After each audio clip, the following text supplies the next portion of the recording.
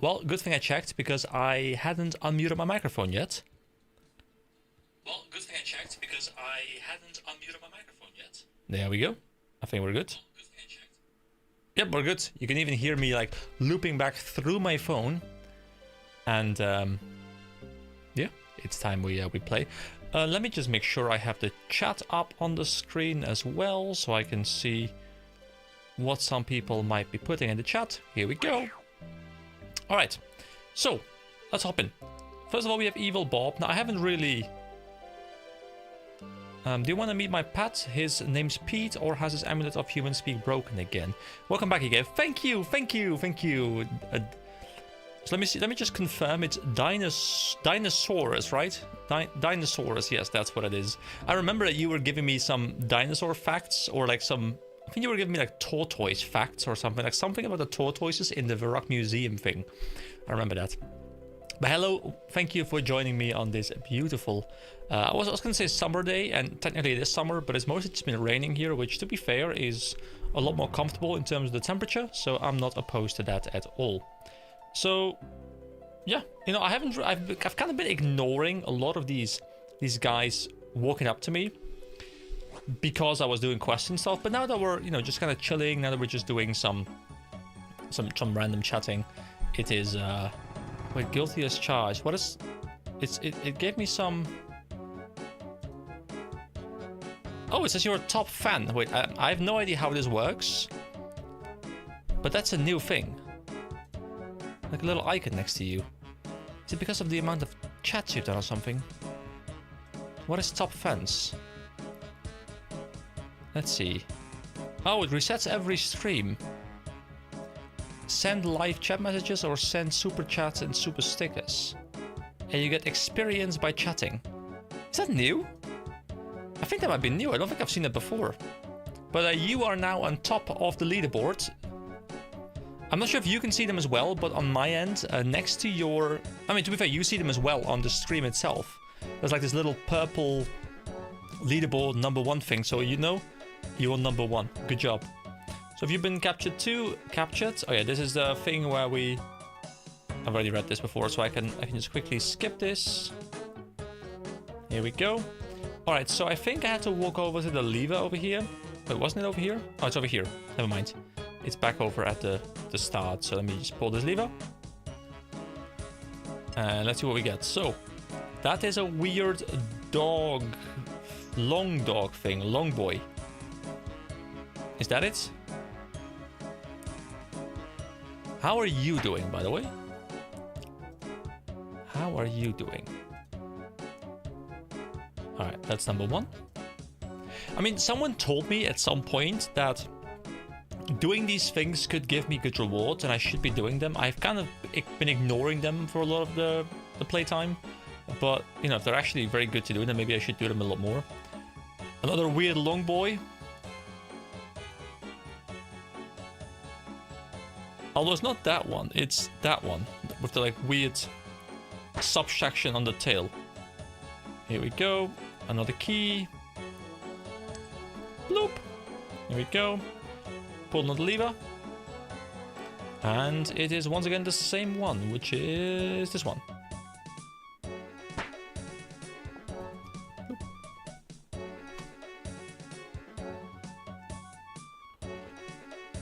You know, I'm probably not really streaming at a proper time for most people who watch my channel, because I think most people who watch my channel are from the States, and over there it's like early afternoon, I believe. So yeah, a lot of people are probably working. I mean, it's just a random Tuesday, so I'm kind of expecting it to be slightly less people here today, but that's totally fine. So thanks for your help. Here, have a present. See you around. 10 lore runes. That makes me happy, because that's actually a fair amount of money, right? Actually, it's only 117 each. In my mind, they were much more expensive. Alright, anyway, that's done. So I don't really have a plan for today. As per usual on these streams, if you've never been here before, I don't want to make any progress in quests, because I want to leave the quests for the videos.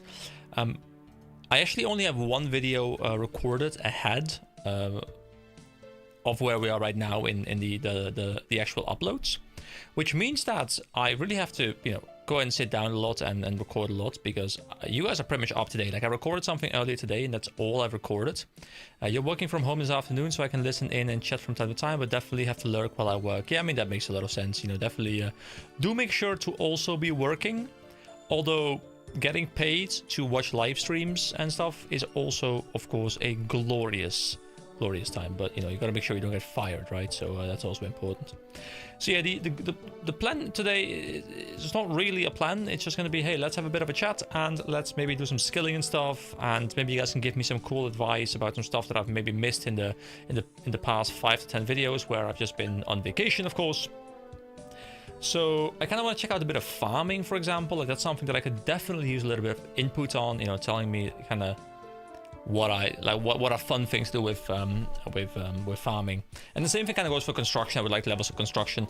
I would just kind of like to level the skills that I've recently covered on the channel. Like, you know, I've covered thieving, I've covered fletching, slayer, construction, and farming. Those 5 kind of are the things I really want to do a bit more of a deep dive into.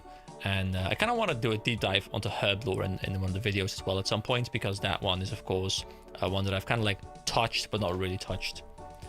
All right. Let's see. I kind of want to just level construction for a bit. Hey, EK, how's it going? Hey, Sly Elf, it's going absolutely amazing. Unfortunately, my vacation is over. So, you know, back to the grind, both in YouTube, which is the fun one, but also the office job one, which is slightly less fun, of course.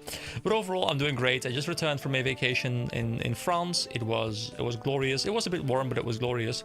And I'm just really excited to be back and sitting here again. You know, it's so refreshing to be gone for like 2-3 weeks, like total like mental reset, and just be able to be fresh again and really feel enthusiastic and stuff. That's also always amazing. How are you doing? Let me see. I kind of wanna check out some of these skills. So which one would be fun? I kind of wanna. I mean, farming kind of is a bit boring to watch, maybe. I'm not, you know, normally I come in with like a little bit of a plan as to what I want to do, but right now that is just not something I did. Construction sounds fun though. I really want to do construction, but I don't really have much money, so I think I need to make some money before. You know what? You know what I'll do? I'll go thieving, because I think thieving can make me some nice money. And I heard some people talking about, like, I was making some decent money thieving in Varrock at a tea stall, and that was good money. But I think people were telling me that over in Ardone, like the baker stall, I think that was decent money as well. And I want to go and have a look at that.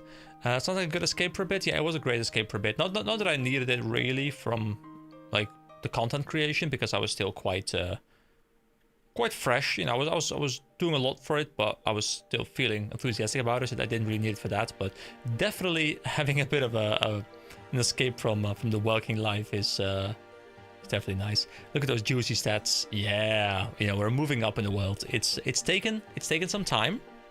How many hours am I actually into the game right now? Hold on, let me check that. I am currently at 5 days and 19 hours, so slowly moving up. I think I ended my World of Warcraft Classic series at about 430, 450 hours now. Technically, I haven't finished the series yet. There is still some stuff to come, but I haven't touched the game in like a month or more, and I canceled my subscription, so the series is kind of over. I didn't want to have you know, subscription running for both this game and for World of Warcraft at the same time, so I decided to just cancel that, because this game is very time consuming but very fun to be playing. So hold on, I want to go to Ardone, and I wanted to. What is the quickest way? Because I know there's those trees, right? And those trees, there's one over at Varrock at the Grand Exchange. I think there's one tree like somewhere up there, but that's not that much quicker. You know what? I'll just walk. We'll just walk. It's fine. Wait, where am I going? I want to go through this underground pass. You know what? We'll just walk. We'll just chat. It's fine. We can have some fun. I'm not about efficiency around here, as you guys know. Efficiency is something that comes much, much later. Ooh, that doesn't work. Wait, what doesn't work? Also, is the chat a little bit big on the screen? I mean, to be fair, RuneScape is not a game where you really need to see a lot of the UI to really to be able to watch the game. But the chat is a bit big. But I feel like if I make it smaller, then it's going to be really hard to read what is going on.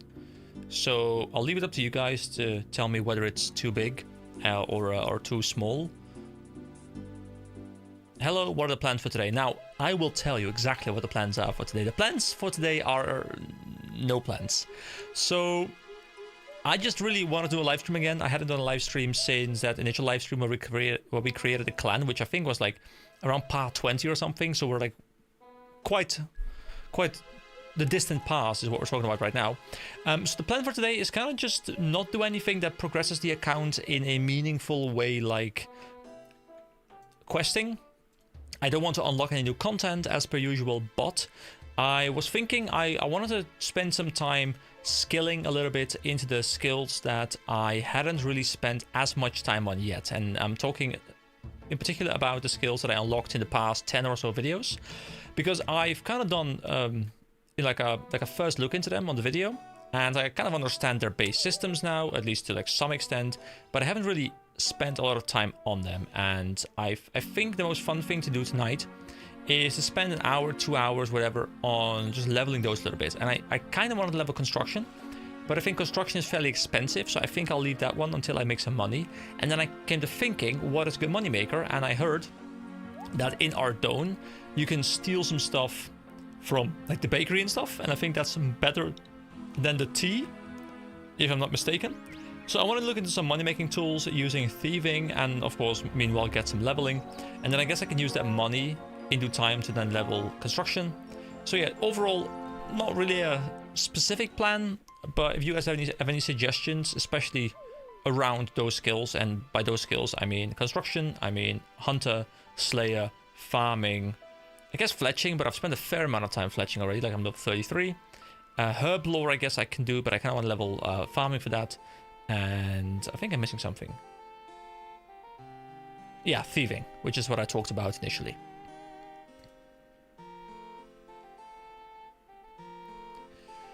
So yeah, that's the plan for today. Let me know, by the way, if anything about the audio needs to change. You know, if I need to bump up the audio of the game a little bit. Because right now it's just at the recording settings, and I can, of course, always change those recording settings after the fact. At least the audio levels and stuff with game and the microphone. But of course, I don't really know what it's like when I'm live streaming, because I don't really live stream too often.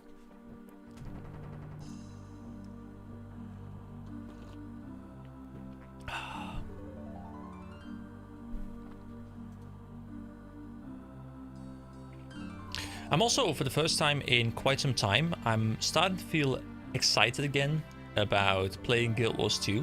Like for the past year or so, my excitement has kind of dropped. I mean, to be fair, it's been dropping for the past couple of years, which is kind of why I started this series of really doing a bit more of a deep dive into other MMOs. But my enthusiasm for Guild Wars 2 is kind of like growing again recently. Like there's been expansion teasers, like little snippets of information about like upcoming classes and stuff, and it's got me feeling all enthusiastic again, which is great, but it's also scary because, you know, I don't want to just be like sucked into the game. I have RuneScape to play as well, which I also enjoy a ton, don't get me wrong. Like I'm really enjoying this game, but Guild Wars 2 is kind of like my home, you know. Like I've been playing the game for like 13 years, so for me that's a game I always return to. Gotta check out all the new content. Fortunately, the game doesn't get that much content. Like the good thing about the game is it doesn't invalidate old content in the same way RuneScape does it, but at the same time, it doesn't get too much new content. So like if you're caught up, it's easy to stay caught up, but there's a lot of content to play. All right, so I want to make sure I deposit everything so I can start stealing some stuff. Now I have cheese in my inventory, guys. Can you guess why I have cheese in my inventory? And some keys. And some leather vambraces and a diary. You guys probably know what I did, right? Yeah, you guys know. You guys are big brain. I'm sure you guys know what I did. You guys, based on the little bit of information in my inventory, can figure out exactly what I was doing 2 hours ago.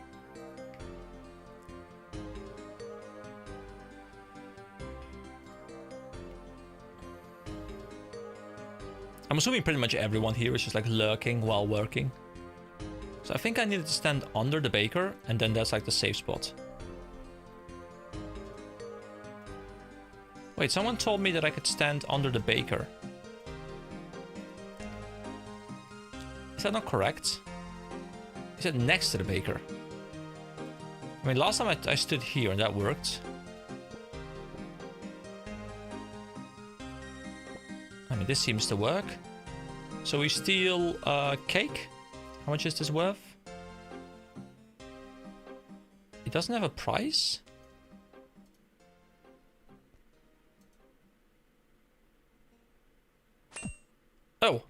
Oh, wait. Okay, I didn't mean to get into combat there. I mean, to be fair, I could just eat the cake. I could have the cake and eat it too.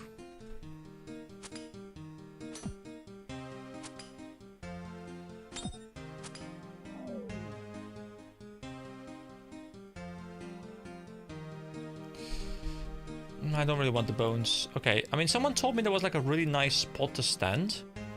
But now I'm not quite sure exactly where it is. So there's a silk stall as well. What is the highest level? Whoa, what am I doing? There's silver stalls. So what can I steal from right now? Let me make sure I get thieving up. Stalls. So vegetable, cake, tea is all kind of low level. Crafting, monkey food. Silk stall is something that I can access. We can also access the wine stall. Let's try the silk stall. This is silver. This is silk. So what if I just stand like right over here next to the silk guy? Okay. I wasn't expecting that to work because I'm standing next to the guy selling the stuff. I mean, I guess I can stand like right here, but the guards see me, right? Yeah, the guards see me. Okay, I really will have to figure out exactly how I can efficiently steal these. I'm assuming there's like optimal spots that I can stand. This is the kind of stuff that I do like doing on stream, you know, kind of like the just simple figuring stuff out. Here we go. Steal from here? Nope. Well, if anything, you know, at least we're leveling like a little bit of combat. Strength is approaching level 45, getting those 6 stats.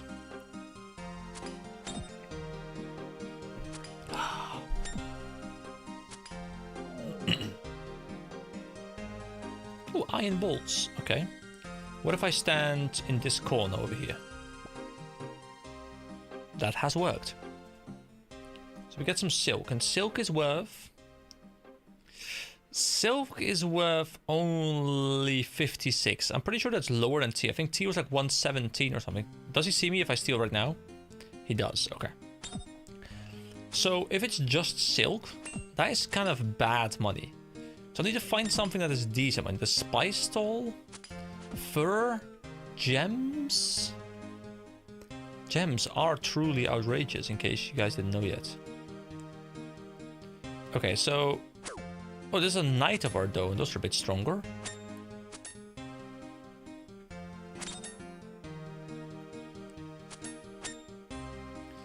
So I'm trying to figure this out based on just pure trial and error, but...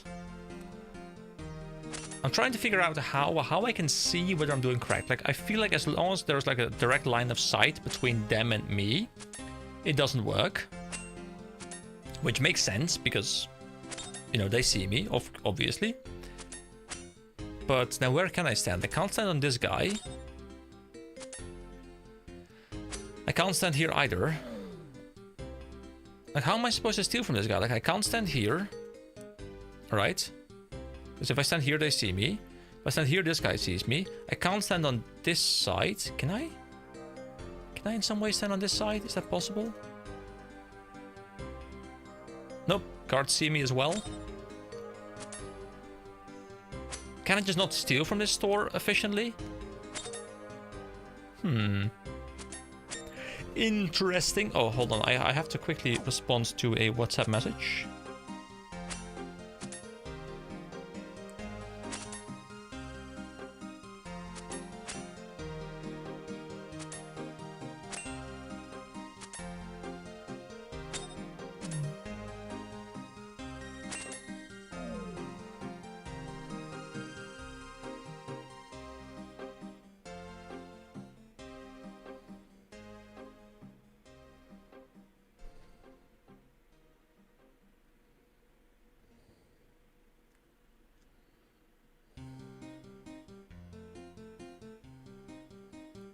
Alright, I have returned. Now, how? Okay, now... people see me everywhere, don't they? Like, how am I supposed to steal from these stalls?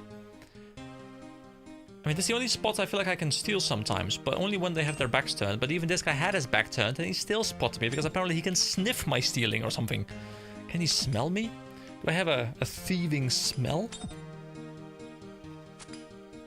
Alright, so maybe silk is not the optimal way to go. Plus, apparently, it only gives me, like, the one silk, which felt like a little bit of a low reward. So, let's see what... Oh, where am I going? What else can we do? I think it said something about a wine stall. Wine and fruit. I kind of want to do wine. Is there a wine? Is there a wine stall here? Can I search for wine? Wine stall? It's like a wine shop? Shopping. Wine trader. Wait, where is this? Oh, there's a wine trader all the way back over here somewhere. Yeah, there's a wine trader all the way back over in Draenor. Now, I don't want to go back over to Draenor because that's quite far away. Is there a tea shop here as well? There isn't a tea shop here. A taxidermist. I wasn't expecting to be a taxidermist here. Alright, so what else can I do? I can do... I mean, I can do fruit, I guess? Is there a fruit stall somewhere around here? If I look for fruit... Okay, fruit doesn't work. So how am I supposed to find this fruit stall?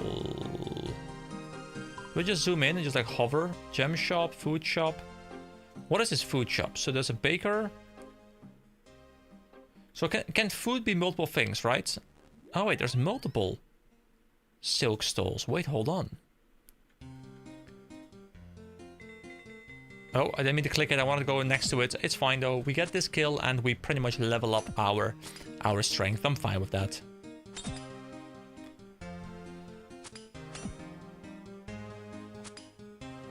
Also, whoever is here lurking and working at the same time, I'm watching you. You better be being productive. You better get those emails sent. You better do the thing your boss told you to do. Yeah? Yeah, you. You know who I'm talking about. It's you. Alright, let me... let me stand here. Oh, oh, oh, oh. We got some silk. Is this the spot? Oh, we got one. Well, I mean, it's better than zero, right? It's better than zero, but it's not much better than zero. To be fair, it's infinitely better than zero. Strength level 45. Combat level 54. Those are the inverse numbers. Beautiful. Okay, here we go. We see some silk. Is this the spot? Yeah, this hits the spot. Oh yeah.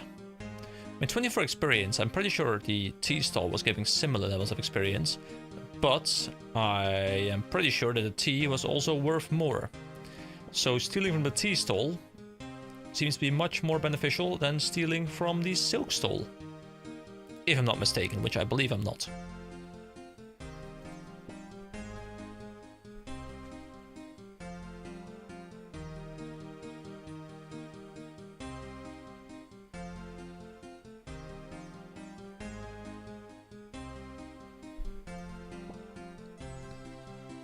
Wait, you guys gotta see what someone in my group of friends bought. Hold on. Let me put it up to the webcam, okay? Hold on, here we go. Look at this thing. This is a... If you can look, of course. This is a telephone booth wine storage unit thing. What the hell? Also, look at this cute dog. There we go. Beautiful. Hope that helps you guys on your busy working day. But unfortunately, I failed, so this is not a perfect spot. I need to find the perfect spot, guys.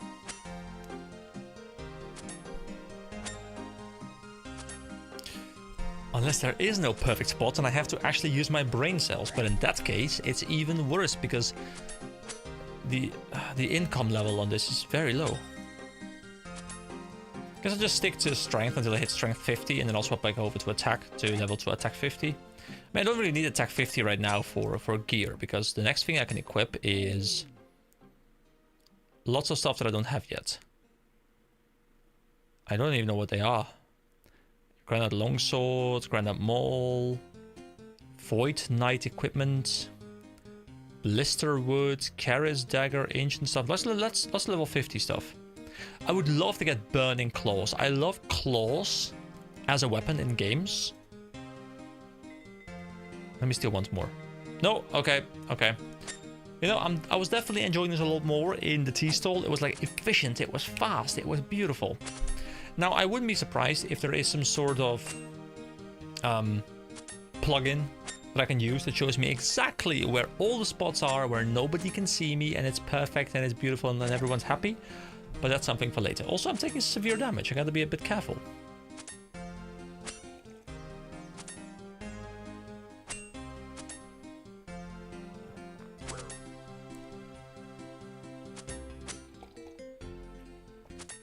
Fortunately, they are taking more severe damage than I'm taking severe damage. Their damage is severer.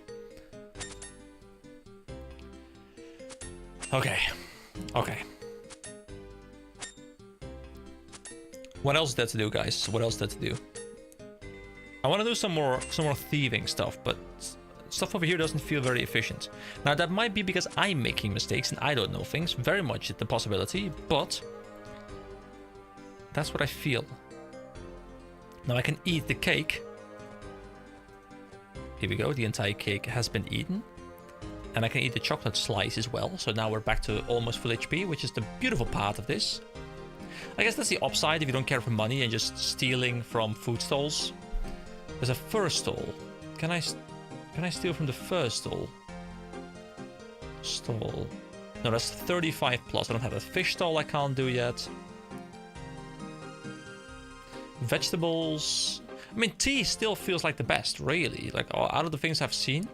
I can also, of course, pickpocket some people, and I can pickpocket warriors right now. Cave goblins. These guys look like the goblins from the Lost Tribe quest. The Durgashan, I believe they were called. Which I only remembered because I edited that video yesterday. Was it yesterday? Yeah, I think it was yesterday, like part of it. There's also other. There's also chests, of course. Oh, yeah, there's mini games we can check out. Oh, do I want to check? I think I want to check those out on a video. Like, oh, maybe I should do like a mini game, like series of videos where I just like go through like a lot of mini games. I think that could be really fun. That's something I should really do. So there is a chest in Ardougne, Releka, and the Wilderness. Upstairs in Ardougne and Releka. That's 28. What is this? This is cash. It says Ardougne, Releka, and the Wilderness. I'm assuming those are 3 different locations. Now, Releka I have never been to. I don't know where Releka is, but I can look it up. Releka. Did I mistype that? There we go, Releka. So Releka is this town up north, this port town in the Fremennik province.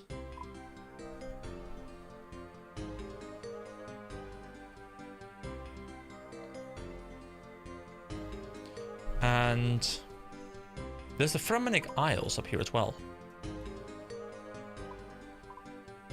There's so much stuff like Lunar Isle with a town, a boat, ship to Pirates Cove, Miscellanea. Oh wait, Miscellanea and Etceteria. Those are beautiful names. I love that. But I'm a little bit at a loss as to what I want to do here. So there's upstairs areas, but where can I steal from banks? Can I steal from banks? Probably not, right? Because it has like a little coin icon. Now I don't know what the coin icon means, but it might be the bank. I've never been upstairs in the bank either. No, I can collect. Okay. I mean, I can go up the ladder. What's even up the ladder in banks? I've never been up the ladder. Are they all the same bank? Are there different banks? There's absolutely zero up here. Okay, well that's unfortunate.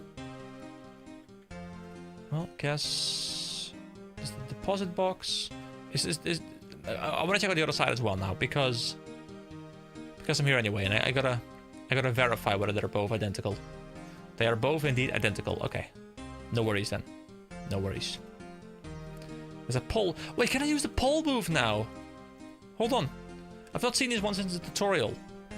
To choose a poll to view its results, for all the polls, please visit the website. Okay, so hold on. Oh, there is not a poll going on right now. So this poll has closed. This poll includes a range of content we're exploring for sailing. Pickpocketing is good activity to do thieving. Is it? Okay, I'll have to look into that in a moment. I've mostly been doing the stalls. I've kind of enjoyed the stalls, but I should probably use pickpocketing a bit as well. Let me just quickly scan through what this is. Also, hey, Becca, welcome to the stream. Thank you for joining me tonight. Or whatever part of the day it is over where you live, because I feel like a lot of my audience is from the USA. So would you like us to add the Great Conch, a new island, as described in the blog? New skilling activities, resources, creatures, and unique rewards from this island are subject to future polls. People desperately wanted that. There's been 82,000 votes for yes. Nice live stream. Yes, thank you for joining me. I haven't done a live stream in quite a while. It is not a RuneScape live stream, but I really felt like doing one as I returned from my vacation. I wanted to just have a bit of a chat with you guys, which is always really fun for me to do. Thank you, mate. It's evening here in Finland. Ah, okay, great. Yeah, then I think you share a very similar time zone. It is 8:12 in the evening right now. I think you're like either the same time zone, like maybe like 1 or 2 hours, but like I think it's very similar. So people seem to really want this new island, which sounds really fun to me as well. I would press yes if... obviously, I don't know enough about the game really to properly answer these, but I think I would vote yes based on my knowledge. Subject to question 1 passing, should we add a Tortugan quest series consisting of 2 new quests that focus on the 2 Tortugans. All unique rewards from these quests are subject to future polls. People want that as well. I really wonder why people vote no on some of these, because they're just like, hey, it's new content. Is it because they would rather have different content, other content? Like they don't want this to take priority over whatever they want? Should we add a series of small-scale quests to add additional world building, life, and character to sailing? 100%. Like, why would you not want quests to do with the new skill coming up? Like, why would you vote no for this? I don't understand. Do you want us to... I mean, is that just people who don't like the idea of sailing? Is that it? Oh, sailing haters. Okay, yeah. Do you want us to add deep sea trawling, a training method that combines fishing and sailing together as described in the blog? This includes streamlining fish chunks into fish offcuts and introducing new fish resources which can be cooked. Healing amounts, potential special effects, and herb lore uses are open to community feedback and will be polled later.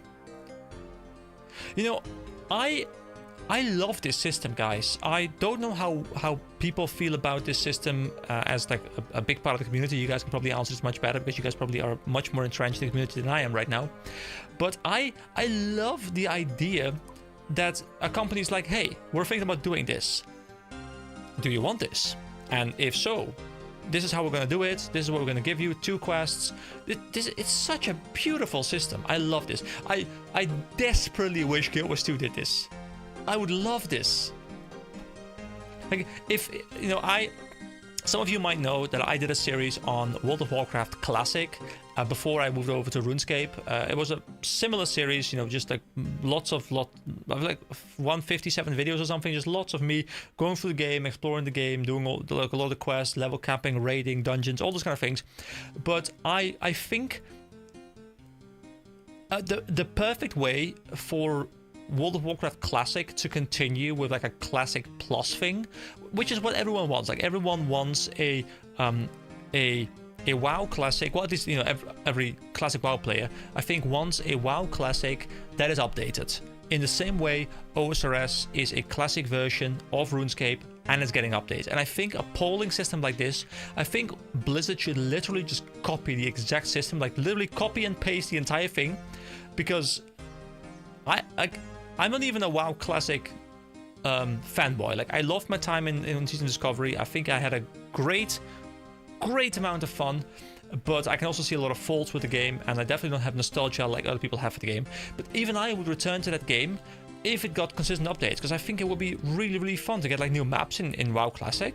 That'd be super cool. Like slow additions, of course. It doesn't have to be like fast progression, but having like new content in a classic game, OSRS nailed it, guys. At least from my point of view right now.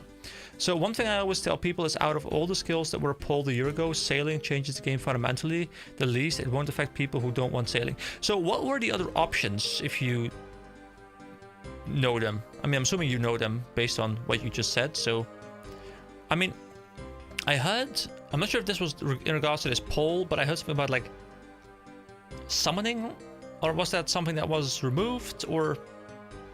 Because I feel like summoning, I think I read somewhere that summoning was something that was from after the time period of OSRS. So it wasn't in the OSRS client, but it came like shortly after the original OSRS like time zone or time frame. Taming and shamanism. Oh yeah. Oh, isn't taming the thing that people were worried was going to become really OP, because you would literally just get additional damage modifiers on top of your existing DPS, because you would always have a pet with you, so people were like scared it was going to totally shift the entire power dynamic of the entire game. Taming was basically summoning and devalued pets. Oh, okay. I mean, I like the idea of summoning. I think it sounds fun, but yeah, I think OSRS is one of those games, from my limited understanding of the game, that is probably extremely easy to completely ruin by introducing one wrong skill.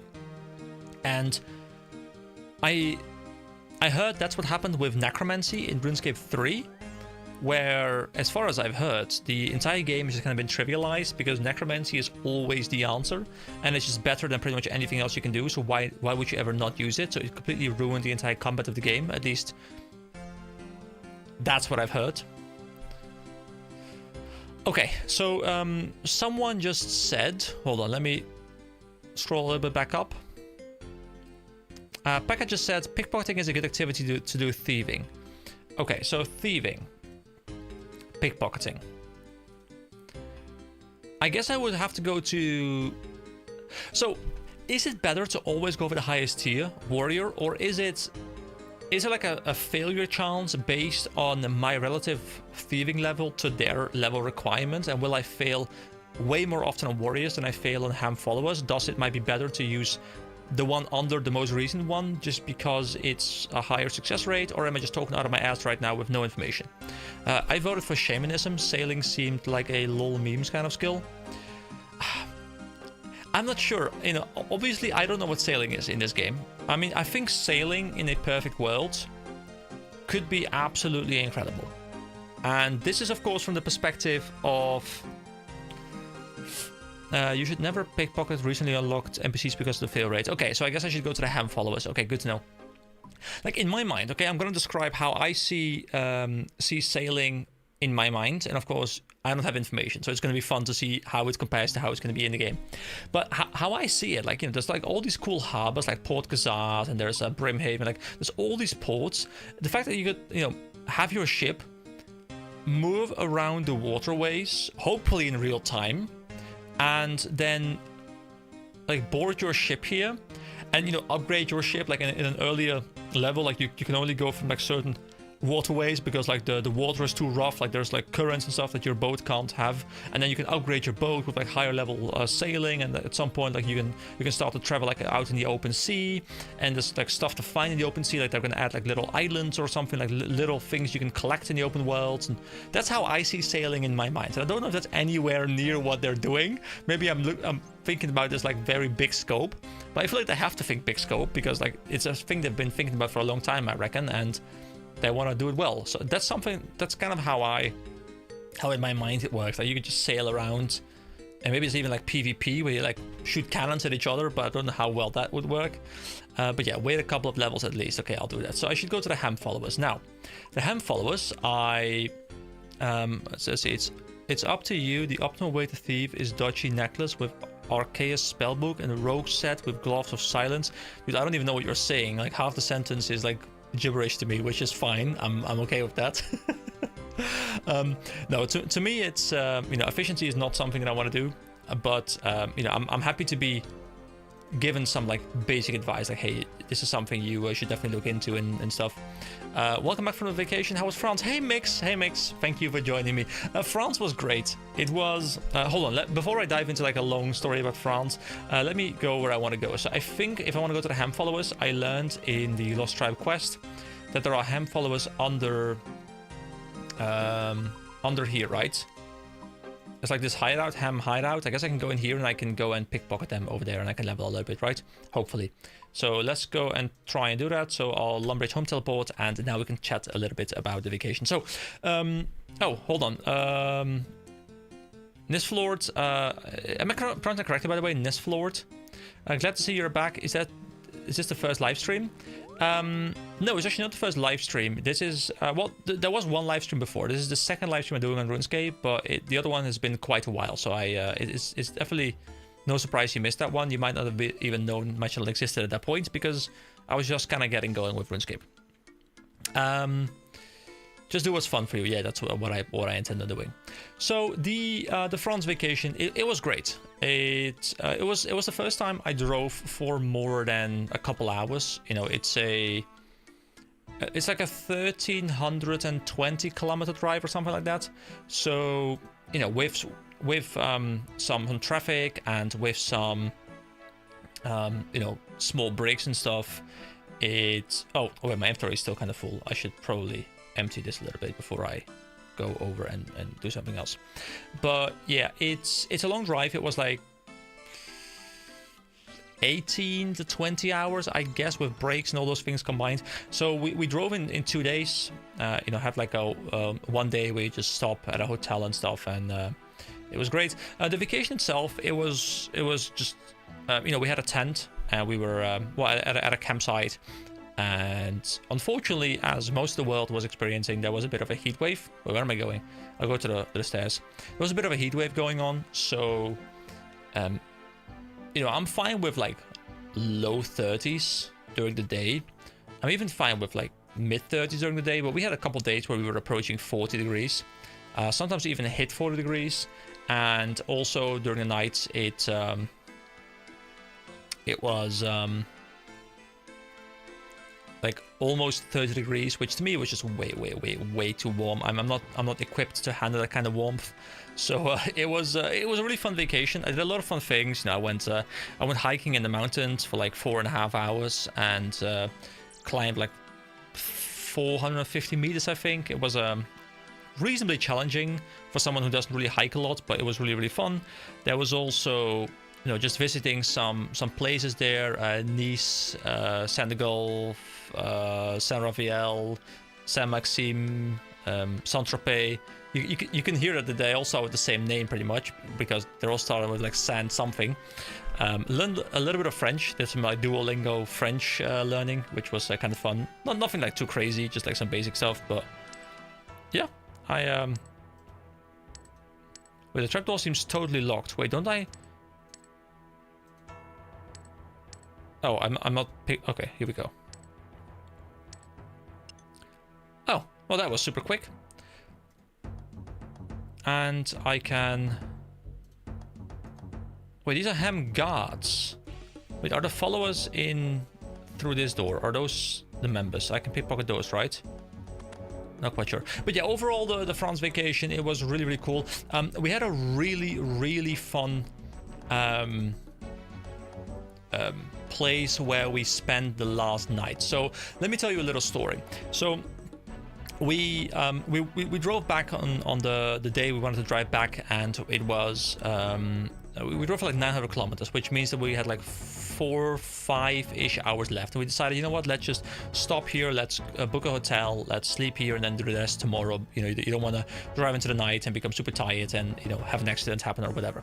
So we first had a little hotel, and it was 38 degrees I think when we arrived. It was like 7 o'clock. It was still very warm, and we had booked everything. We go up to the counter and we want to check in, of course. We're going to go to the room, we want to get into the air conditioning, and we want to just crash.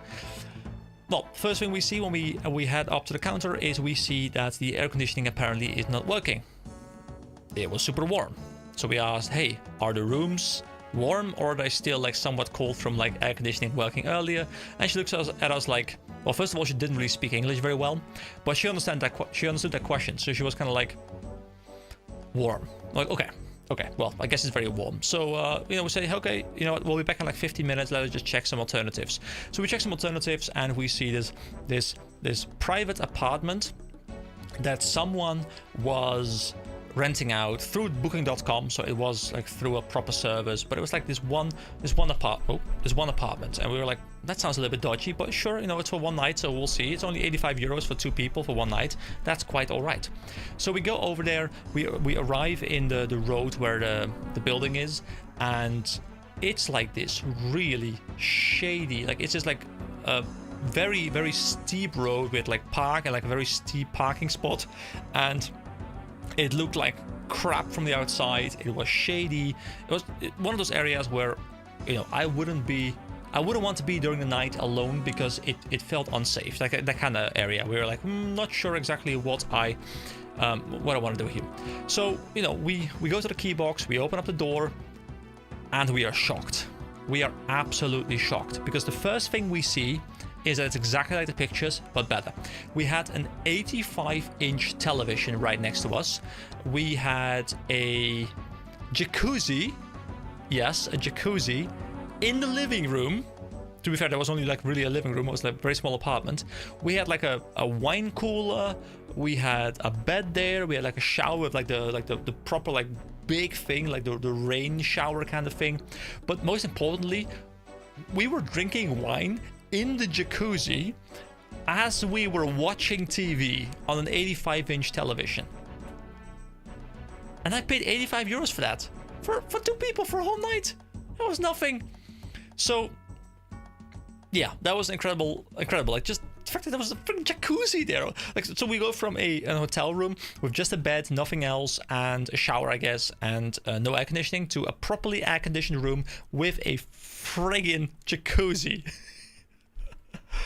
It was beautiful. Pinky Log said €1 per inch. Yes, we paid €1 per inch of television, which still is totally worth it to me. So let me go back to the chat real quick. Clue scrolls now stack up to F5 from each tier of last week's update. Oh yeah, I saw I saw some preamble about that, but I hadn't seen that it had gone through. That's quite nice. So I'm a Grandmaster, so I know everything about this game. If you have any questions, okay, I'll definitely keep it in mind because I will have some questions at some point. One thing to make thieving easier is to hold Shift, right-click a hand member, and change the pickpocket option to left-click. Yeah, I think I have that actually. Yes, I have that set up. There we go. Yeah, I have it set up. Beautiful. Okay. That's like 200,000 a night in Vegas. Yeah, it was incredibly cheap. It was, hold on. Actually, what I'll do, I took some pictures and like it was so impressive that I want to put those pictures. Hold on, where are my pictures? Hold on, I'm gonna put them on the screen, guys. Hold on. Let me just send them to myself real quick. And you will see them pop up in like 1 minute. It was amazing. And what's an EK live stream if I don't share something random from my personal life?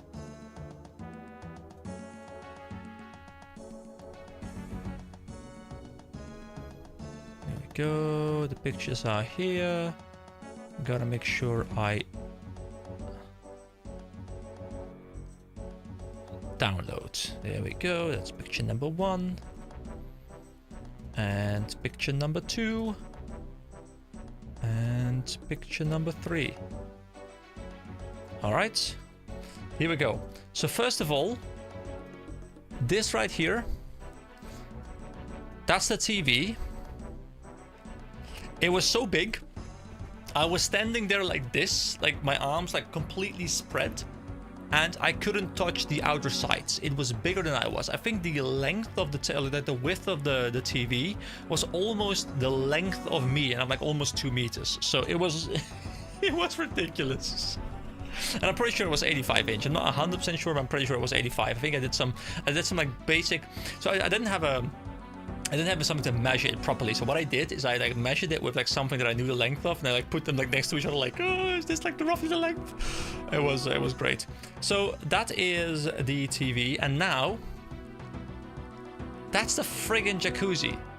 I'll have you know, it had like built-in lights, built-in like whirlpool kind of things, bubbles, and this is how you're sitting there, like just sitting in that friggin' jacuzzi with the couch there and the TV right next to it. It's incredible. I'm pretty sure. I'll delete it, by the way. I'm pretty sure I would have been paying like literally hundreds, if not thousands of euros for something like that if it was like a proper town. The thing is, it was a pretty small town. It was in Nancy, which is like a northern part of France, and you know, it was really cheap, especially compared to the southern part of France that we came from, because everything there is like super expensive. So it felt really cheap, and we were like, yeah, if we're ever back in this area, if you guys are ever in that area, go check it out. It was incredible. We left a 10 on Booking.com. Like, dude, this was amazing. Speaking of Grandmaster, have you looked at the combat achievements? To look at them, hit the quest. Yeah, I have looked at them, but it's the combat tasks. Yeah, I have looked at this, but I've not really done anything with this. I know there's like a lot of things I can do here, and I will definitely look into this a little bit more. But guys, there's so much to do in this game. There's so much to do in this game. I'm never stuck for things to do. I'm always stuck with choice paralysis almost, because there's just so much stuff to do. That's dope. You can jump off the bed into the hot tub. Yeah, to be fair, we jumped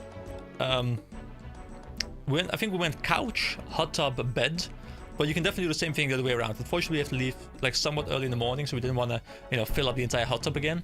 There was even a review. People are so bitchy, guys. There was a review. Someone said, it's like the big. Oh wait, is someone attacking me?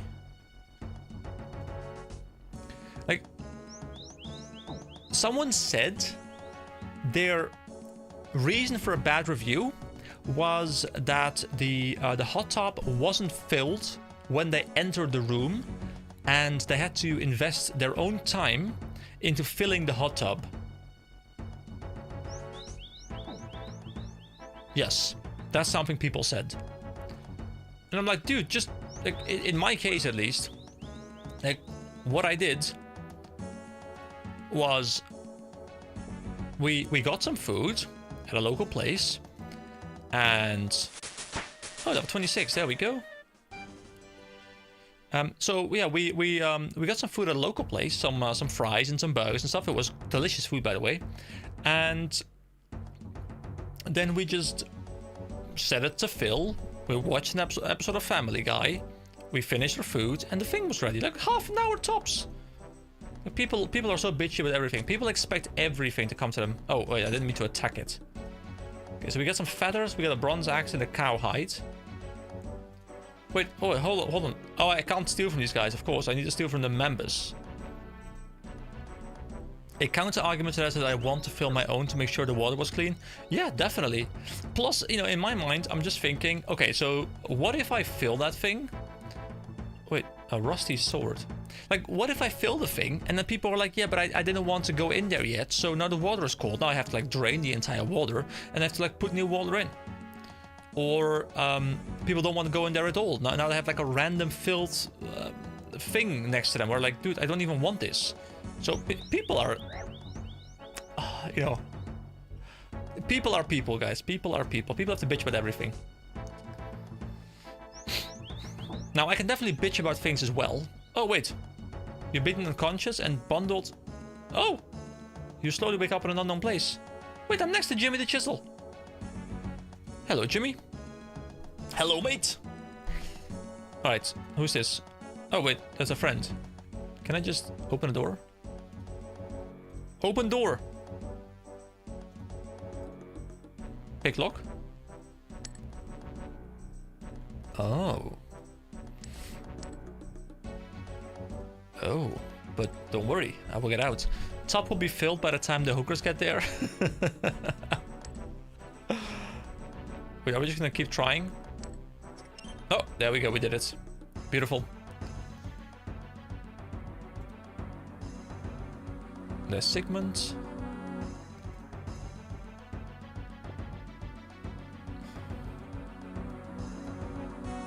Oh, we stole a ham hood.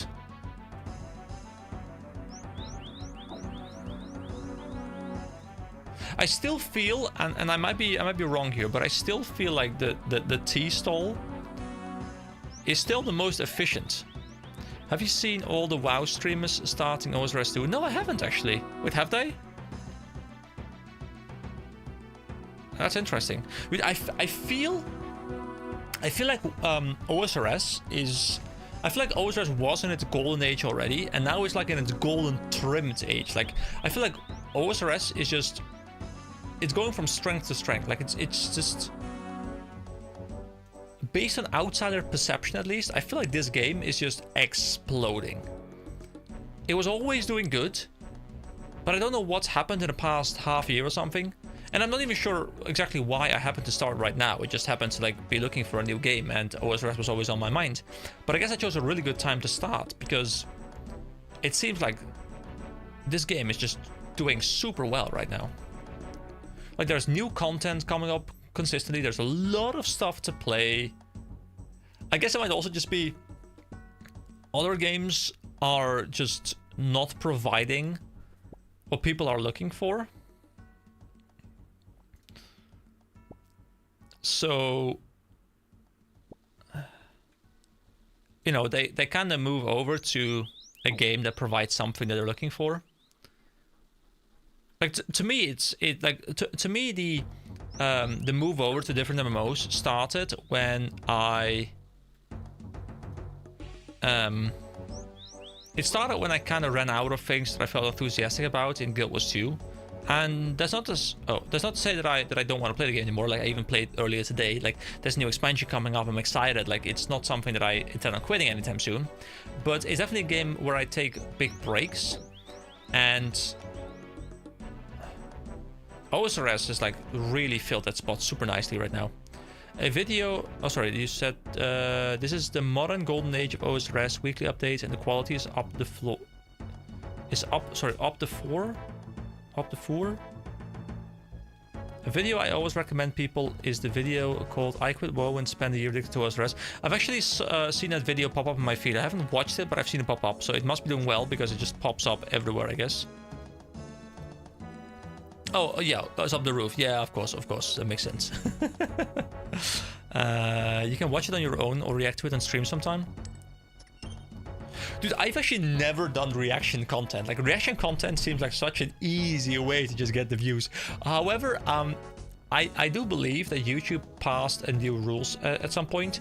I think they are kind of taking a slow stance against what people refer to as the AI slop. Like, there's two things I think that YouTube doesn't really want too much of. One is just AI content, because nobody watches it. They are having to host millions of crappy videos that nobody's watching but take up server space and like hosting capacity.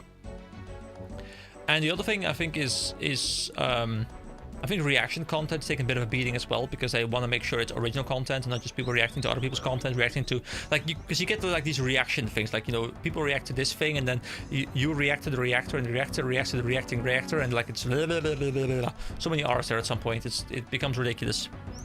I love reactions. I don't care what people say. I like reactions, but I think they have to add something. Like, if you how do I put this? Like, if someone reacts to something and they pause the video, they talk about what they've seen, they respond to it, they add to it, and you know, it kind of just makes a half-an-hour video into an hour-and-a-half analysis of what was said, and like further adds on top of that, kind of the way, you know, someone like Josh Strive Hayes does. A personal favorite of mine, Wooden Potatoes, does it not for videos but for trailers and for like any sort of like upcoming content. that kind of stuff I love. I think that's great because they add something, like they kind of take me through what I would otherwise watch on my own, but they give me extra information alongside what I would see there. What I don't like is reactors who just sit here like, oh, ooh, yes, okay, thank you for watching, have a good day. Like, what? Add something, okay? Add something. And Pinky Lock said, I heard some people even make AI thumbnails.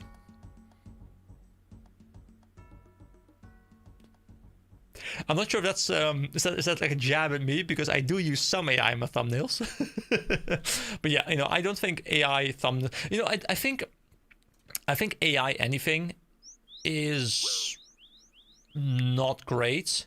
Like, I think AI is a tool, like Google is a tool. Like, you don't want to have Google do something for you. You want to have Google help you. And I personally think my way of doing things, I've kind of enjoyed. No, I'm just kidding. Yeah, I mean, to be fair, you know, I know you're just kidding, but I do want to explain myself here, because people have been criticizing my use of the AI EK, or like EK AI, AIK, whatever people want to call it. People have been giving it names. I have kind of enjoyed. Oh, what is this? A ham logo. Okay, cool. I've kind of enjoyed using it. But yeah, I'm also not a big fan of people using AI all over the place. Like, I think it needs to be an addition and not like just do the job for you. Like, it needs to be a tool. Josh Sharp Hayes has a great video of his live reaction, Zapla reacting to his reaction to Asmongold's reaction of his own video. It's chaos and it's wonderful.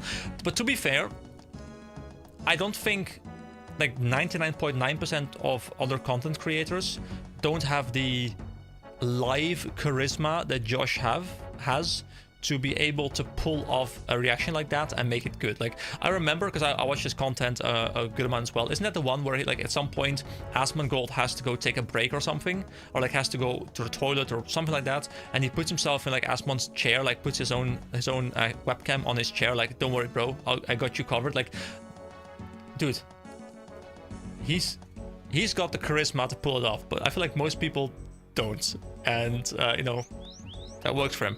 I know theory-wise OS in-game, so your fiber to react to the video if you wanted to. Oh, you're fine to react to the video, I guess, what you're talking about. Yeah, I don't know how reaction content is in YouTube's eyes anymore, because an uncut opal. I mean, to be fair, I'm not opposed to doing reaction. I think it could be kind of fun to do a bit of a reaction to a video when it's something that I have opinions about myself as well, and we can have a bit of a discussion.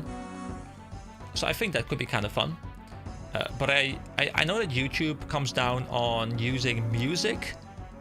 Like, I watched some WoW videos with some viewers at some point, like, you know, classic WoW memes and stuff, and I was watching some music videos made for WoW, and you know, we had a blast, but like half the stream got struck for copyright stuff because there was music in there, and it was really annoying. But I guess if it's a video that exists on the internet, like, it shouldn't have to deal with that, really.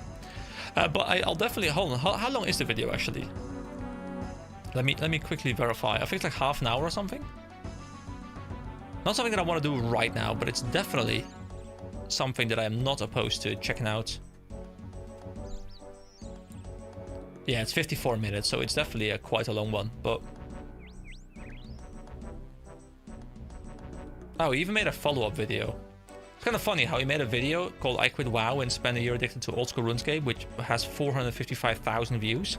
And then he made a video called I Quit WoW and I'm Addicted to RuneScape's best game mode, Leagues V or 5, which is from the same time, kinda, but instead of 455,000 views, it is 19,000 views.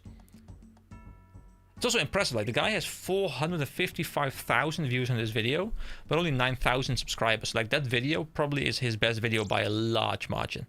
Like, that's stuff I normally wouldn't pay attention to, but since I became a content creator myself, yeah, like, all his videos are like a couple thousand views, or most of them. And then like WoW players are switching to old school RuneScape, 121k, bam. I guess people just really enjoy that subject.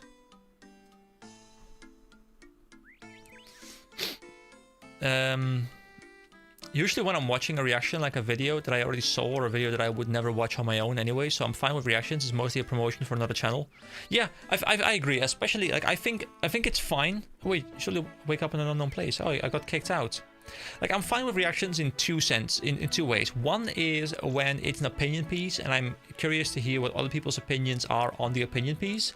And two is when it's content that is like a preview for new content or something, and I want to know what you know, the content creator thinks about what they're presenting, what this might bring, those kind of things. I think that's great, and I really do enjoy watching those. I think those are my favorite kind of reaction content.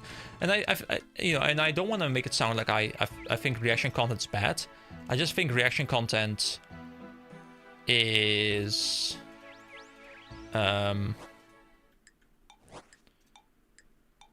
something that needs to be done tastefully and needs to be done. Hold on, I'm trying to multitask, which is kind of difficult. It's not easy, it's not difficult to do this, but like reading the chat and talking and clicking here. Plus there is a timer. I don't know how much impact it has. Wait, do I care about this chest? Probably not, right? Some iron arrows. Yeah, I probably didn't really care about that. We can go through this one here.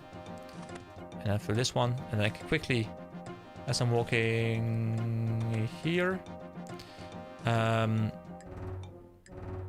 I got 2 dragon trophies in the last league. Wrecked my real life heart for 2 months of gaming. Hey, we call that worth. I'm gonna leave the chest. I think the chests are not worth a lot. Actually, wait, can I even? Oh, I gotta go out again. Then I go back in through this door. You could react to it on a long grind. Yeah, that's definitely what I probably will do at some point. If I have like a very long grind where all I'm doing is like clicking a couple of abilities, then I can watch it on the side and have it be the main content. That's probably something fun to do for the future.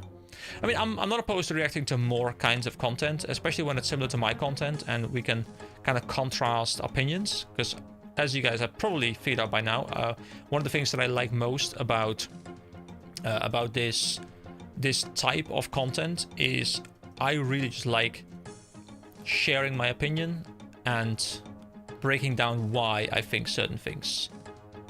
Wait, am I supposed to go out here? Wait, hold on, I wasn't paying attention. I thought this was... I guess I go out here? Where do I go back in then, though? Wait, this is so easy, but my... They'll go back out here? And then back in here? I was sidetracking myself by chatting. Greg Dog, welcome to the stream, man. Welcome to the stream. For a moment there, I thought you said ooh stream. But unfortunately you said ooh stream. Okay, here we go. Through this one, and then finally through this door. Okay.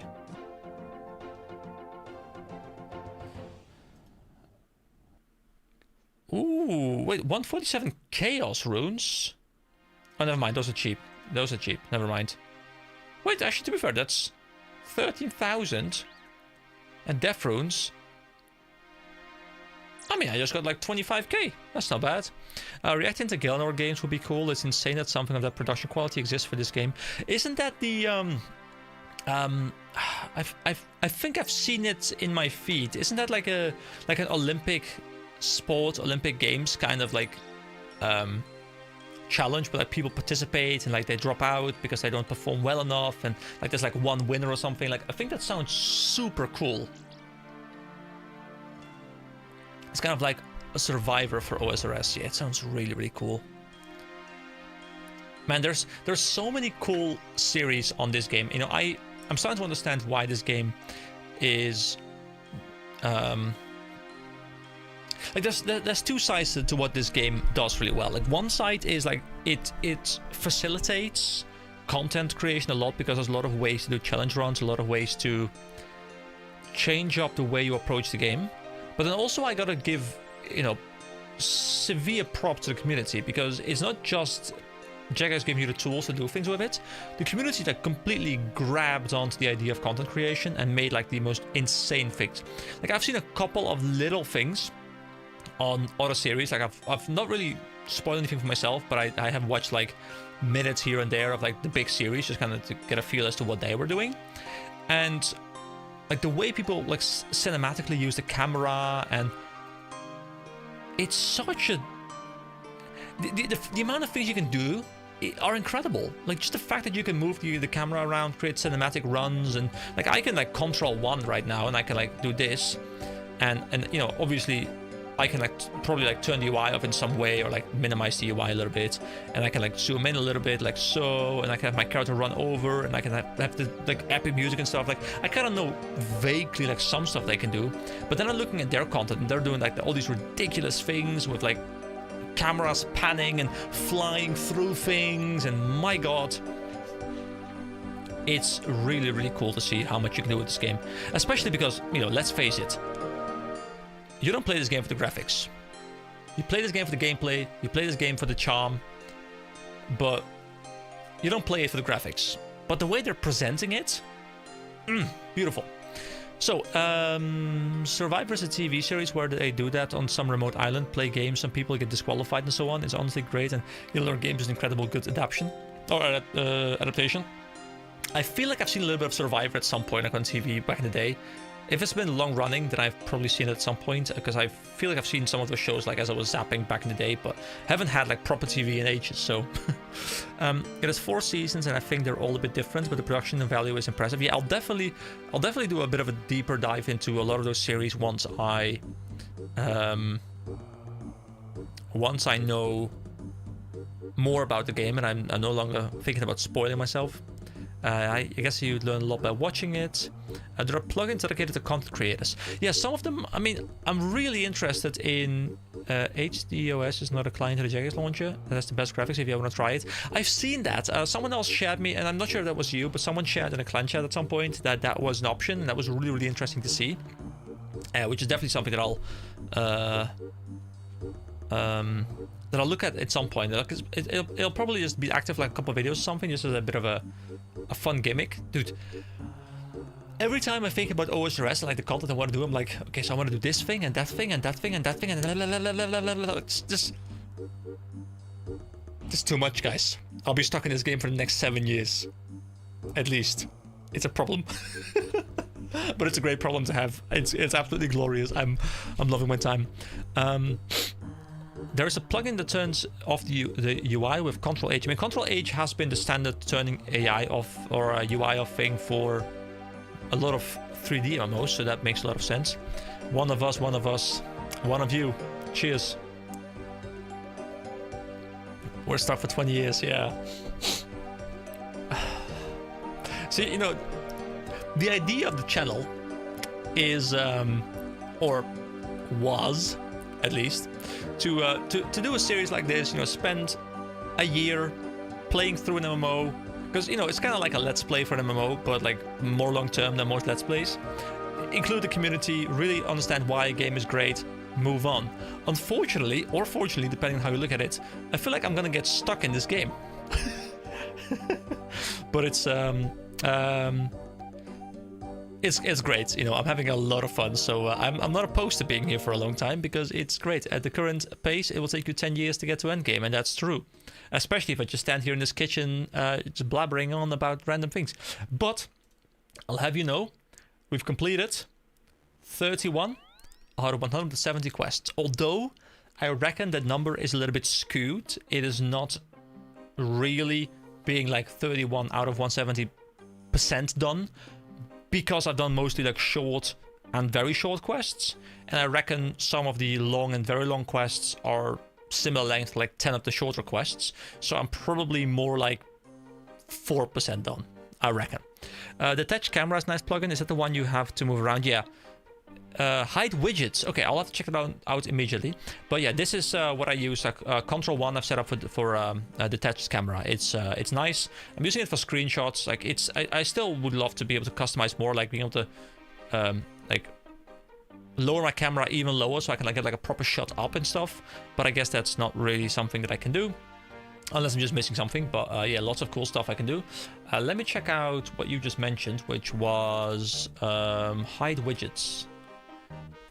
Because every single time I have I've wanted to remove the UI, what I've done is I've gone to the stretched plugin, hold on. And then I did this, like 1%, make it smaller, take a screenshot, so it takes up as little space as possible, then go back, change it back up to 40%, like... let's see, things you can do to build your community is do events like Castle Wars and other community events. There's like 100% rate too. Yeah, I mean, I'm definitely looking forward to doing more community events, especially once I get more familiar with like the mini games, like the things you can do co-op. Right now I've just not really done many of them. Like I'm really still focused on learning how the membership works, like all the skills work and stuff. But I definitely would like to include the community a bit more, because that's obviously one of the most fun parts about doing this, the fact that I have people to talk to and do things together with. Now I do want to check out the, what was it called? Hide widgets. So hide widgets, how does it work? Control H. Oh ho ho. And then I can do this. Control 1. Ah, and now, yes, now I can have myself cinematically run out of this castle. Guys, we can make so many more things happen now. Beautiful. Okay. Okay. Beautiful. Thank you so much for this one, because this one makes me really happy. Try camera plugin. I feel like I have that one. Yes, I have the camera plugin. And there's like zoom speed, right click moves camera. Wait, right click moves camera. Ooh. Okay, but the thing is, I'm already used to like middle mouse, and like it's nice to have right click for other things, but like I'm already used to middle mouse button right now. Middle mouse button opens menu. Oh, cool. Right click menu blocks camera.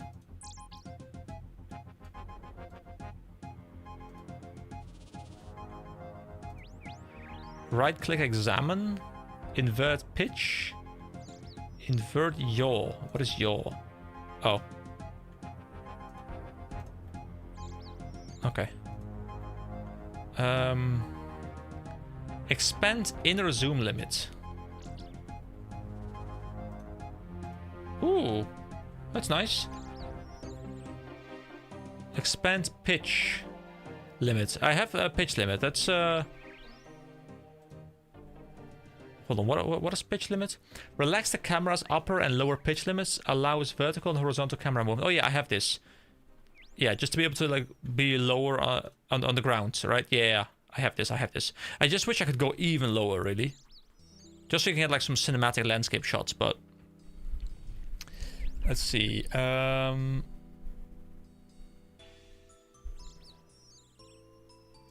Control function, don't really care about that. Disable camera shake. I've not really seen much camera shake.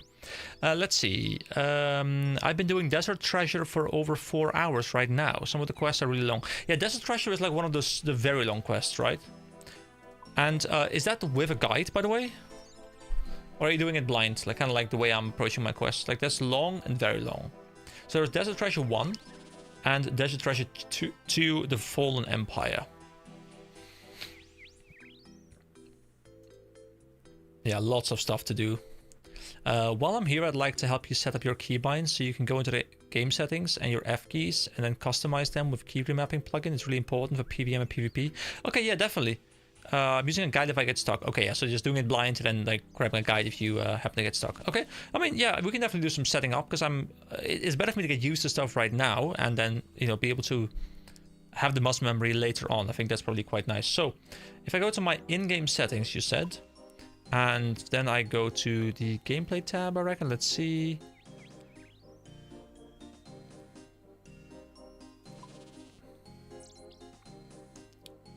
Wait, there's even pronouns in this game. Okay, interesting. There are some truly crazy things you can do with the keyframe camera and Creators Kit plugins if you're interested. Oh, that's definitely something I can look into later, yeah. I mean, at this point, I'm still not really looking to create like the most cinematic movies, but I'd like to slowly learn a bit how that works and maybe have some fun with it later. Let's see. Beta world. Hold on, I'm assuming there's like a keybind option somewhere or something. These are camera effects.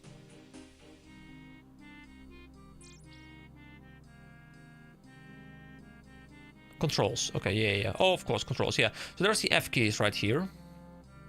Modern layout, side panel can be closed by the hotkeys. There's the F keys right here.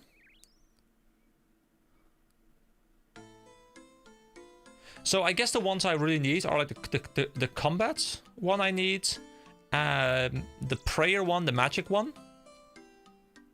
So would you recommend putting like this on F1, for example, and then make, wait, key remapping, I guess you mean? Key remapping plugin. Okay, it's active. Do I need to like reopen this? Not sure, I'll just reopen it just in case. Key remapping is huge. Okay, I have key remapping active. Do I? Oh, I can go into the plugin itself, I guess. I'm in the plugin itself right now. I can say remap F keys. What is wrong with this setup though? Like, isn't this setup just as good, like changing it in here, or is this missing something?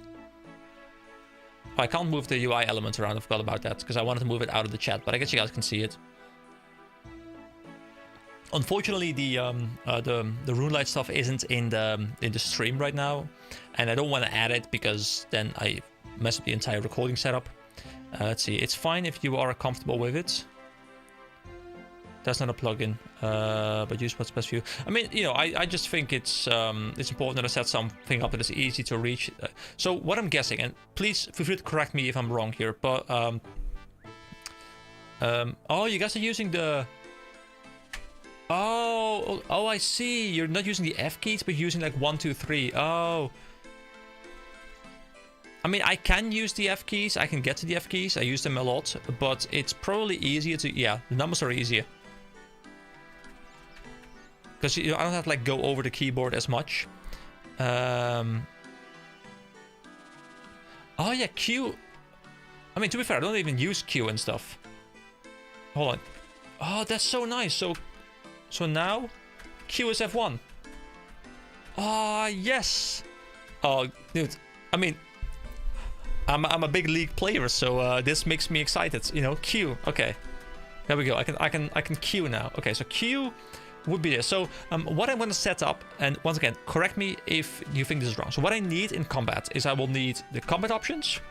Then the W will probably, maybe like I need inventory. I'm not sure if I need inventory, but let's just set it up for now. So that would be F4 is W.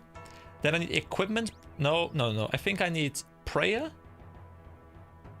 You want bag, spellbook, prayer, special attack. Wait, special attack? Inventory, prayer, magic. Oh, I was expecting like the combat style to be kind of important as well. But you want spellbook, prayers. Sorry, what is special attack though? Or is that something that's not a part of the UI here? Am I missing something? Is that something I'm gonna learn about later? Oh, combat style is special attack. Oh, okay, I got it. So combat style, then bag. I guess the equipment is not very important because I'll use it from the bag, right? So I need this on the W, and this one is just going to be the 4. Then prayer is going to be the 5, which is going to be E, and then spellbook is this. So now I can go close it. Okay, now I can swap between them very easily. Yeah, now I can become a pro, guys. Thank you so much. That's great. You need dragon weapons for special attacks. Oh, okay. So I'll have like a new thing, like a special attack or something on the combat options, I guess.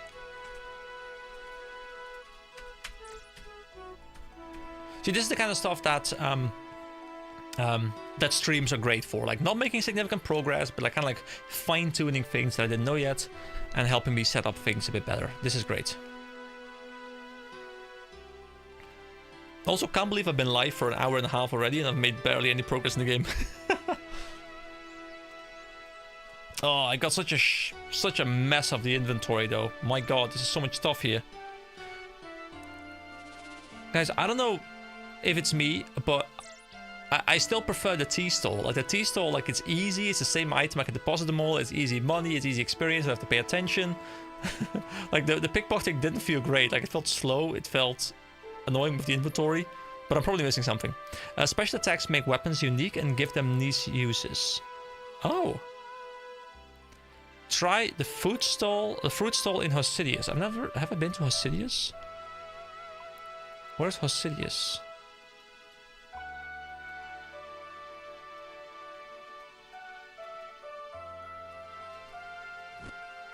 Yeah, I guess I can look it up from here, right? Hosidius. Oh yeah, okay, that's Corinth. I've not been to Corinth yet. I definitely would like to go there at some point. With key remapping, you now need to enter the type. Oh, that's actually much better, because I don't like having chat open at all times. This is actually... It even says present to the chat. That's really nice. This is actually preferred for me. Yo, time to get back onto RuneScape after weeks. Yeah. You know, I was excited to come back. Like, you know you're having fun in a series when you are on vacation, driving home, and you're like, you know, I could record some RuneScape. Like, I want to go record some RuneScape. Like, literally one of the first things I thought when I came home was like, I can sit in front of my PC again and chat into a microphone. Life is great. You can hit the all button in the bottom left to hide chat.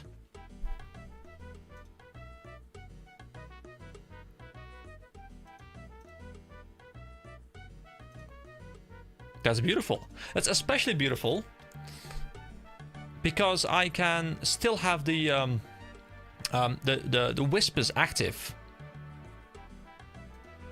without having all the additional stuff active. I mean, to be fair, I can also go to private but you know. Beautiful.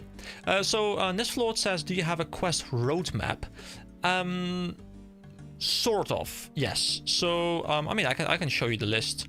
I have a list on my PC of all the quests people have recommended I do, and I update the list. Like every time someone recommends a quest to me, I update the list, and every time I wrap something up, of course, I'll also update the list and make it shorter again. So I have a never-ending list of things to do, and let me see if I can quickly. I'm just taking a screenshot of it. Here we go. Gotta save it as an image. Hold on, just one moment. And save it as Asda, because those are the keys within my reach.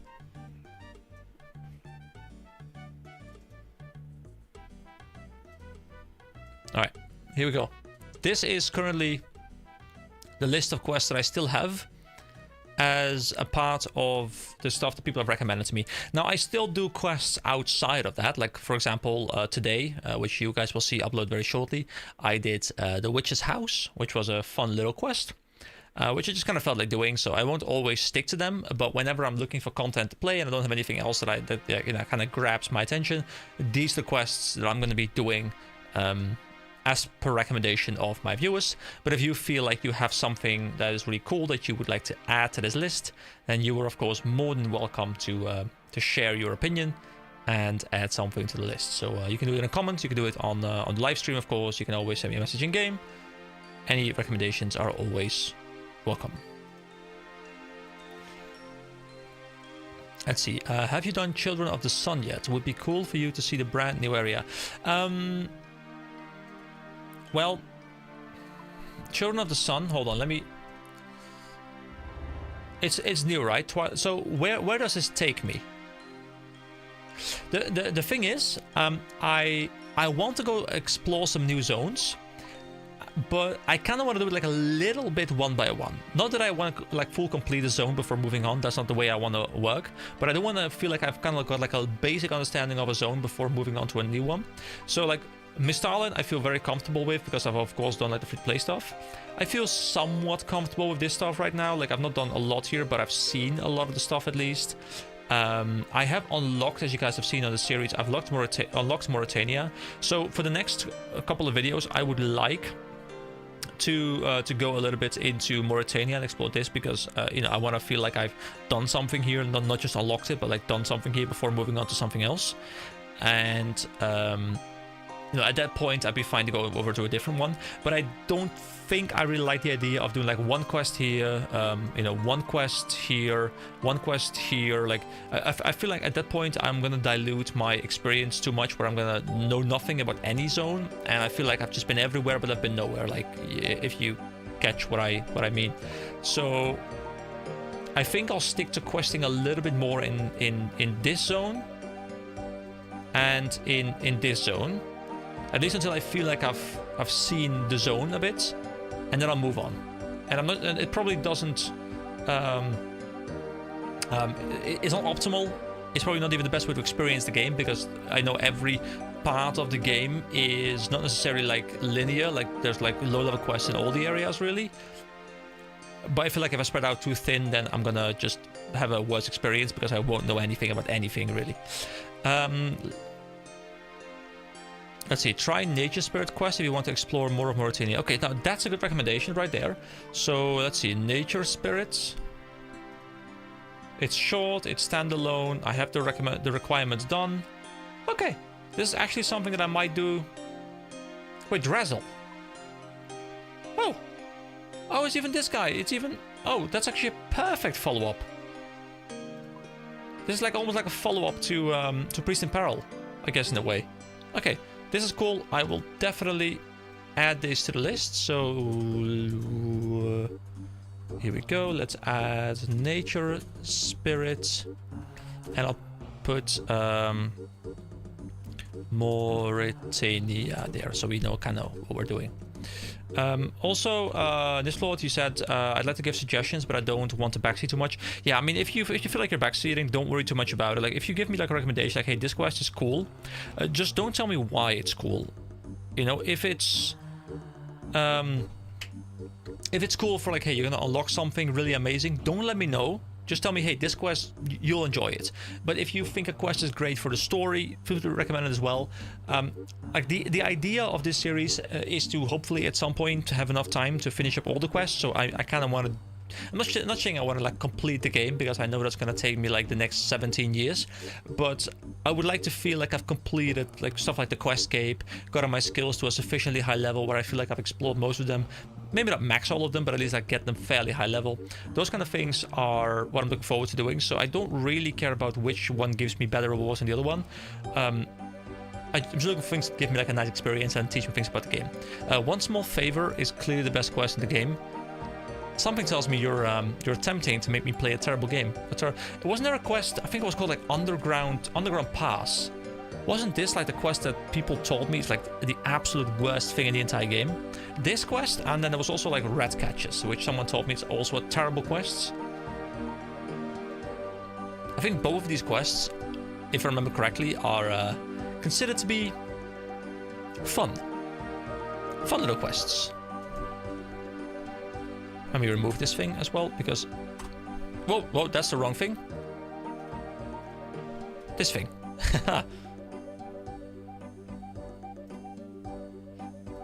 Oh yes, those are all great. They're absolutely amazing. Morning Ends Part 2 without guide is also great. Hey, I'm gonna struggle on some of these quests, I'm sure of it. Mornings End 2 and Song of the Elves is the worst quest. Song of the Elves, dude, like, I keep hearing that name, and I'm curious to see. At some point I'll get there, but it's gonna be a while, okay? Okay, guys, I need something to do, something like super low intensity that I can do around here, that I can level with my skills. Any cool recommendations of things I can do right now within like 5 minutes of walking in an area I've already been to level like some of the new skills? I guess I can do... I guess I can go to Slayer, guys. Slayer could be kind of fun to do. Like, it's like very chill. Okay, how would you guys clean this inventory? So first of all, let me open up all these coin pouches. Like, how would you clean this inventory? Would you go to like a vendor and try and sell it? Would you like put it all in the bank and like deal with it later, like have it pile up forever? Like, would you like drop it? Because I feel like a lot of this stuff is just not really worth a lot. Shift, left click, drop. Yeah, because I feel like most of this stuff is just kind of Kan be? Kan Yeah, okay. It seems everyone agrees, because I'm like, this inventory is way too damn full and with way too much crap. So, right-click, swap, swap shift-click to... Oh, can't I? Okay, swap left-click to drop.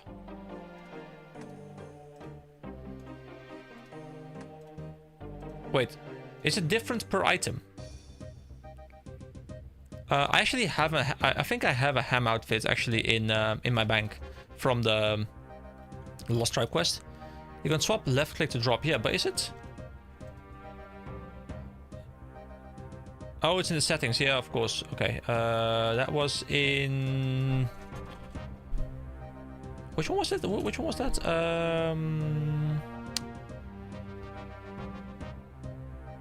Oh, in the actual in-game settings. Okay, hold on. Controls, shift click to drop items. There we go.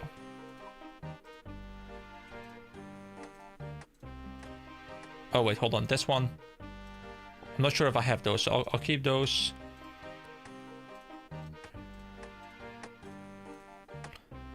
Ham logo, is that? I mean, to be fair, I'll keep the ham stuff. That's kind of cool.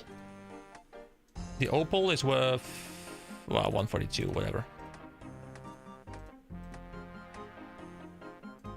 Okay, I guess this stuff I'll keep. Here we go, top floor. So you can set all the junk to left click drop and not the good stuff.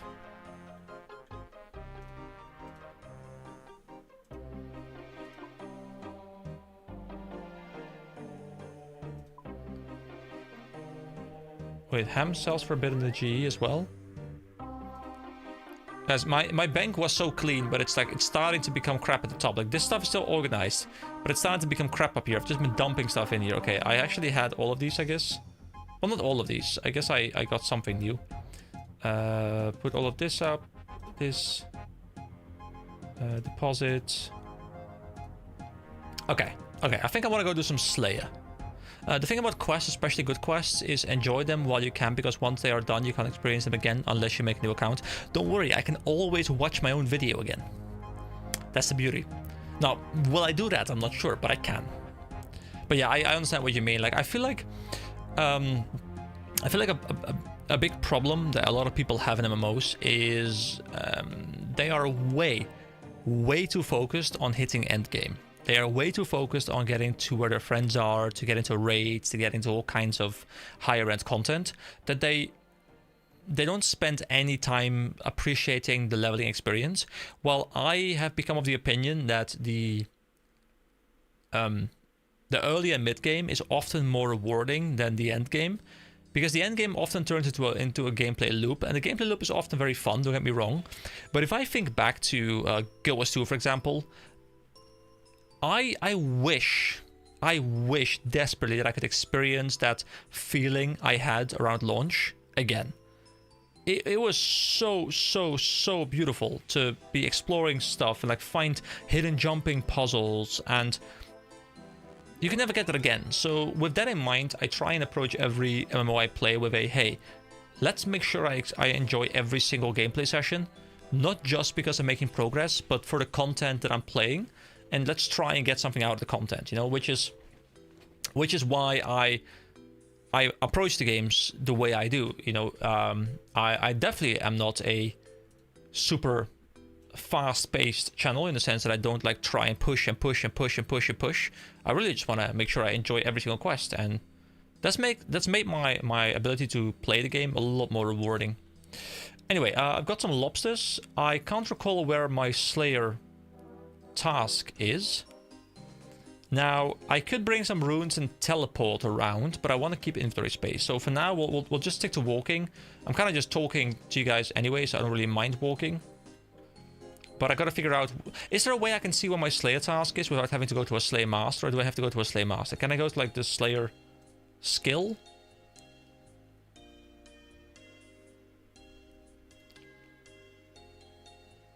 Oh, type / task.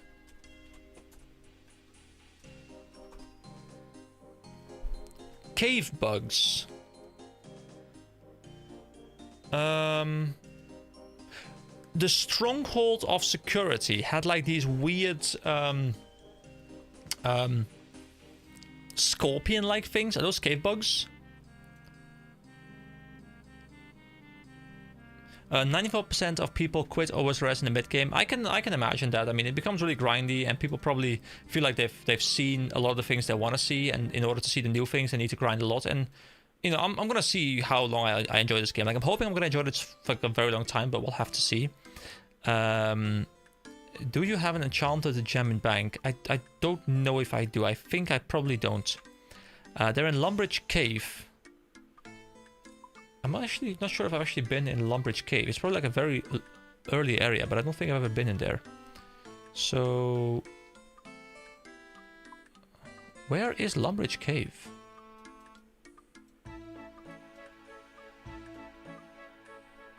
It's not the cellar, right? Because the cellar didn't have any mobs in there, I believe.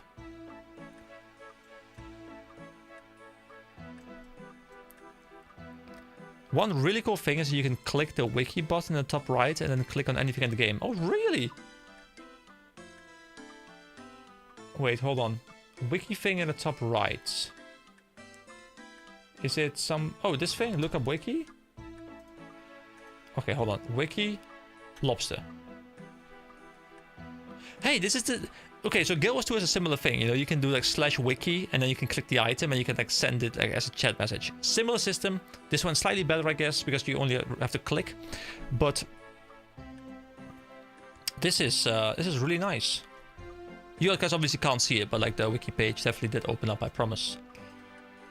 Let's see. Skyscale and Griffin trivialize exploration as well, to be honest. I mean, they're fun, but finally, someone who shares my opinion. I actually made a video years ago on this channel, and I think I called it the mount problem or something like that. It's probably my most disliked video on my channel, and I was stating the opinion that well, I have a more nuanced opinion nowadays, but I was stating the opinion that mounts did so much damage to the game that while they're super fun, I think the lack of exploration, especially in those earlier zones, really harms the game. Like I loved Heart of Thorns. I loved having to walk around in a dangerous area, slowly unlocking more and more abilities, slowly allowing myself to be able to climb around, getting better gliding, getting those bouncy mushrooms, all those things. I was a big fan of that. And now people just do the mount stuff first, they come back with a sky scale, and the entire expansion is just trivialized, which I don't like. But I'm a bit of a purist in that sense, that I really like things to be explored the way they were meant to be originally explored, and I think bypassing stuff and then going back is not the way. But, you know, who am I to judge other people's ways to approach a game? But yeah, I think the Griffin was fine. I think Skyscale was a mistake. And I've don't get me wrong, like I use my Skyscale every day I play the game, because why wouldn't I use the most optimal thing when I have it? But I still think it's a bad choice. I think the Skyscale should have never been in the game. But damage is done, you can't really remove it from the game anymore. Like, I am personally a big fan. People hate me for saying this, but I'm personally a big fan of locking mounts, or at least locking flying mounts, to a certain criteria. Like, you have to have map completion on a map before you unlock the Skyscale in that map. Or you have to complete the expansion story in order to unlock it. Not like hard criteria that takes you like months and months and months of grind or something. But it needs to be something, in my opinion. So Pinkylog says, in the swamp is a hole. Is it the hole, like right here? Oh, these are the caves. Because I remember this candle shop from the quest I did the other day. Well, the other day, and by that I mean like 3 weeks ago. For you guys, it was the other day.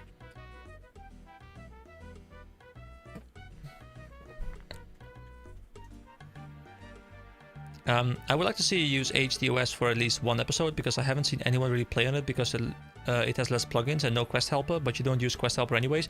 Dude, I would love to play that.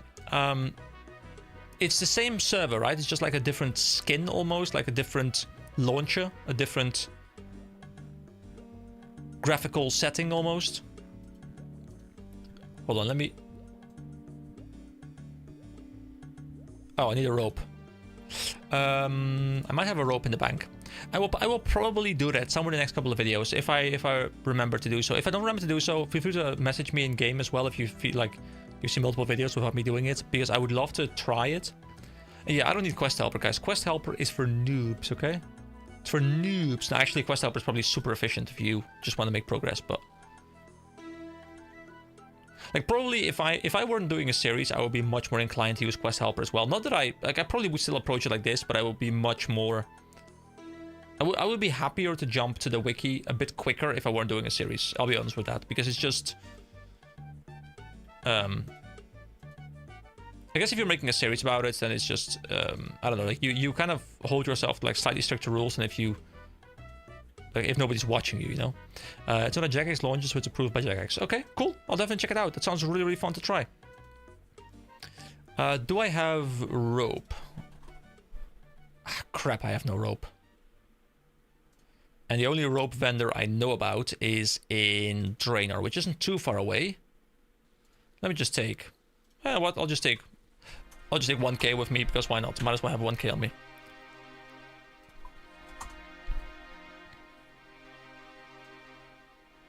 Rope trader. Yeah, okay. Go to Draenor. It's fine. We can just run back and forth. It's okay. I'll use the Northern stairs because I know you guys are very fond of it. Everyone enjoys games in different ways. Yeah, definitely. And, you know, I think it's a mistake to assume that everyone enjoys a game in the same way. I think it's even a mistake to assume people... I think it's a mistake to think people should explore a game in a certain way.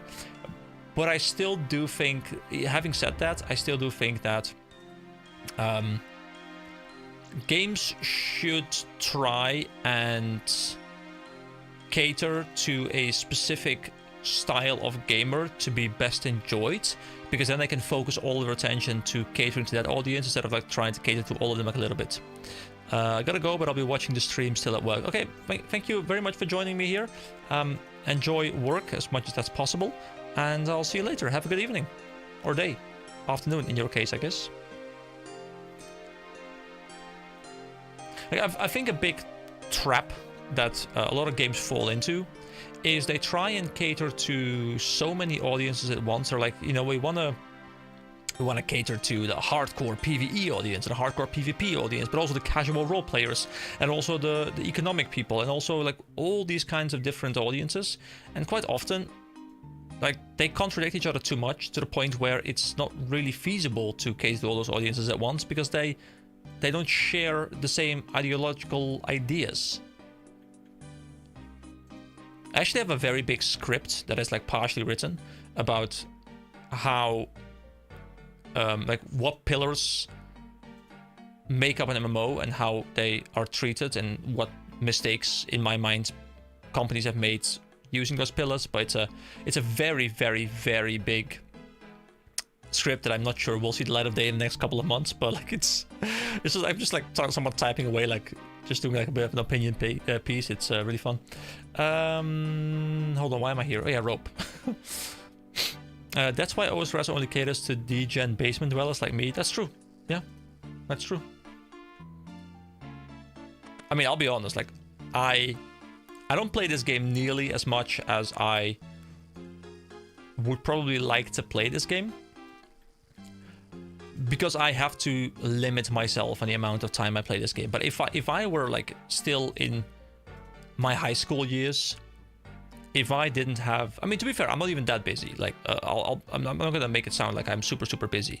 Oh, a light source. Yeah. That's a good call. I guess I gotta bring the candle. You know, I'm not super busy. You know, I have a girlfriend, so obviously I spend a fair amount of time with her, and I do work 5 days a week, and I do have to do editing and those kind of things. So, like, I'm fairly busy. I go to the gym three to four times a week. So I'm somewhat busy, but I'm not like, you know, having kids busy. But I'm already feeling like, you know, I have way less time to properly dive into games than I did when I was a kid, where just school, nothing else. I quit WoW and spent a year addicted to OSRS. Explains how OSRS balances everything in a better way than any other MMO. There is no BIS there. It's different. BIS is for different content. Yeah, I think the more that I play OSRS, the more I realize that the design philosophy of OSRS is extremely similar to the philosophy that Guild Wars 2 uses, which is a good thing, by the way, because I think those are the only two MMOs in the entire genre that respect your time and understand that you are a functioning human being or attempting to be one, and can't spend literally 100 hours every week playing that one game. I haven't encountered any like daily bullshit, like you have to return here every single day, you don't have to grind certain things. If you want to take a 4-year break, go take a 4-year break, it's all good, you can come back, the content will still be there waiting for you. The only thing where the games differ, of course, is RuneScape is much more around monotonous grinds, which is not a bad thing, by the way. It's just the way it is. Like there's a level of monotony to it, but it's also a satisfying monotony, which I think is like very chill, and it's great as a after work, let's just click a little bit thing. You can play it for 10 minutes and make some progress. You can play it for 10 hours and make some progress. It works. And yeah, I really think Guild Wars 2 is the only other game that does that in a different way, but it's also a game where, you know, I've taken half a year break, like earlier this year. Like I barely played this year because I've just been busy with RuneScape and previously with World of Warcraft. And outside of like some like festivals and stuff that I can always catch back up on, I haven't missed anything. And these two games are honestly the perfect balance because they both don't require my full attention and they both allow me to just play whichever I feel like playing, which is I think how games should be treated. Let's see, the grind aspect early game makes it quite a large barrier to entry. You mean in OSRS, I guess? Because, I mean, there's no grind in Guild Wars 2 really, like no force grind at least. Yeah, I mean, if people don't enjoy grinding, OSRS is a terrible game. Because grinding is literally all there is in this game. Well, that's maybe a bit harsh, but let's say like 90% of this game is the grind. But it's a good grind, so it's fun, it's engaging, it's well designed. But I think if you enjoy like a level of grind, it's good. Plus, it's mostly optional grind. Like, you know, it's not like you have to level thieving to 99. 90 probably does like most of the stuff you want to achieve. It's just like the prestige of hitting 99 is cool. Classic WoW, OSRS, and Guild Wars 2 best MMOs. Yeah, I tend to agree. I mean, I haven't really put a lot of time into Final Fantasy 14, which is like one of those big ones that's also still on my list that I guess in a way I would like to try, but every time I tried it, I got bounced off because the base game was more boring than, well, pretty much any other game I've ever played. The combat wasn't great, so like maybe I can push myself through it at some point now that I'm used to like more slow-paced games, having played both WoW and OSRS. But yeah, I agree. Like Guild Wars 2 is my forever game until like it dies probably. Like I'll stick around forever. I'm just too invested in everything about it. OSRS has been incredible. WoW Classic has been incredible. Like they all kind of respect your time. Like WoW a little bit less, of course, but much more than Modern WoW, which I've not really been able to get into because I just like it's I don't know. Something about Modern WoW just pushed me away. Like everything is just it's hyper optimized in a way that it's just not fun anymore. You can just quest to avoid grinds in OSRS. Yeah, I mean the way. Oh, hold on. Let me actually grab a tinderbox and start moving. Here we go, get a tinderbox. And, of course, a light source. We had a candle, right? A lit candle. Do candles run out, by the way? Modern WoW doesn't even feel like an MMO anymore. No, like, I tried playing it. I actually have, like, 4 or 5 episodes of a similar series on WoW retail on the channel. Which maybe at some point I will continue. I don't know. But the problem with that game, to me, is I was one-tapping everything in the open world. I was never in any level of danger. I never felt like I was doing anything. I was playing the UI more than I was playing the game. And I felt like I was just following a path, clicking things and getting rewards. Like, I don't know. Maybe the end game is fun. They're at least putting, like taking a step in the right direction where they, oh wait, I should go over there. They're at least removing a lot of the add-on dependencies, which is something that I'm a big fan of. So that might make me a little bit more inclined to try and play the game. But yeah, it's definitely lower on my list than a lot of the other games. So yeah, in my mind, I agree with whoever just said that. Oh yeah, Andy was talking about Guild Wars 2, OSRS, and WoW Classic. They probably are the best MMOs on the market, at least for people who like to be respected. Wait, was it? It's over here, right? Yes, climb down a dark hole. All right, let's go in here.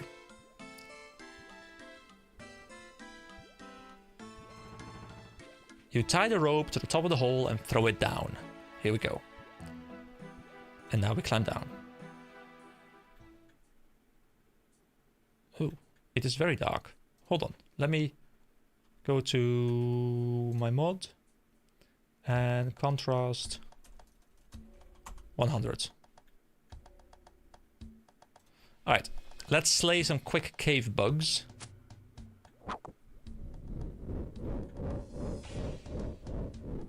What the hell? Is there like a... It's like a weird monster coming from that thing. I love AFKing and OSRS while memeing around Guild Wars 2. They complement each other really well. Yeah, I agree. Like I'm actually, and you know, it's a. Wait, you done an easy task in Lumbridge and Draenor area. I want to look into those as well, by the way. Guam leaves. Wait, isn't that what I needed for? Hold the phone. Guam leaf, herbs, potions. Oh yes, that's herb law stuff. Great, now I've unlocked it. So I could buy more if I wanted to. Modern WoW is a dungeon simulator, all instant combat, no more open world leveling, no immersion. Yeah, that's my problem as well. Like I think the world looked great. Like, oh, more types of weeds. Okay. Like I enjoyed my time in the sense that I thought the world was beautiful, and it controls well. It just doesn't play well. it's really weird. And yeah, I actually played, and I think I mentioned this before in the stream earlier today, but I don't know who was there, who wasn't there, because I was just around the start. But I hopped back into some Guild Wars 2 earlier today. I haven't really played much in the past couple of months, but I jumped back in. Like Guild Wars 2 was kind of like where my channel started. Like I have some guides that are still getting great views in WoW. Oh, sorry, in did I say WoW in Guild Wars 2? And hold on, I'll clear my point in a moment. I really got to go. Wish I could stay. It was cool talking to you and helping out with some things. Try to get used to your keybinds. Yeah, I'll definitely try and get used to these things a little bit. It's great that you mentioned them. Wait, did I? Why is my quest list now set up? I had something else set up. I'll change it around in a moment. But thank you so much for joining me tonight. I hope you have a great day as well. And yeah, I'll see you in the videos. And I'll see you when I, at some point, decide to live stream again. I enjoy live streaming, but, you know, video content comes first. Because it's just a schedule I'd like to adhere to a little bit. Unicorn horn dust. 700. Not bad. But yeah, continuing my point on Guild Wars 2, like I hadn't really played much this past year. I have to be honest, I haven't really enjoyed the last two expansions as much as I was hoping. They weren't bad, but I've also not been super obsessed with them like I was with previous expansions. But the recent drops in like the teasers for the new expansion, like the little things about the new elite specs that are coming in, and the blog post that dropped earlier today about how we actually have elite specs coming in, and we have the Paragon coming in, and we also have the Ritualist coming in. Like, it's so exciting. There's a Guild Wars 1 specs, and I love Guild Wars 1. I think Guild Wars 1 is probably the best RPG ever made. Maybe not the best MMORPG, but my god, is it a great RPG. So anything that comes over from Guild Wars 1 is just, whew, it's incredible. So, let me quickly change around the keybind again, because something changed the keybind. Probably, I probably pressed some button. So F3. I think now we're good again. What? No. What? No, but if... Huh?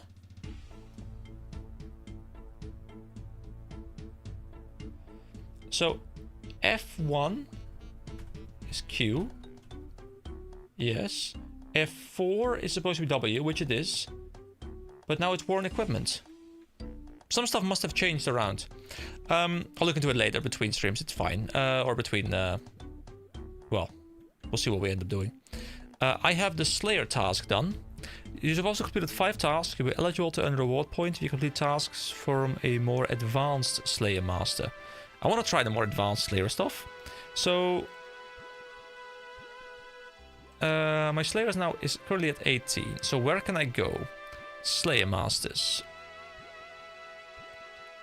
With level 40 combat, I can go to the Edgeville Dungeon Master. Should I go all the way to that higher level stuff? Is that too high level stuff? I can also go to Cannabis, wherever that might be. But Edgeville. Isn't Edgeville just next to Baroque? Isn't this Edgeville? Yes. Okay, we'll go there. We'll go there. That sounds fun. That sounds fun. Gotta go and...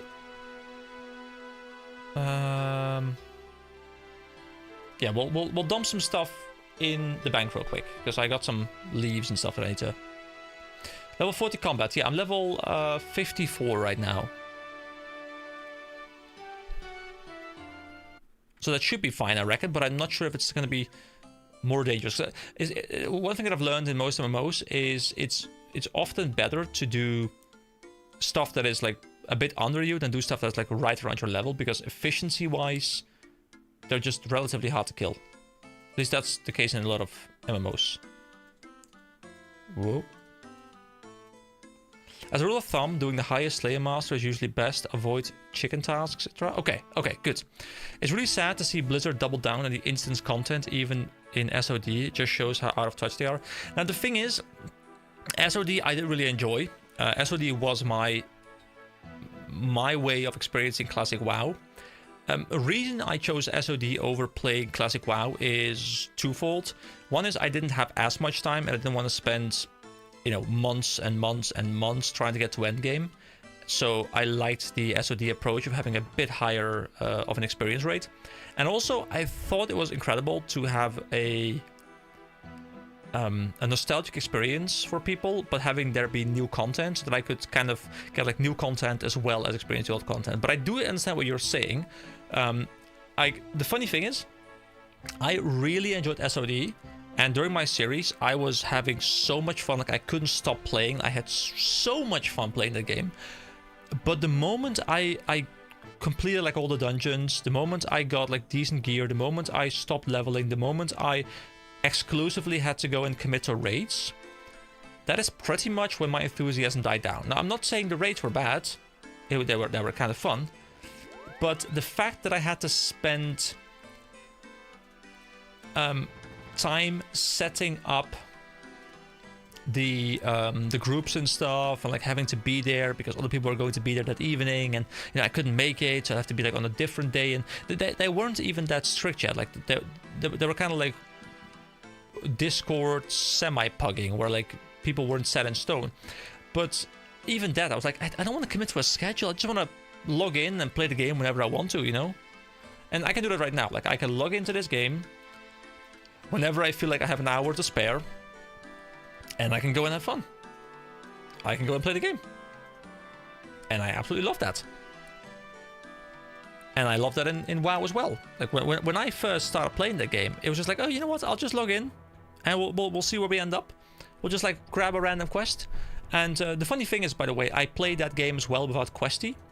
I think I mentioned it before on a different video, a live stream or something. But I played with no Questy. And honestly, WoW with no Questy, much better. Because I didn't know where the quest givers were going to be. I had to just wander around, and I had to just like randomly walk into a random part of the map, and I would find a quest NPC and I would talk to it. And sometimes I didn't find a quest NPC. I found some like cozy little place that was secluded, where there's no reason to come there because there was no quest NPC. But because I didn't know that, I just explored where I felt like I wanted to go explore, and it felt like a much more open and a natural world as opposed to just like interacting with quest givers.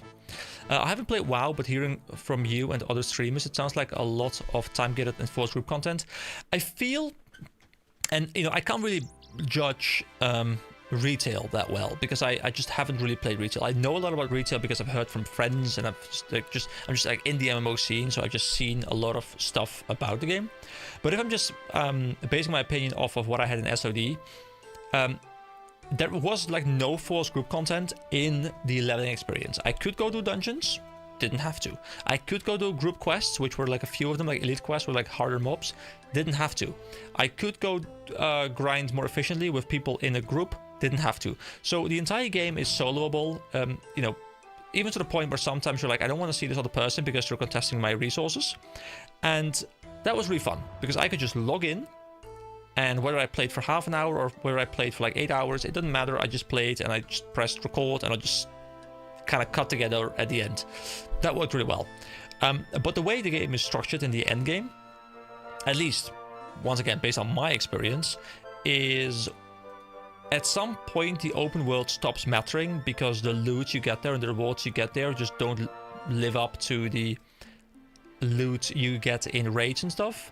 So the only way to really progress your character in any meaningful way would be to just go ahead and do raids. And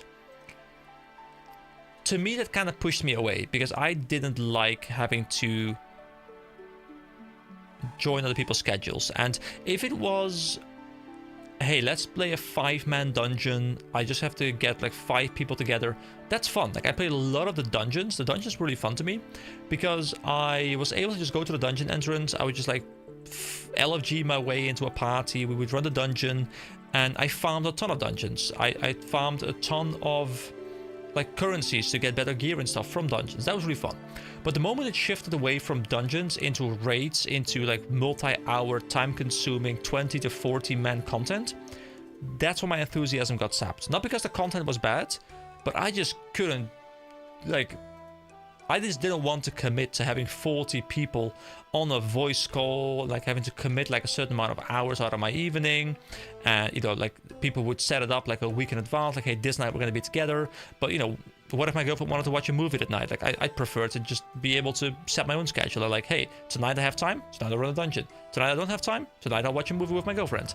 And I like the idea to do that. And WoW Endgame doesn't facilitate that. Like, WoW Endgame, once again, from my experience, especially when you get into the raiding part, you have to almost adhere to a schedule, otherwise you just can't really play. And then you go to the raid and you spend 6 hours on non-stop full focus content. I mean, not really in Classic, at least not in SOD. Like, a lot of my role as DPS was spam very simple rotations, deal some damage, and hope you don't over aggro and die. It wasn't particularly difficult, but yeah, it's more time consuming. And then, you know, if I contrast it to Guild Wars 2, a game where, first of all, raids are a much lower focus, but they are there, but they're also 10-man. And 10-man to me is like, you know, it's not a dungeon, it's a little bit harder, but I LFG'd my legendary armor in Guild Wars 2, which isn't like super impressive or anything, but it does take a fair amount of raiding to get the legendary armor, legendary ring, those kind of things. And I pugged everything. I just looked in the LFG, saw if I needed like a DPS or a healer or whatever. I filled the role I was feeling like playing. I raided for like an hour, hope we got the kills, and that was it. No schedule, nothing. Wrong Slayer Master, don't take a task here, it's a wilderness only. Oh. Sorry, is there another Slayer Master here?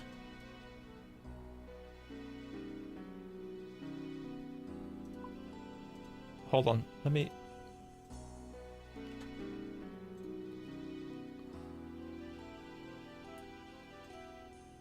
He is underground. Oh. Yeah, because it said Edgeville Dungeon Master. Oh, okay. Wait, underground as in... As in, here? Oh, I'm gonna have to run back for the key then. Because this is the one where you need the key, right?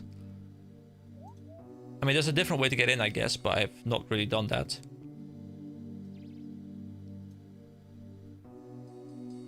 So which one is this then? Oh, this is the Wilderness Master.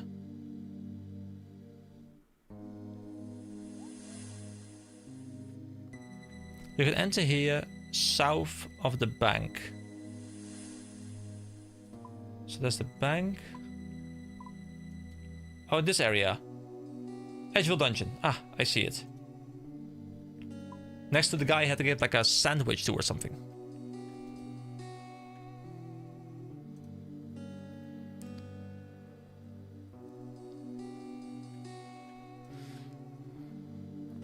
But yeah, to finish off my point, I think WoW is an incredible game, and I probably would enjoy it a lot if I had infinite time, I had no social life, and all I wanted to do is just raid and get loot.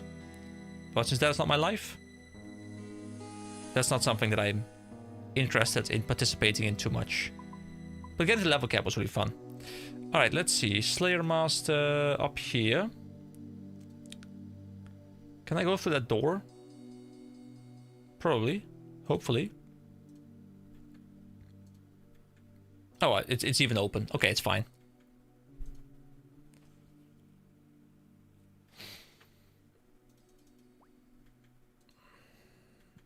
Slayer Master is over here. Vannaka. Hello, Vannaka. Give me an assignment. Your new task is to kill 32 Anku. Got any tips for me? Anku are undead skeletal ghosts. They'll fight you up close, but make sure to take advantage out of their limited defense. Great, thanks. Okay, so Anku, can I see in some way where they are? Are those the mobs that are in that maze we had for Dragon Slayer? So remember there were like spirits as well. Or are they maybe in here somewhere? Like, I'm fine with you guys pointing me in the direction of this mob, because I just don't really know. If you guys can give me like a rough idea. Security stronghold. Okay, cool. We'll go into the stronghold of security.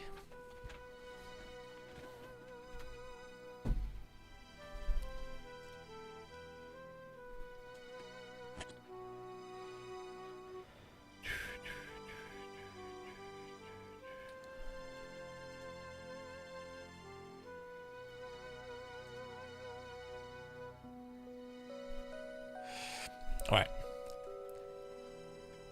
So do you guys play any other MMOs currently? I mean, someone mentioned, I'm not sure exactly who it was, but someone mentioned playing Guild Wars 2 as you were AFKing in OSRS, which is indeed a perfect combination.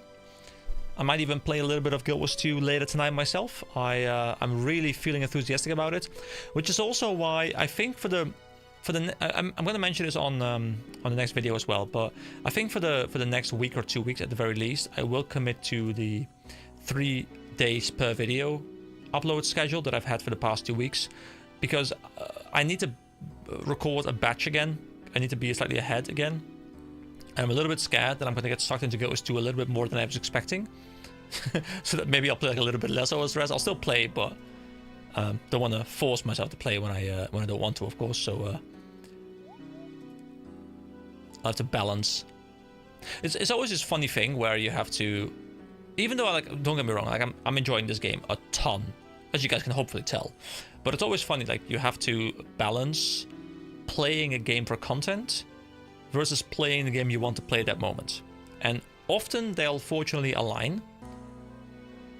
But there's definitely moments where, you know, friends are like, hey, you want to play some League? And I'm like, I wanted to go record some RuneScape tonight, but I really want to play some League tonight. You know, like sometimes that's a bit rough. Playing one of MMO is too much for me. Yeah, I understand that. Like, to me, the thing that helps is Guild Wars 2 is a game where I can put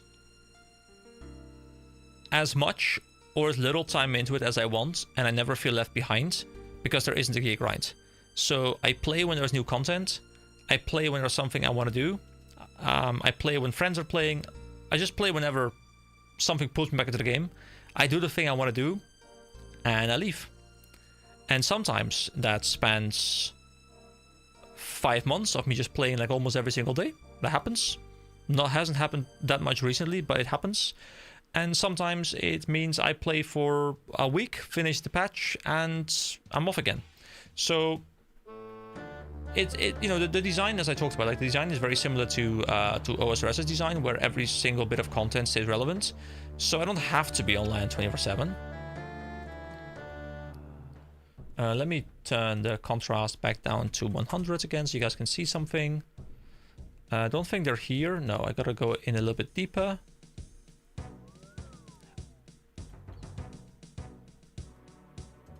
Can I open these again? No, okay, I can't. I mean, the hours in OSRS are definitely racking up as well.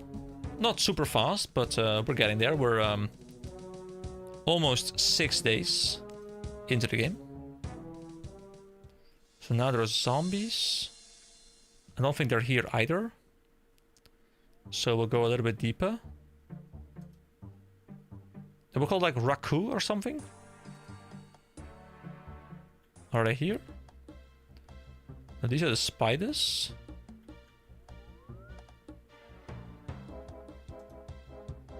It's so much easier to traverse through this place right now that I've been here before.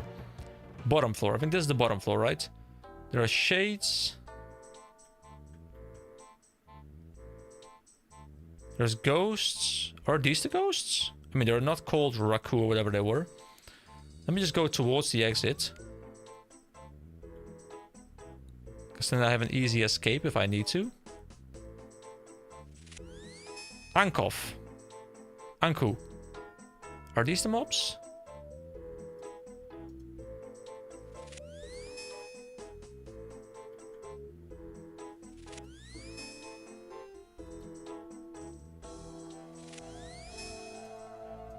Attack Anku. Okay, let's see how strong they are.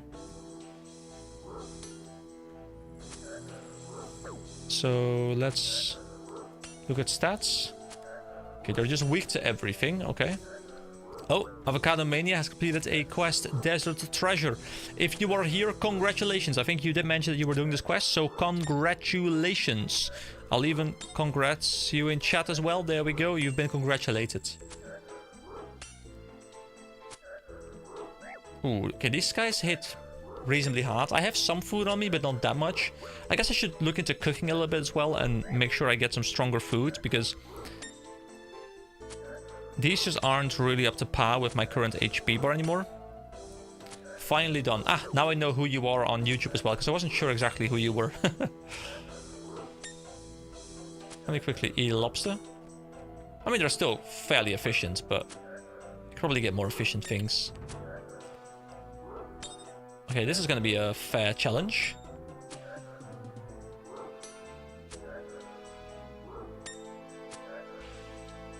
Yeah, I'm not going to be able to just, like, roll through this. But how much slave experience are going to give me each? Oh my god, can we please start hitting?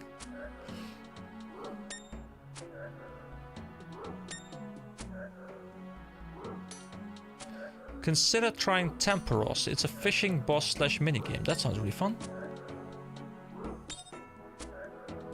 Temperos. Let me put it on the list of things to do. Temperos. Okay, it's there. It's on the list. I'll check it out. Also have to return to the temple thing to try that rune crafting minigame thing in the Temple of the Eye.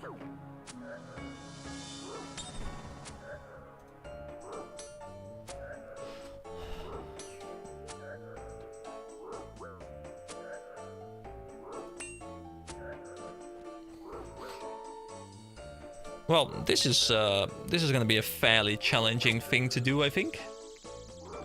It's taken me 2 lobsters to even get 1 kill. I need like 32, so...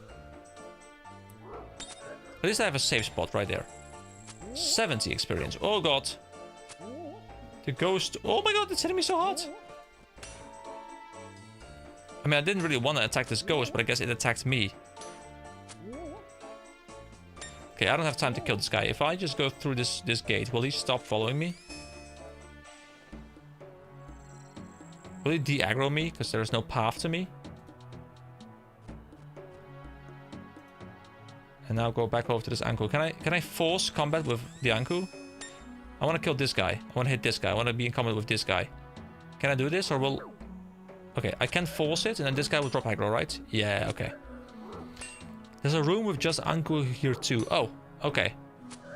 Although I have to say this one feels quite nice because there's a bit of a safe spot. Though I guess there's multiple safe spots between these two doors. Oh, we're hitting hard now. So, if I go to fishing, can I see the minigame? If I go to other? Yes, fighting Temperos, level 35. Whoa, whoa, my HP. Eat. Eat. Okay, we keep on going. We keep on fighting. Let's go, UK, you can do this.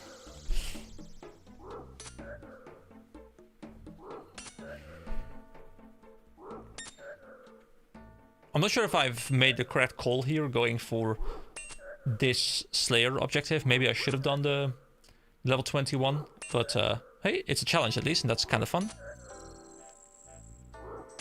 Just need a lot more food.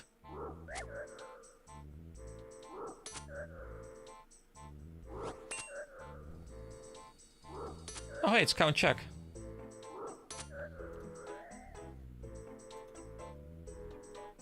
Gives me a lamp. Cool.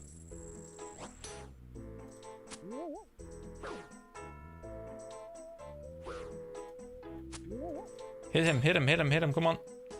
Change aggro. Oh my god. Okay, go here. Let's see. So Temperos is nice. One of the few active things early game besides minigames and quests. Okay.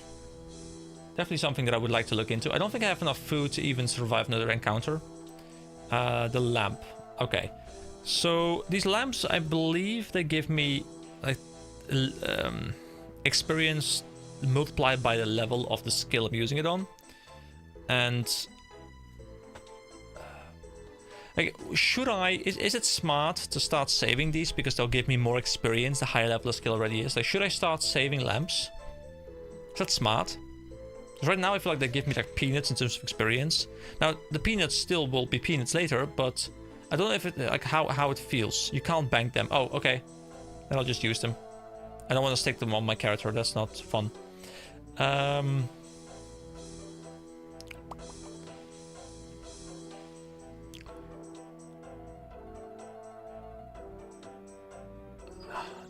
almost want to put it into farming because I've not really enjoyed early game farming, and level 7 might unlock some cabbages for me.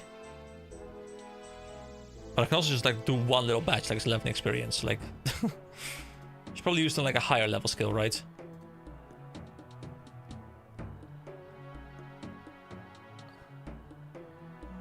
Like just use it on strength or something. I don't know. Maybe just use it on Slayer, leveling Slayer a little bit. Hit points could be nice. Whatever. I'll just put it in strength. There we go, 450. Bam. Little boost. Yeah, I need some better food to be able to do this properly. It's a fairly challenging fight. Especially since I feel like I don't have any manual input that can really change anything for me.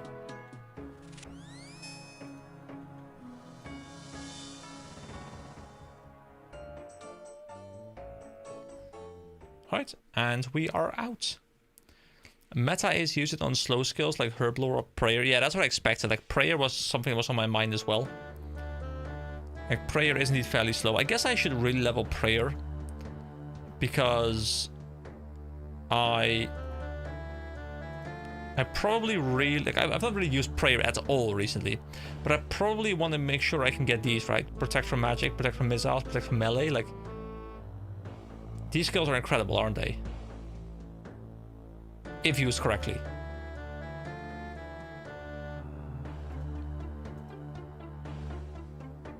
And someone mentioned like a good prayer leveling thing alongside... Was it mining? I saw comments pop up, I think it was today. Hold on, let me open up my comments, which I still haven't responded to, guys. I'm so behind on comments right now due to the vacation. I will go through them, but man.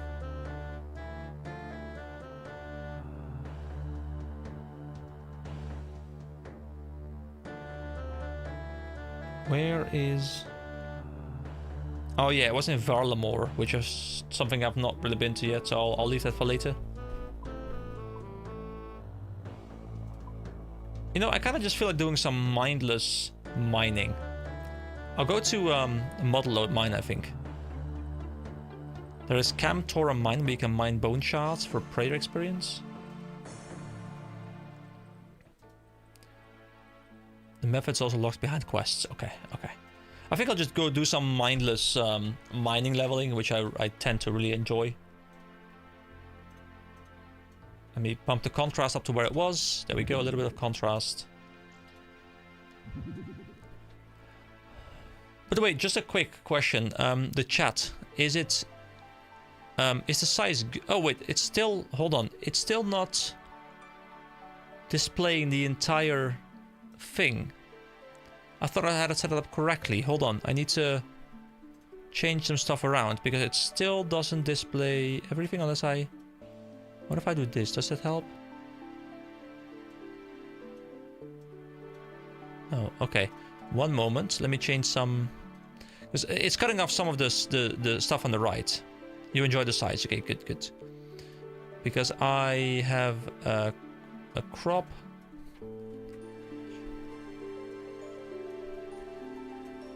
Like, there's so much stuff there. If I crop it by one... You know what? I'll just not crop it. Here we go. It's uncropped. But it's so... Like, it's over like halfway. I kind of want to make sure like it forces it into 2 lines, but I don't think I can force it into that. Because I'm just taking the... What if I do this? No. Because I'm just taking the input from a URL, right? So it's just displaying it on the screen, and then I'm filtering out the background of the YouTube chat. It's a very scuffed setup, but it works in a way. Maybe I move it more like to the top. No, no, no. It's okay, we can read it. Yeah, it's just, you know, you can read it. It's just that it overlaps with so much of the screen, which is like, I don't know.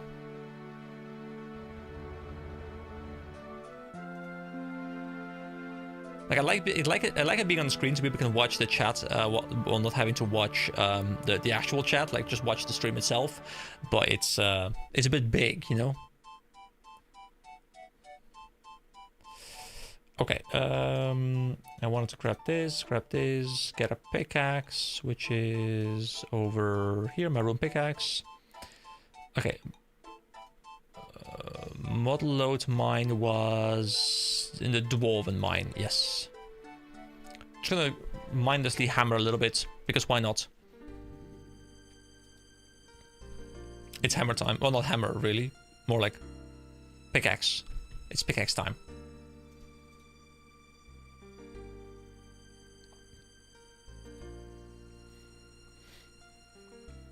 It's really cool how I've been on vacation and I returned to this game and it took me less than 5 minutes to remember exactly what I was doing before. Quite often, like, you'll go away from a game for like 2.5 weeks or something and you'll be like, where the hell am I?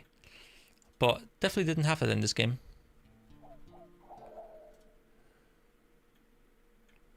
Wait, I could just go through here, right? Through this part of the mine. I think I can. I think I can. Also, I should get myself a drink in a moment, because I've just been talking for 2.5 hours with pretty much nothing to drink, which is not great. Woo-woo.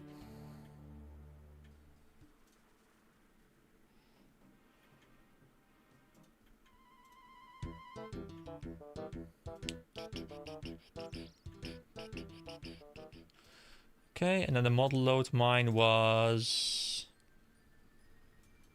here.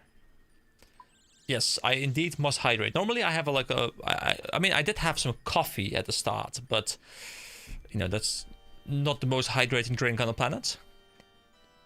So I'll just set myself up where I want to go, and then I'll go and grab a quick drink. So you guys skilling away as you're chilling here?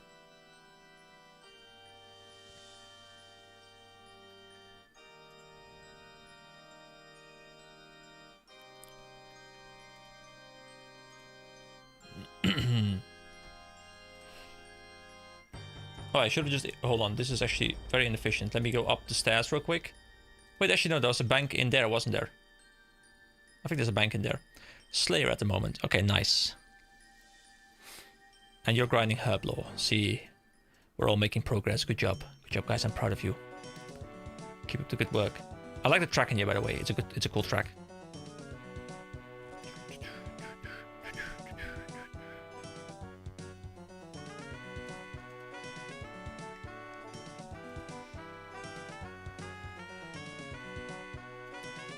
There's a baby mole there.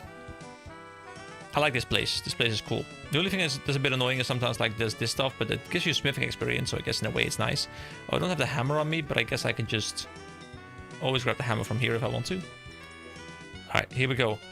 Let's get mining. Like, even having done all the member stuff, well, not all the member stuff, but like having experience with the member stuff, this is still some of my favorite stuff in the game. Just mining and smithing. It's just glorious. I can do this for hours, just watch a bit of a show or something. It's great. I actually have some League of Legends pro scene still to catch up on. In case either of you happens to watch it, MSI is something that I'm following right now. But the games are played during the night for me. They're played at like 2 AM. So all I can do is watch like highlight reels. I mean, I could watch the entire series as a VOD, but that's too time consuming. I don't have the time for that. I used to do that a lot, but it's a perfect kind of thing to do while you're doing this though, because it's like a 4 to 5 hour VOD or something you can just watch. And actually watch and not just like semi-watch. I hate mining smithing. I prefer woodcutting, fletching, fishing, cooking. I mean, I enjoyed those as well. Like fletching I've really enjoyed.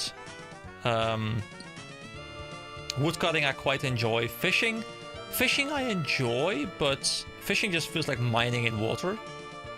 Although I guess there's multiple different ways you can fish with like fly fishing and rod fishing and net fishing and cage fishing and stuff.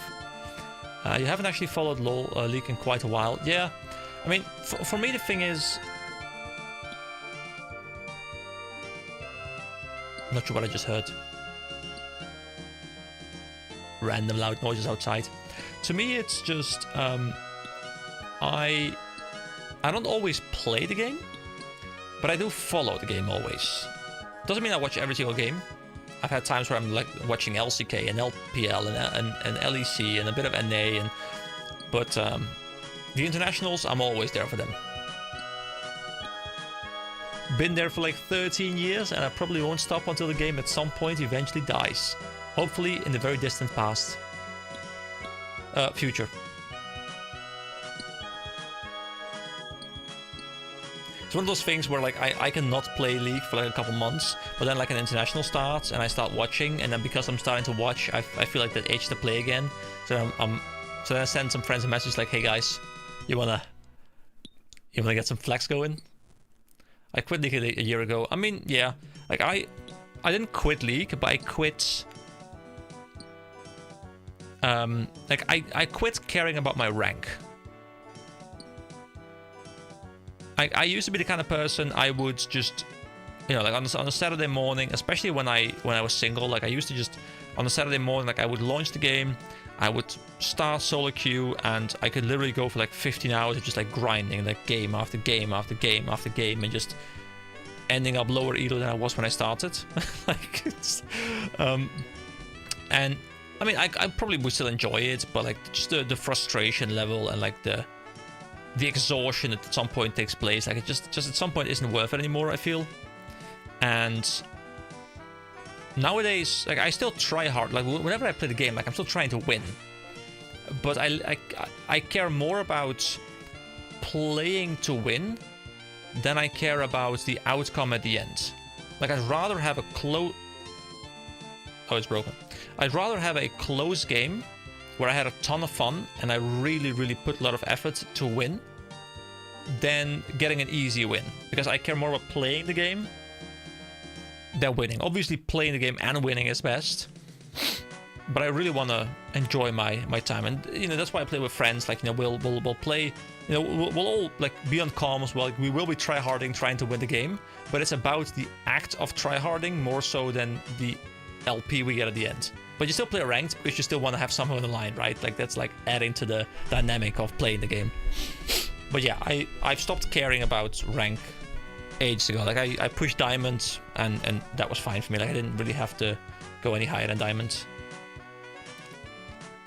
A bit of a random question, but have you returned to Camdazal after finishing Beneath Ice Mountain? I have a little bit, mostly just soon after the quest though. Like I came back at some point when I was in free-to-play still to level a bit of prayer with the fishing stuff, which I did off screen, but I did cover in a video like talking that I did do it.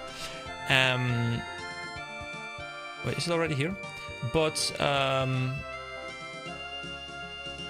yeah, but outside of that I haven't really returned to Camdazal too much. I mean, I probably should, maybe. I don't know if there's anything good to do there.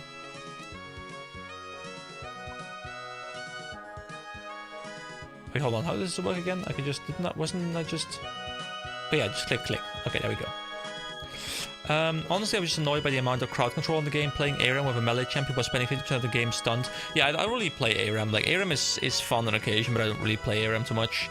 I think ARAM is ruined by the fact that people have sufficient rerolls to be able to just get compositions with mostly ranged. I think ARAM is honestly absolutely amazing with like 10 melee champs. It's like everyone just like bashing their heads into each other, like Heartsteel procs all over the place. It's beautiful, it's glorious, it's fun. When I play ARAM with friends, everyone knows me to just always go in. Like I don't sit back, I don't poke, I go in, okay? Like and sometimes I might go like 317, but I'll have the time of my life just going in, having fun. And it's like, it's ARAM, who cares, right? Like, looking to have fun. Yeah, Earth was really fun when it was random. Like, all random Earth, amazing. Super cool, really enjoyed it. I think the moment you made people able to pick champions, it was fun for like a very short amount of time. And then people started playing the meta, and then you would just have only the best Earth champions, and it lost its charm to me. Like, to me still, as much as people want to shit on it, to me still, like, ranked is the most fun game mode. Preferably with friends though, so you can like try hard on comms and stuff. And I think it becomes a lot more fun when you stop caring about your LP and just care about playing a fun and good game. The mining animation here just reminded me of that place, so I thought I'd ask. Hey man, you're welcome to ask me anything really. I'm actually thinking, I'm not sure how feasible it's going to be, how much people are interested in doing it, but I am approaching my 500th video. I have uploaded 493 videos so far, so I'm approaching number 500, probably somewhere, not, actually, like near the end of July, I will have uploaded my 500th video. And I was thinking about maybe doing like a bit of a Q&A where people can literally ask me any question about games, personal life, opinions on pizza, whatever, as like number 500, but I really don't know how much people care about stuff like that. But I've always enjoyed it when people I've watched did stuff like that, just have like a big Q&A, which can either be like 4 questions or be like 7 hours long. So I'm thinking about doing something fun for the 500 video. But I'm not quite sure exactly how I want to approach that. I'm thinking about just doing like a poll or like a post and just be like, hey, do you guys have any questions? And then people can put the questions there if they want to. Oh wait, I have to clean this first.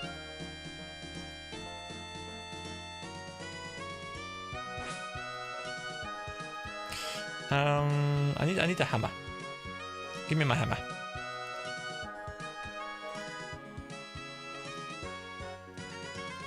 There we go.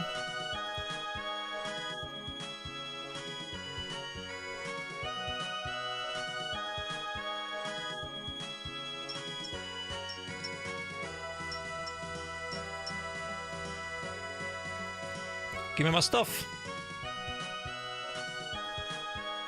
Like, I could probably do this loop for hours and hours. Like, I don't know why, but I rather enjoy this loop of just doing stuff. I mean, I do know why. It's satisfying, and I'm filling bars. And filling bars is what life is all about.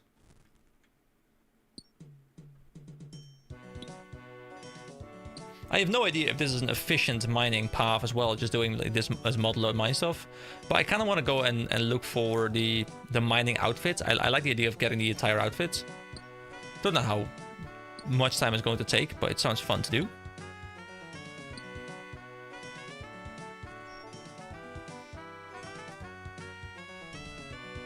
Wait, now I still haven't gotten a drink, guys. I've just been talking for another 20 minutes or so.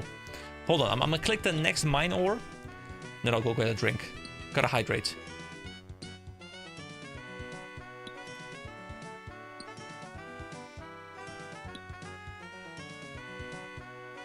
Model load mine is good. Okay, nice. It's fun. It's a satisfying leveling experience. Plus, it's got a banger soundtrack. Although I reckon most people probably don't listen to the soundtrack in the game anymore. They just always have something else on because they've just heard it for 3,000 hours. You prefer mining stars for that 7-min sweet... Yeah, I want to try the star thing, but...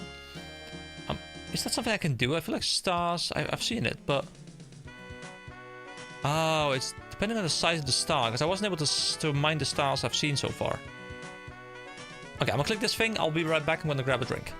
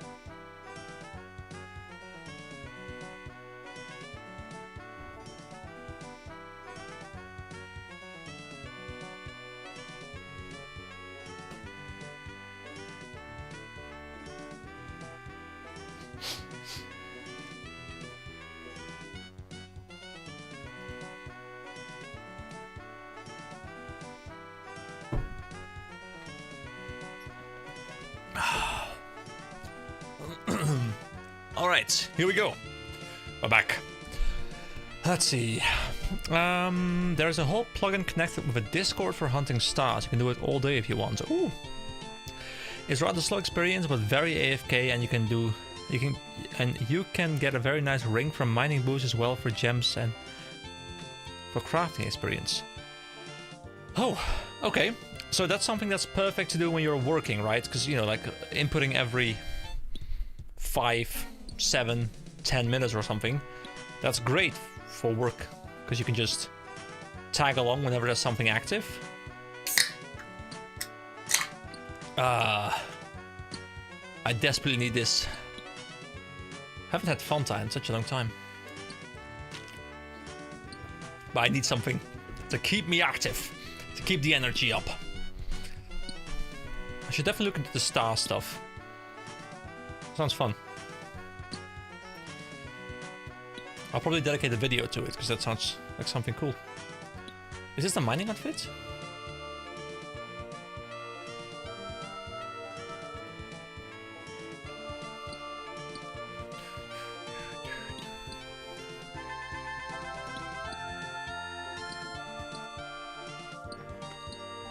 Alright. Not too much to talk about anymore. We're just kind of mindlessly mining over here. I don't think stars merit a video. They're very simple. I mean...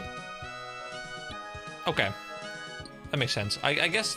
Oh no, probably not the entire video. I guess I'll just open with, like, a bit of it. And then I'll move into a quest or something. But I do think I'd like them to be in a video at some point, because they are a big part of mining, I guess. But yeah, they probably won't be the entire video, because I think it's just gonna be like, hey, that's a cool thing. Okay, I'm gonna grind, see ya.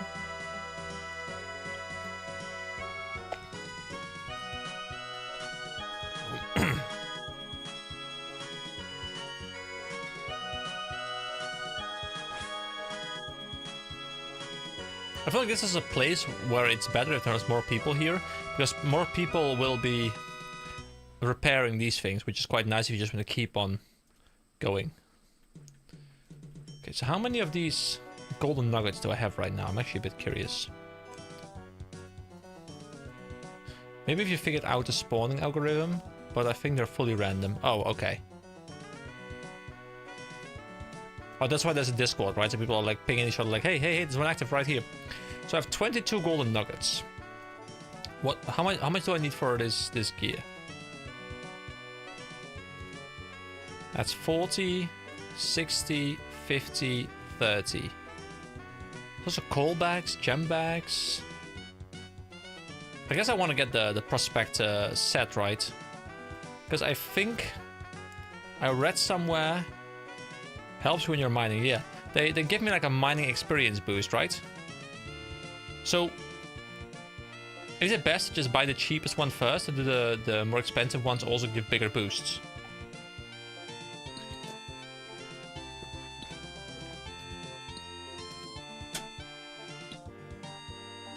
I mean, I guess I could wiki it, but you guys are my wiki.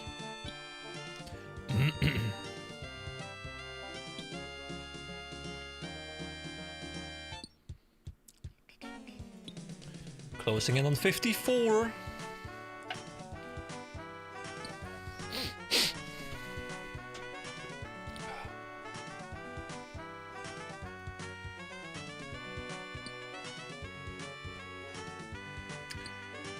I think it depends. Feel free to wiki it. Yeah, I'll just wiki it. It's not like I'm spoiling anything for myself, really. Let's see. Let me open up the Prospector OSRS. Prospector kits, that must be it. It doesn't really matter, the rates are marginal. Oh, okay. I mean, I kind of wish they were more impactful, because that's... Like, it's a fun goal to work towards, right? Oh, the experience boost, there's a set bonus. But, oh my god, it's only 2.5% for the entire set.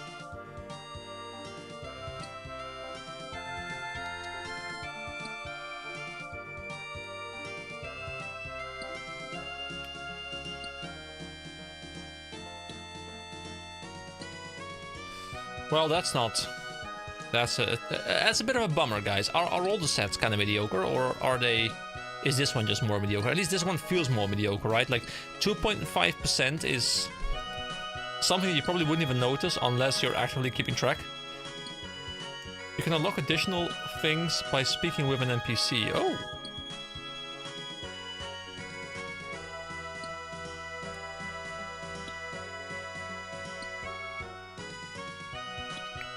He can sell you a bigger sack and access to the upper floor. Ooh!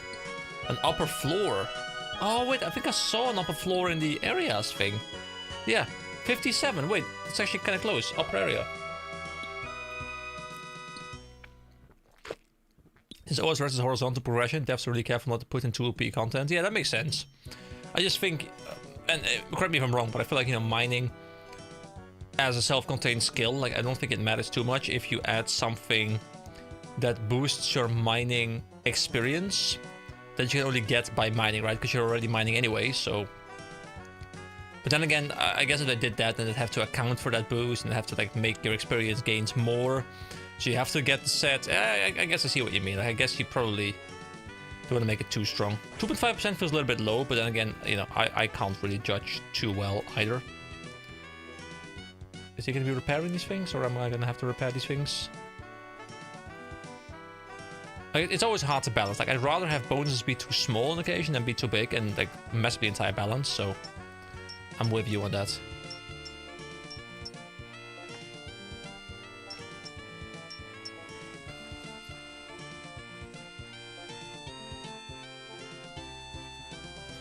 Alright, and we keep on looping. Now, this is the content you guys were waiting for, right? Just me looping the same thing over and over again.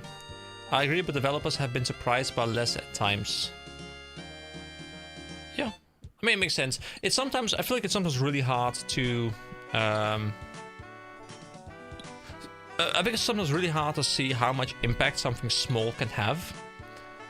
Like, I've seen minor balance changes, or at least changes that seemed minor in theory, in games completely shift up what's a meta build, because like this small change was multiplied by so many additional factors that, you know, it made like a very significant difference in the end. But it wasn't very visible from the start, stuff like that. So I can see the developers being careful. Let's see, 2.5% isn't that big of a deal for something like getting quest requirements, but I guess it's a ton of XP on the way to 200 million experience. Yeah, I guess. I mean, I probably, and this is obviously coming from me at this point in time, I might change my point of view. I probably won't push much further than getting a 99. At least not for the sake of the experience. Level 54, there we go. And I mean, I'm hoping I'm gonna get to the 99 at least, because that would be kind of cool, at least for a couple of skills.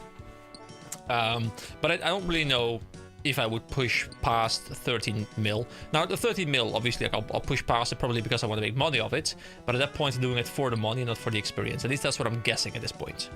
We'll see how I feel when I get my first 99, which will be a while, I reckon. Ooh. Yeah, I guess it does save you some hours, because it does take a while.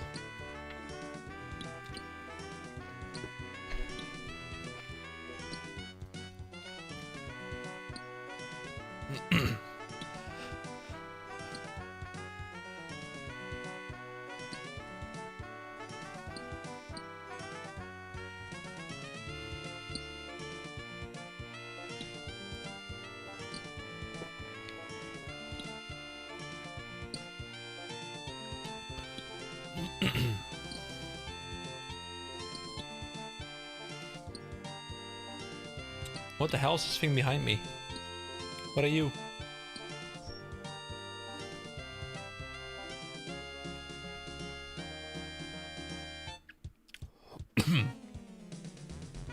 Oh, there we go, we're full. We'll loop back.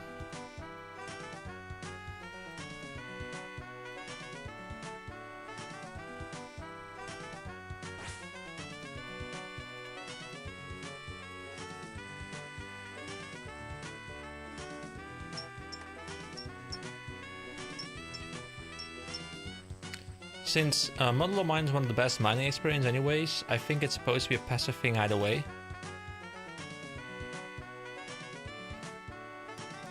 I'm very casual about the game. I don't think I could get a 99 in any skill that isn't combat stats personally. Yeah, I have no idea how it's going to be. Like, oh, wait, I should really get my stuff. At this point, like, I just don't have enough information on how the grind is going to be, because like, right now I'm really enjoying my grind, and like, getting mining to 60, getting mining to 70, I'm sure I'll get there. Like, it's not a big deal. But I know that it's going to ramp up exponentially, and I know that with my 150,000 experience, I am only a little bit over 1% to 99. And I know that like 54s and 99, you're like, well, you know, you're quite far into it from a level point of view. But I'm very well aware that I'm only over 1% into the leveling experience. Now, I do think, and I don't know how this is in practice, but I keep hearing the whole like 92 is half of 99 stuff, and I think it is a little bit skewed, because don't you also get much more experience per hour at that point in time? So while the experience requirement is only halfway there, the time investment probably is much shorter, because you get much more experience per hour, right? Or am I wrong there? Because I reckon that like the second half of the experience is much quicker, because you get much higher experience per hour methods. Well, still, it's going to be a long grind, don't get me wrong, but it's not like you're only halfway there in terms of the time investment, I reckon. Unless I'm missing something. Combat stats are easy 99s. Okay. I mean, yeah, I kind of expected them to be, because you're just always using them anyway, right? For all quests and stuff. And they're also kind of enjoyable to level, like you're getting loot and stuff, so they're kind of fun. You're leveling them during Slayer. Well, I got 99 mining recently. It took a lot of time, but I was just mining stars while playing other games, which just happened. I just imagine like you're just clicking like once every 10 minutes and you're like, oh wait, I got 99, cool. Alright, anyway, let me go back to raiding. Kinda, the other method, the methods get better, but not by that much usually. Oh, I was expecting the experience to also like grow fairly rapidly. Like, I don't know how much experience I was getting per swing at like copper ore and stuff. Like right now I'm getting 60 experience per swing. I'm assuming that's going to go up at some point, right? Unless the entire model of mine is just 60 experience per swing always. I don't know if this like scales up, because the rewards from these scale up, but I don't know if the initial gathering of the pay dirt scales up.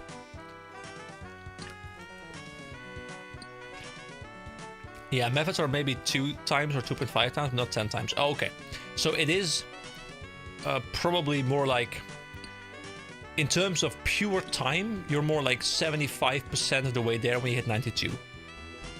Obviously, will differ per skill, but that's more like how the relative progression would be.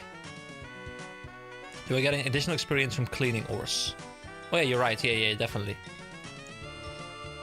Oh, and I guess those also depend on the outputs, maybe?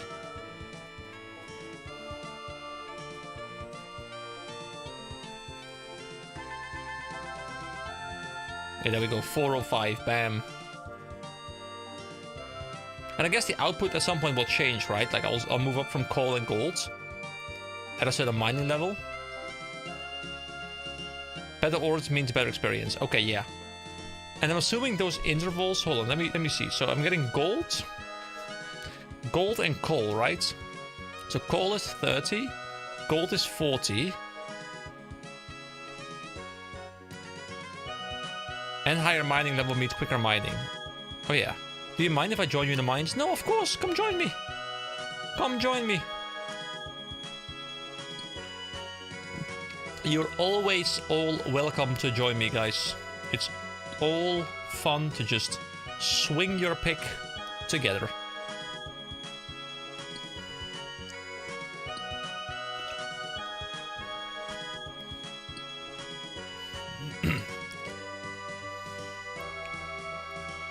Actually, I'm kind of curious to see if I look up pay dirt. Actually, let me use this function. So click. So pay dirt mining chance. Ah, you can even see like per level what the chance is. That's cool.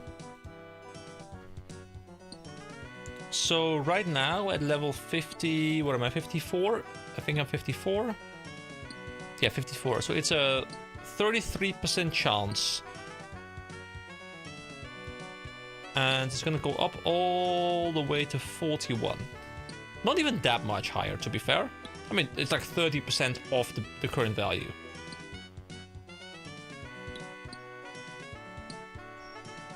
And cleaning, how does this work? So, oh, next level I can get mithril ores.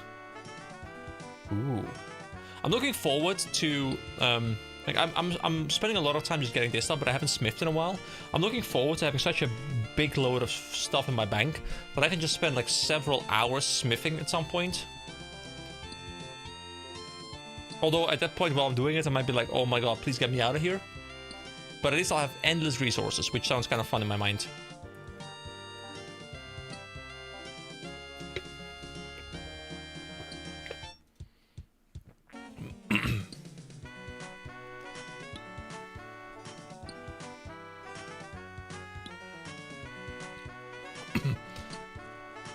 Is the golden nugget chance always 3%?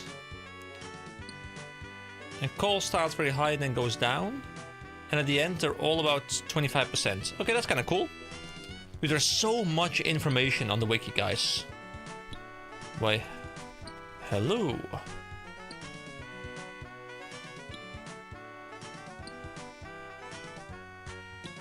Like, the wiki is so good.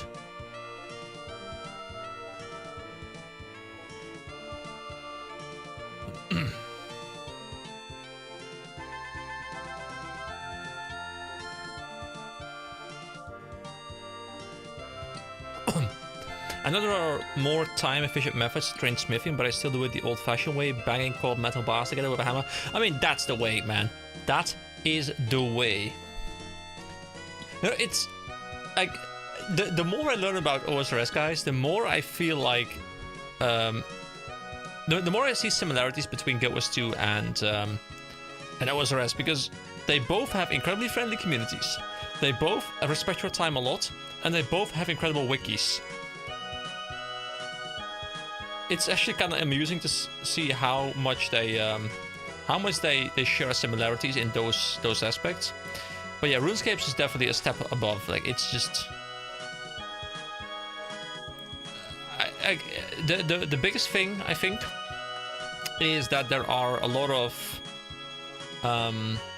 stats in there as well, like numbers. I haven't really used it too much because I want to stay somewhat spoiler free, of course. But stuff like this. Really interesting.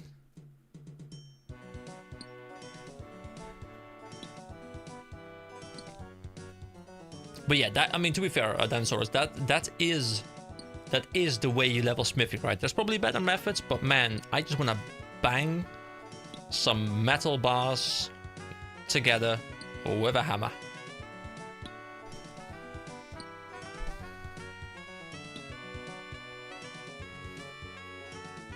The first time I did it again on this series was so enjoyable to me, because I have such nostalgia of creating like bronze armor and then iron armor and then steel armor, and I'm not even sure what the highest level I got to was. I think my smithing was like, I think it was fairly high. I think it was like 60, 70 or something, which for a kid in free play felt fairly high, but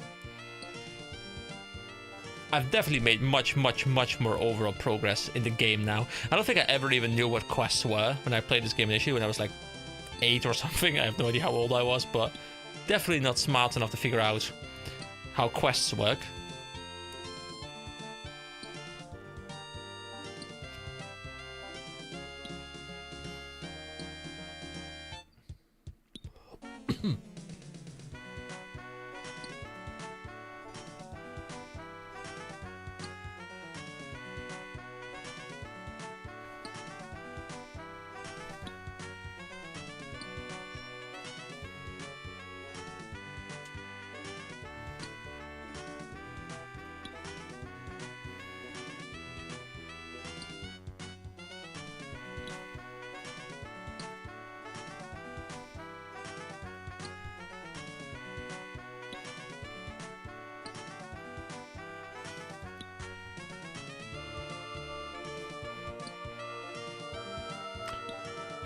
Alright, I've definitely lost a bit of energy, guys. We've been going for a little bit. There's not too much to talk about anymore. See, this is normally this is the part where I would start cutting lots of content out, so I can just focus on stuff that's important. I'm on my journey to maxing right now. Oh, really? How much more do you need? That's a cool pickaxe, by the way, that dragon pickaxe, whatever it is. We aren't giving you much to work with. I mean, to be fair, it's my job to keep on talking, and you know, sometimes it's just nothing to talk about. Plus, oh, what is this? Oh, random confirmation on the email. Sometimes it's just it's fine to have some downtime. I mean, I can go on a big rant about whatever else I can, but I can start my throat slowly getting a little bit tired, so I probably won't be going for too much longer. Because I still would like to keep my voice. The plan is to record another video tomorrow morning before work, because I work like an evening shift. So I have a bit of time in the morning. So preferably I still have a throat to be able to talk with. 15 out of 23 skills done. Oh man, nice, good job.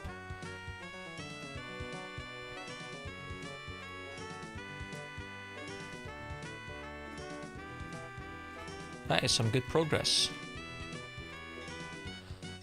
Hey, I'm just aiming to get a total of 1 million experience, guys. That's the goal. I'm at 731,000 right now, which isn't amazing, but then again, I was happy when I hit 100k at some point, and it's nice to have incremental little goals.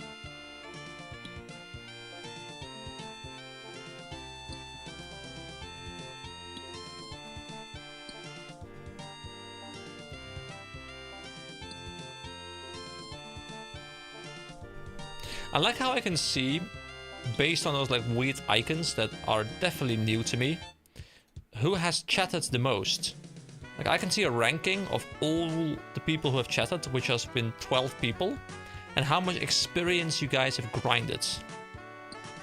Like, you're actually grinding experience in my chat. That's so cool. I really wish I could do more with that, but I feel like that's all Twitch stuff, like, you know, Twitch points, like having people be able to spend them, like all that stuff is so cool, but I don't think YouTube supports that. Like, I really, really wish YouTube would start supporting a lot more, just a lot more interaction, a lot more community building in its live stream. Like, I feel like live streams, I don't know about you guys, but do you guys ever see live streams appear of people you are not already subscribed to? Like, the discoverability on YouTube live streams is absolutely terrible from what I can tell. Like, I rarely discover a new channel through a live stream. Then again, I don't think most people go on YouTube to find live streams. I have considered multi-streaming, and I probably, if I start to stream a lot more consistently, like, you know, not stream like once a month or something, I would definitely go to multi-stream, because I think Twitch is just a much better platform for that, and then, you know, that Twitch audience could then hopefully feed back into the videos, and like they could strengthen each other. And I think that's actually really good. But right now, like, you know, I stream not a lot. So I'm fine with these videos or these streams being like a little extra thing where I just talk to the YouTube audience and have some fun that way. But if I decide at some point that I want to stream more frequently, I definitely look into Twitch. I actually used to stream on Twitch like way back in the day, like 10 years ago or something, you know, when everyone wanted to become a League of Legends streamer. I streamed like a ton of League, but I had probably like one viewer on occasion. Like, to be fair, I think that's most streams, right? Like, most streams are like one viewer. So I'm already very happy to have a consistent audience that I can just talk to while I'm playing, because that's. And the weird thing about streaming, I don't know if anyone here has ever attempted streaming. Like, I've done it a lot in the past, where you just talk to yourself, like you just disable the viewer number. You just talk to yourself as if you have a lot of viewers, but you still have to keep commentating without interaction. Like, you're commentating as if you have a massive, like, the cool thing is, from what I've heard, like, it's a really cool tactic, is stream as if you have 1 million viewers. Because if you have 1 million viewers, like K-Roll, for example, the League of Legends scene, like, you won't be able to interact with them anyways. Like, you go from no viewers, no interaction, to more viewers with interaction, to way more viewers, no interaction again. Like, it's really weird. So I'm actually much happier being in this state right now, where I can actually read every single message and, you know you guys' names and stuff. Like, that's much more fun than having just like Twitch chat spam. Although I guess the money would be nice. Oh, hey, welcome. You didn't miss too much, honestly. What's the last thing you remember? Maybe waking up in a cart, like all Skyrim style.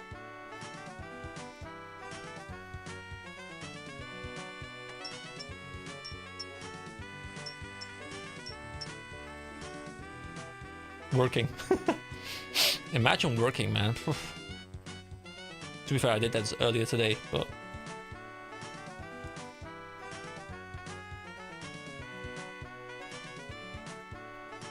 I work in a store as store area lead. Yeah, that's not something you can really do and be watching a stream at the same time.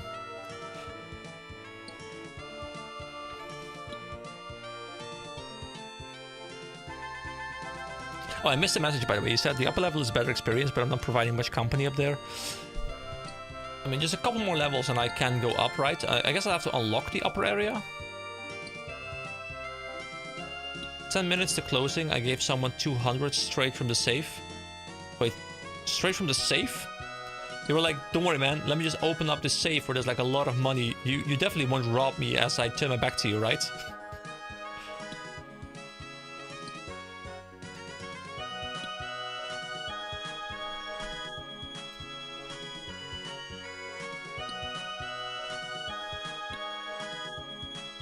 Oh, by the way, I hope you guys have been enjoying the polls I've been doing. I was sitting at the tent having breakfast, thinking like, hey, how can I have something going out besides the videos that's like super low effort and doesn't require me to input a lot of stuff manually? And I thought the poll was like a kind of nice thing. Probably like it's probably been like 1 million people doing the same poll, but I quite enjoy seeing what you guys think is the better skill. That doesn't sound very legal. That's true. It might not be very legal, but you know what? Living on the edge.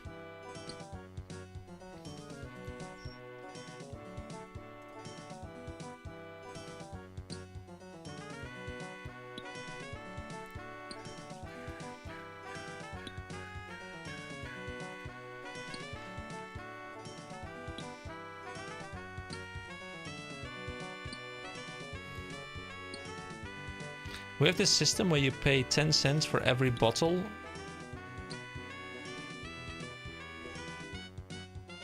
When limitations apply. Wait, 10 cents?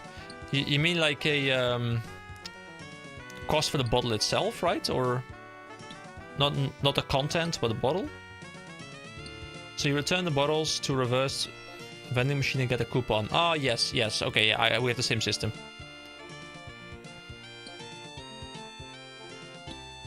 To prevent people from throwing plastic bottles everywhere and, you know, having them be properly disposed of.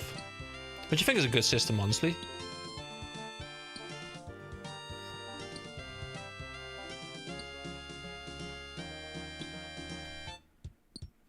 Here we call it statiegeld. I'll type it.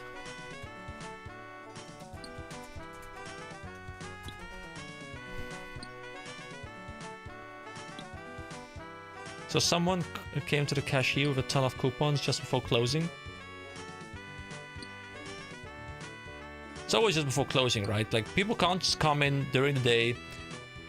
People have to come in just before closing, like, hey, I have like this really big thing I want to do right now. Of course, I already removed access cash from the register. Yeah, that makes perfect sense. I mean, you want to go home when it closes, right?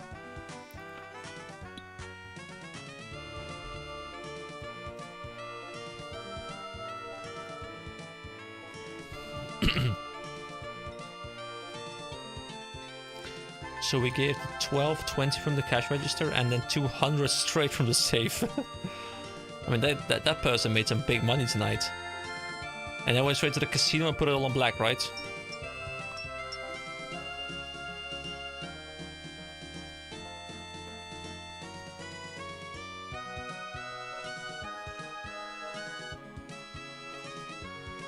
We have a casino next to us, so... I mean, that was more of a joke, but I mean, at this point, it might actually be true. Guys, this song that is in the model of mine is going to be stuck in my brain all night. The girls working there tend to come with big bags of bottles in the evening. Just to make your life difficult, right?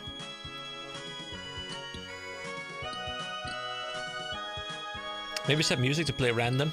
I mean, to be fair, it is a really cool, banging soundtrack, but I agree. Music player random. There we go. Actually, this is a much better idea. Yeah, this is a much better idea. Thank you. Or play Skate Main. Apparently they're too tired to do it in the morning after the night shift.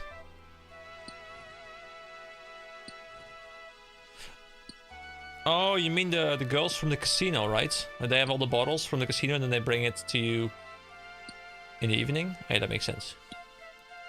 The problem is that I'm left in charge of the whole store, usually starting at 8. The end of the MLM song reminds me of a song from MapleStory, but I can't remember where it plays.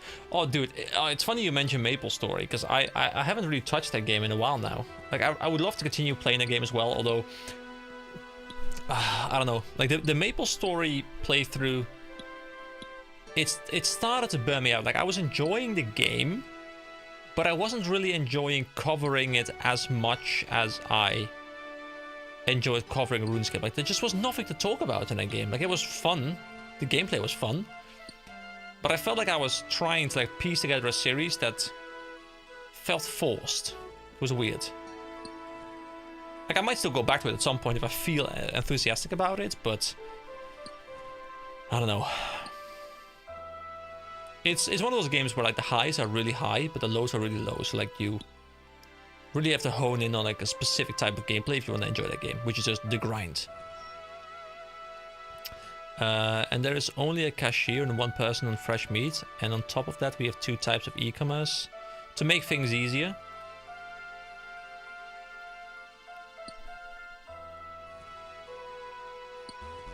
Oh, there we go. Inventory is full again.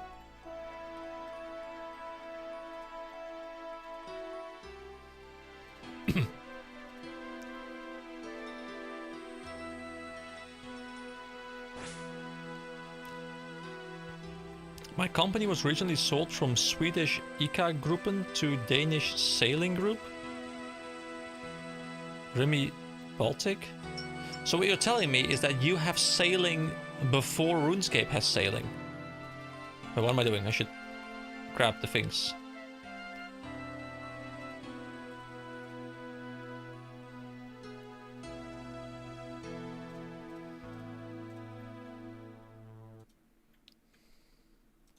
Sailing with double L. Oh, selling.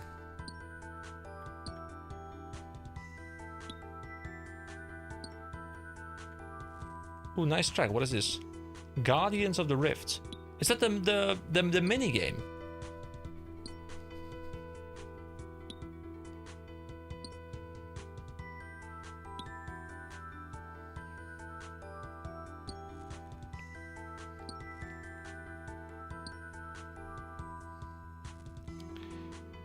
Hey man, thank you, you welcome back as well, welcome back to the stream. It's been a while since I've been here, but I felt like it was time. But thank you. The novelist has indeed arrived. Dude, I have so many novels on my list of comments to go through. I mean, I did read them all. The thing is, you know, you know what the big problem is with the responding on the phone? Like, I was thinking, you know what? I'll just go to the beach and I'll just like slowly chip away at the comments, and I get like one, like every day, like one big comment, and I can like slowly go through them because I do enjoy responding to them. But you know what the big problem is? The YouTube app is terrible on phone because the if you don't know, the way it works is if I click respond to a comment, then I can no longer move the comment that I was responding to and scroll up and down. So I can only see like a little part of it. So I can see like 20% of the comment for something. And if I want to see it again, I have to remove my reply. So the only way I could respond is I would have to type a bit of a response. Then I would need to select everything, copy it, close the reply down, scroll a little bit down, reply, copy them in again, and then continue typing. Which I was like, no, I can't do this. I need to do this on the PC. It's impossible on phone. Let's see. You can right-click the songs for unlock hints, even already unlocked ones. What? So if I do this and I do unlock hint. This track was unlocked in Lumbridge. Okay, Zamorak Zoo. This track unlocks in the God Wars dungeon. Woo! Let's see. I do love the music unlock hints. I'd never keep track of them otherwise. Yeah, I mean, that's really nice. You can see where you got them. Like, I kind of wish other games have this functionality. Like, there's so many things in RuneScape where I'm like, dude, why don't other games have these things? Like, just Strangled, unlock hint. Desert Treasure 2. Cool. So, you know, when it's playing, you can just be like, oh, you know, it's playing. Where's the song from again? Oh, let me just click it. It's beautiful. Otherwise, you would have to, like, look it up on Google or something, and, like, it may play in different places, and... oh, yeah, Novelist, did I miss chat lore? Yes, you missed some chat lore, indeed. So, it's true. Just about every video has a massive comment.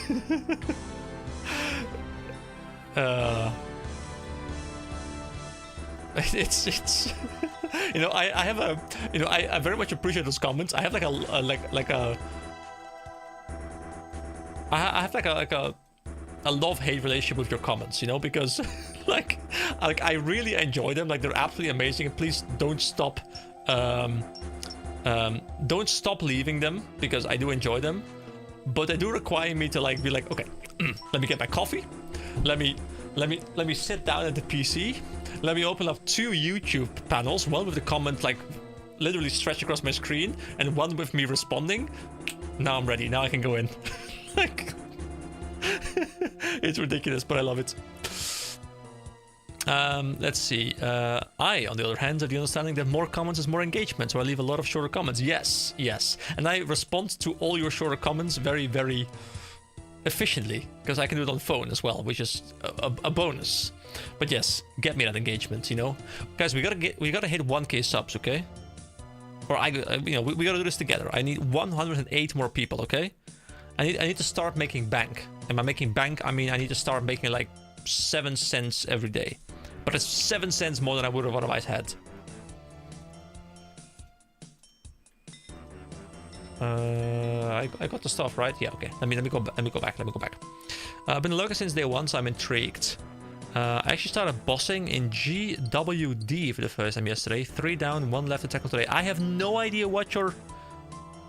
Oh, is that like the God Wars thing that I just saw? God Wars dungeon. Ah, good luck. Good luck. I don't know exactly what your challenges in the dungeon are, but good luck. May you kill them all. Mr. Novelist. My groupmate is only missing the song from Mimic. Wait, so that's actually kind of fun that people are going out and... Oh, you can now mine Mithril. Ooh! And I can get Superior Mining Claws, wherever I can get those.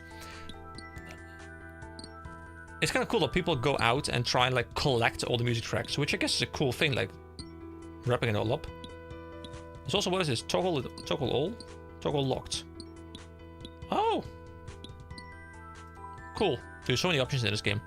I lost my number 3 spot. Man, you gotta spam more in the chat, man. You gotta just like throw some spam in there, okay? Spam the chat. Boost the algorithm.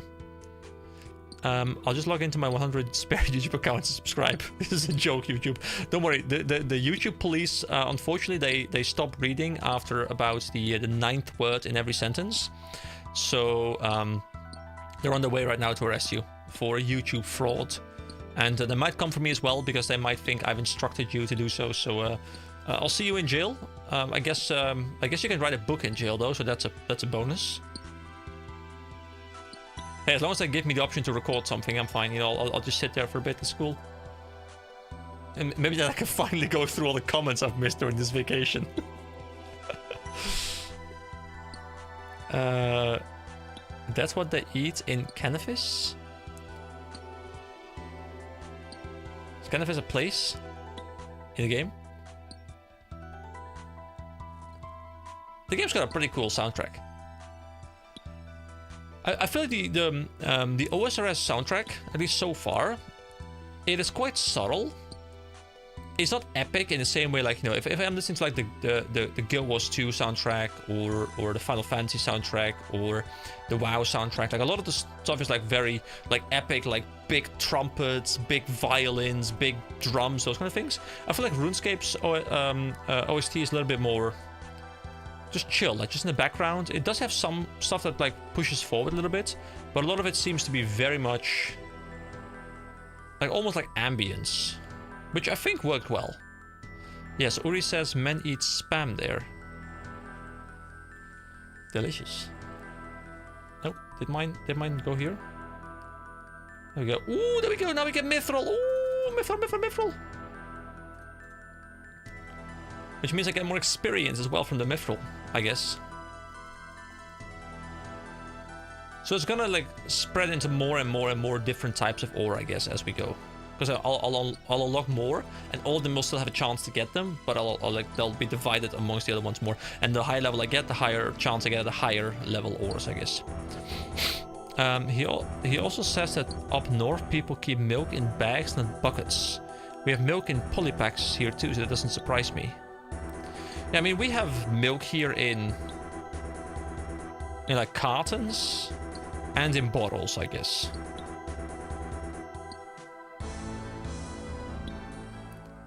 The RuneScape 3 version turned a lot more orchestral, I believe, which is neat, but less the classic feeling. Yeah, I mean, I really enjoy the orchestral music. Like, I often listen to the Guild Wars 2 soundtrack. I even had the Guild Wars 2 soundtrack playing in the car for like part of the drive as I was going to France, because my girlfriend okay, funny little side story here.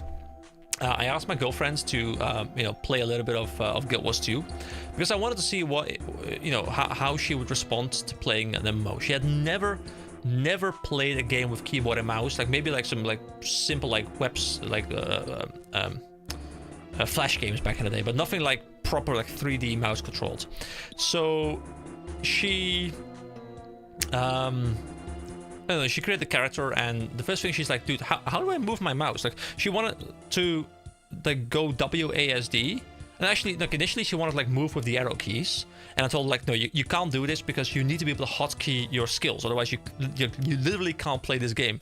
Then she's like, okay, but I will turn my camera with A and D, or like Q and E, and then I'll walk. And I'm like, no, but that also doesn't really work. Like, you really have to use the mouse. She's like, no, but I can't. Like, this doesn't work. So in the end, like, we got it to work. But it really made me think, like, dude, we are so used to being able to like move the camera with the mouse, like hotkeying things and like all these things.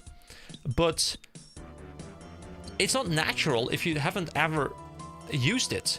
And it was really curious to see, like, she's only level 8 right now. She's like still at the very start. I'm kind of hoping I can get her to play a little bit more so that I, not that I can play together with her because she doesn't have a PC, but I'd love to be able to talk a little bit about, the kind of games I play with her, because that would be kind of fun. But it's really, really interesting to see how someone who's never played third-person game with keyboard and mouse just needs some time to like even have like muscle memory controls. Like, you can throw me into any third-person RPG, and I will walk around like perfectly from like the first second, because like they all translate from the first time you do it to like muscle memory into the next one. But it doesn't always. The people don't all have that muscle memory. Like, you have to build it up. It's really interesting. Anyway, Mithril, you say? Dig deeply and greedily. Surely nothing evil lurks beneath the stone. Am I about to encounter a Balrog? A Balrog of some sort? By the way, have you heard the OSRS music covers on the official channel? There's two, lo-fi, DnB, and metal. I mean, I do enjoy myself some lo-fi and some metal generally. Lo-fi mostly for like responding to comments, and metal just like because it's my personal favorite genre. Oh yeah, I did like those metal remixes. Very fun to have them officially endorsed instead of just a fan project. Hold on, let me grab them. I don't want to play them on the channel right now because they might get struck with like copyright, and I just dislike that. So it's just like the official OSRS channel.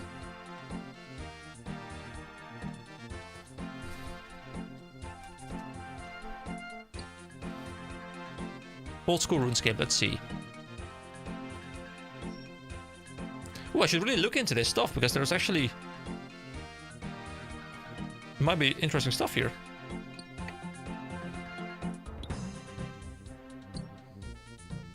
Let's see. Our RS2 didn't have mouse camera.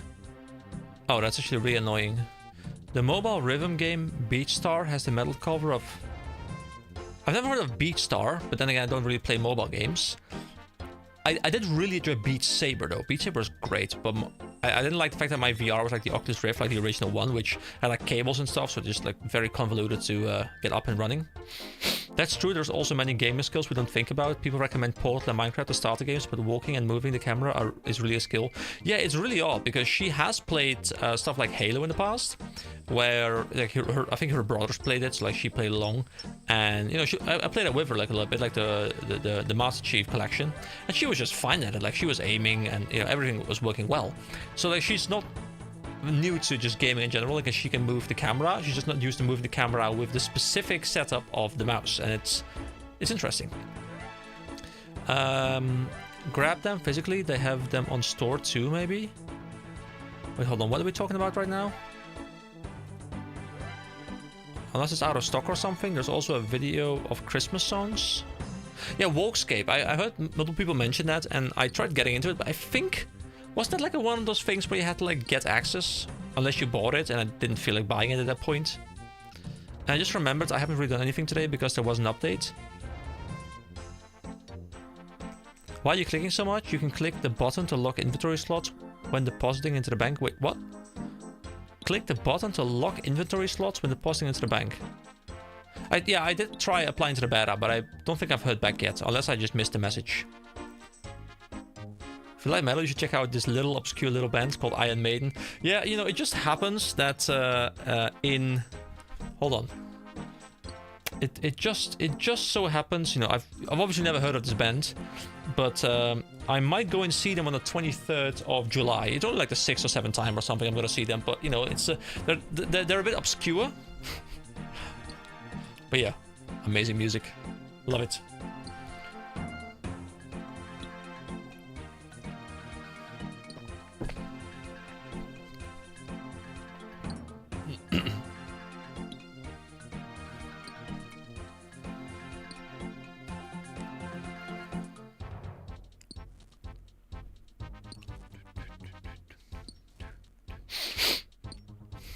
There's not a way for a Walkscape beta currently. Ah, okay. I mean, it's one of those things that I think sounds quite enjoyable.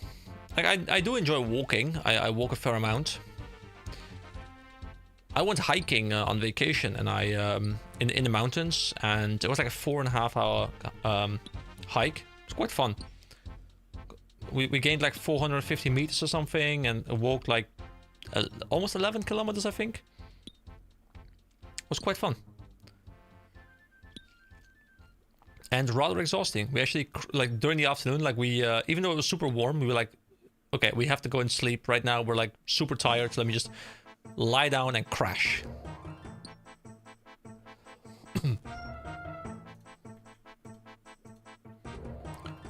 One night I did 30k steps. My phone thought it was 24 kilometers. Oh, wow. Yeah, I think I ended that day as well, like the hike day. I think I ended with, like, 29 and a little bit, but...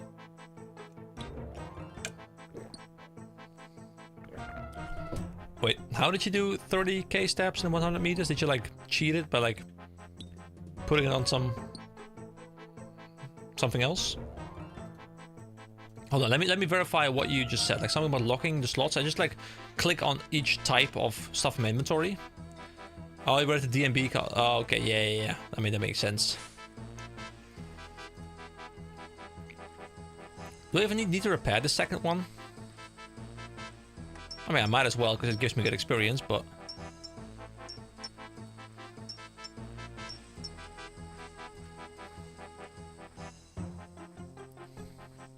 Hey, you got a selfie. Nice, man.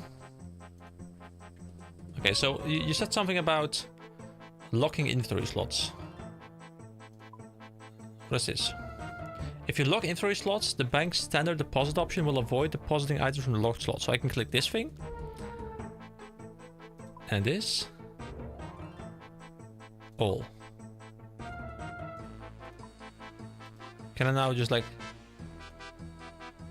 It still requires the same amount of clicks, doesn't it? Like...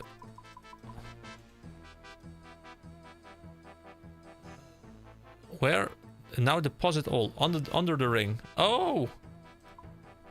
Oh! Huh! Cool. Hadn't seen that. Well, that's like 3 seconds of my life more efficient. But over hundreds and hundreds of runs, that does add up to something.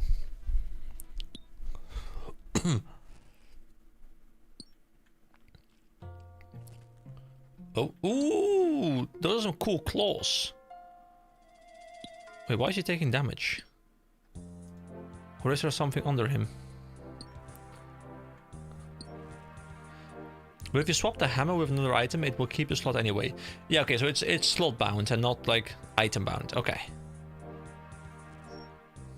I like that. It's good.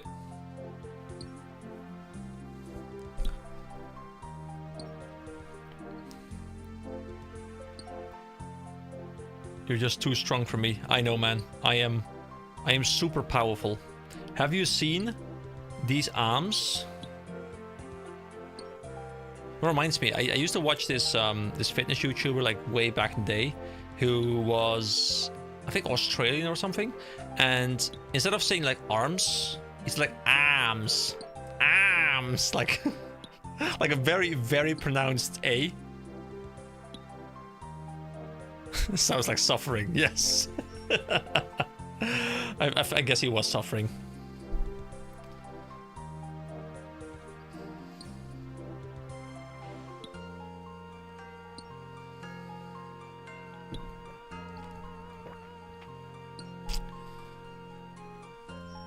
And FMS or PMS? What is FMS?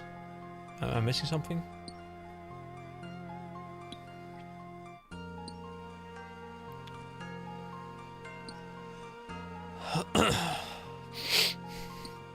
See, I'm ready for me to shut down the stream in a bit and then continue for much longer than I had planned.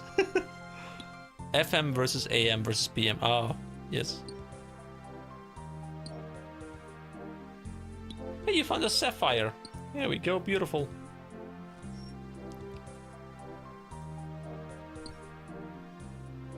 I mean, at this pace, I'll hit 1,000,000 experience, not too long from now. So, what was this stuff about the upper floor, by the way? Because I know I can unlock the upper floor in 1.5 levels, but someone said that I had to also buy the upper floor. Do I buy upper floor access with the golden nuggets? Do I do that at this guy as well? Hold on, let me. Once I have the next inventory, I'll go chat to him, because I haven't chatted to him since I went here the first time, which I think was actually on a video. Yeah, it was on the video. It was on the first member video, I think. But everything is just like starting to slowly blur together. There's like so much stuff I've been trying to do. What is this empty sack? Oh, that's the collection thing, of course. What am I doing? Yes, upper floor is a nugget purchase. Yes, and also, but wait, there's more. I like, but wait, there's more. But wait, there's more. Definitely just makes me happy, generally. Okay. Yep, unlocking the upper floor is more AFK, and then there is the upper hopper. Wait, oh, it turned off again. Alright, we loop around. Like, I don't know if I have enough to unlock it. I guess I should probably unlock it once I hit 57, if I have the sufficient things for it, which I might. I probably have like 30-ish or something of the nuggets. I don't know how expensive it is, but I can check it out. Wait, go here. Get this thing. Okay. Wait, why is the chat on stream... Sorry, why is the chat on stream unable to my... do you mean like your avatar isn't visible? Hey, you're right. Everyone else's avatar is visible, but yours isn't. I don't know why.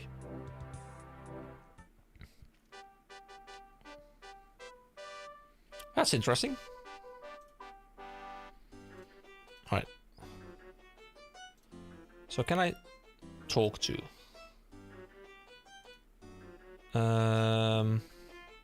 anything else I can unlock here?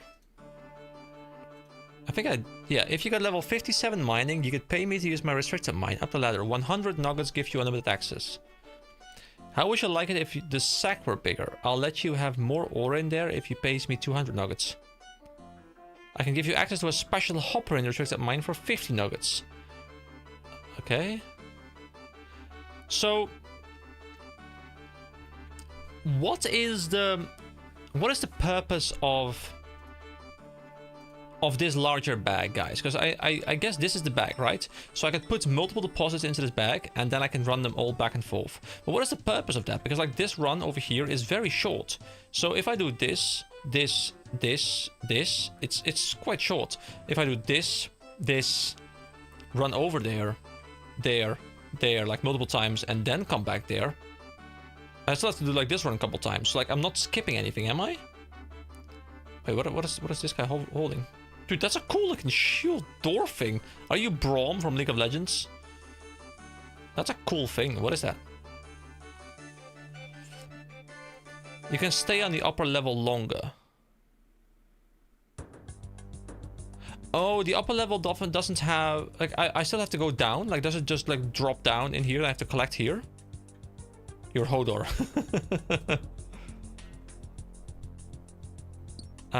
Might be too big. I'm not too sure. It may or may not be a lot of the same pixels. You hold the door. Good job holding the door, man. Keep holding the door. Guys, do you hate me if I tell you I've never finished Game of Thrones? I know Hodor and I finished season 1, but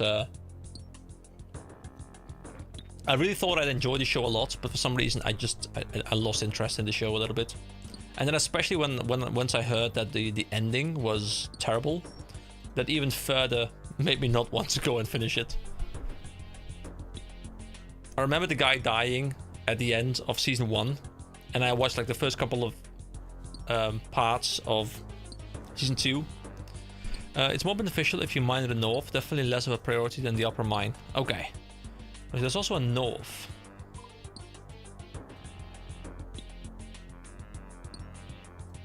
I mean, I guess you can mine everywhere, right? Not sure there's a point. There's a Hodor Steam creator who reviews games with variations of Hodor. That's kind of cool.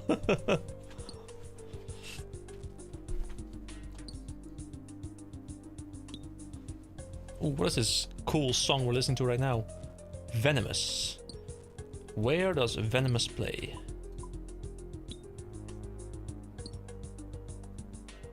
Venomous.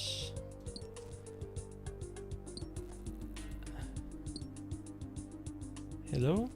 Venomous. Unlock hint. Oh, this track wasn't unlocked in the wilderness. Ooh, cool.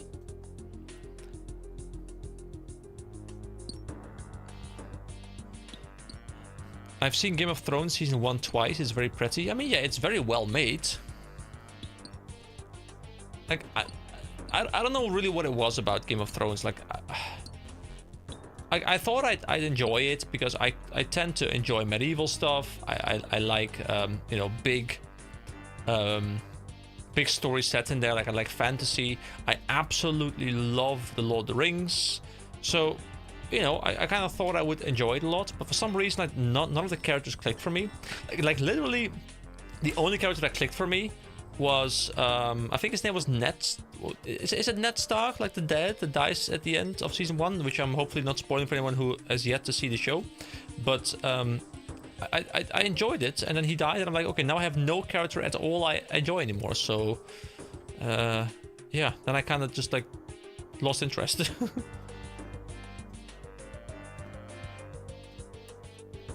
Oh, no, I manually clicked him again. I'm just used to it.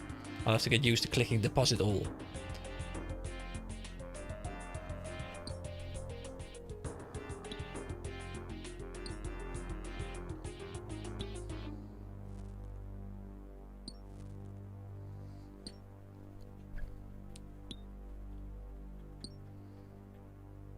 Venomous doesn't sound like a track I know, but I think it's based on a different Willy song.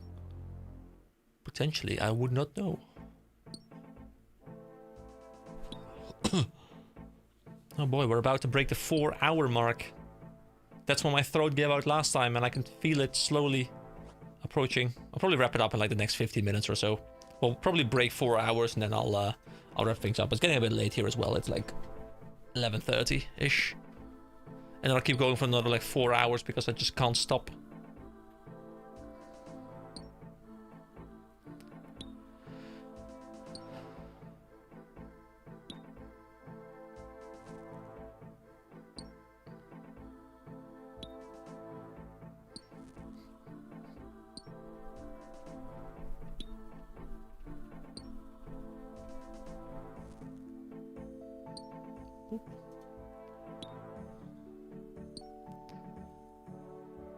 Hey chat, are y'all day one watches? I mean, by day one, I'm assuming you mean day one of the OSRS content, right? Or are you like an OG that was here for like Guild Wars 2 content? Because that is a few years ago. Or WoW content.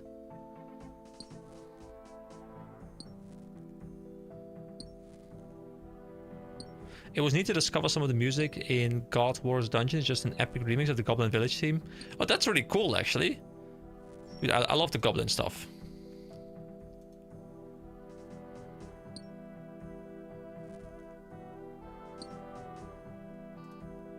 This is the tower. Big High War God. Yes. No, green is better. Okay, I should definitely not use that voice when I'm already tired. But it's fun. Dude, I love those generals. The generals are my favorite characters in this game. I will die protecting them. They are amazing.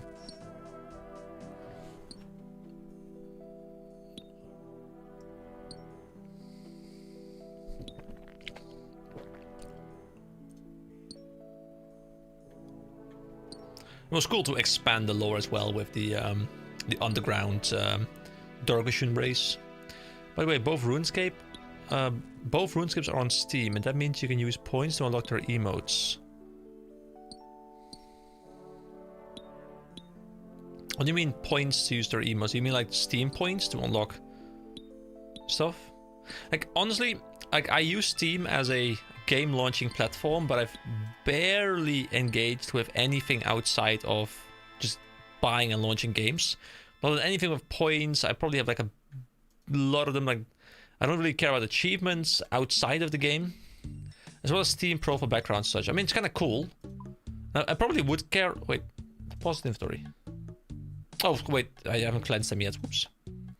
I do love the Dorgoshun. I like spending time in the tunnels with them. Yeah, I mean they're kind of cool.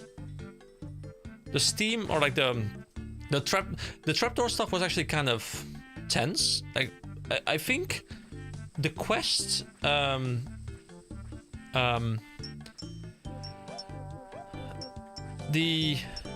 Lost Tribe quest, I forgot the name there for a moment. It's one of the only times I felt, I wouldn't say scared, I was more like tense, you know? Because like, you know, you could fall into a trapdoor, like all kinds of bugs there, and like I knew if I fell I had to like act quickly and teleport out and stuff. Like I felt tense, and that was cool, but it was a feeling I hadn't experienced yet in OSRS. I mean, I had kind of experienced it with like Elvag, but that was a different kind of tension. That was mostly like, oh my god, will I kill this guy? Or girl, sorry, girl. My apologies. I never bothered to steal wire from them. You can steal wire from the Dorgoshun?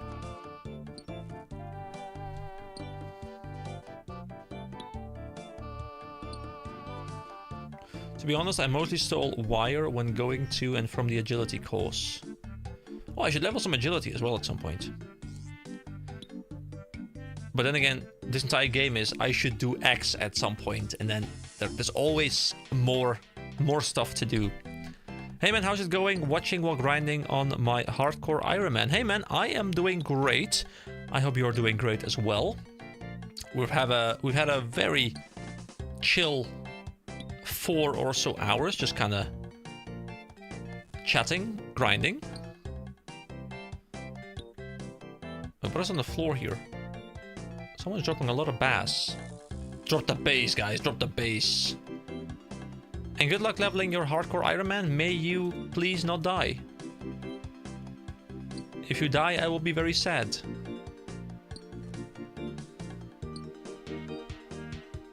I'm curious which skill is going to win my poll, by the way. It's quite fun to see you guys... sorry, I dropped the base.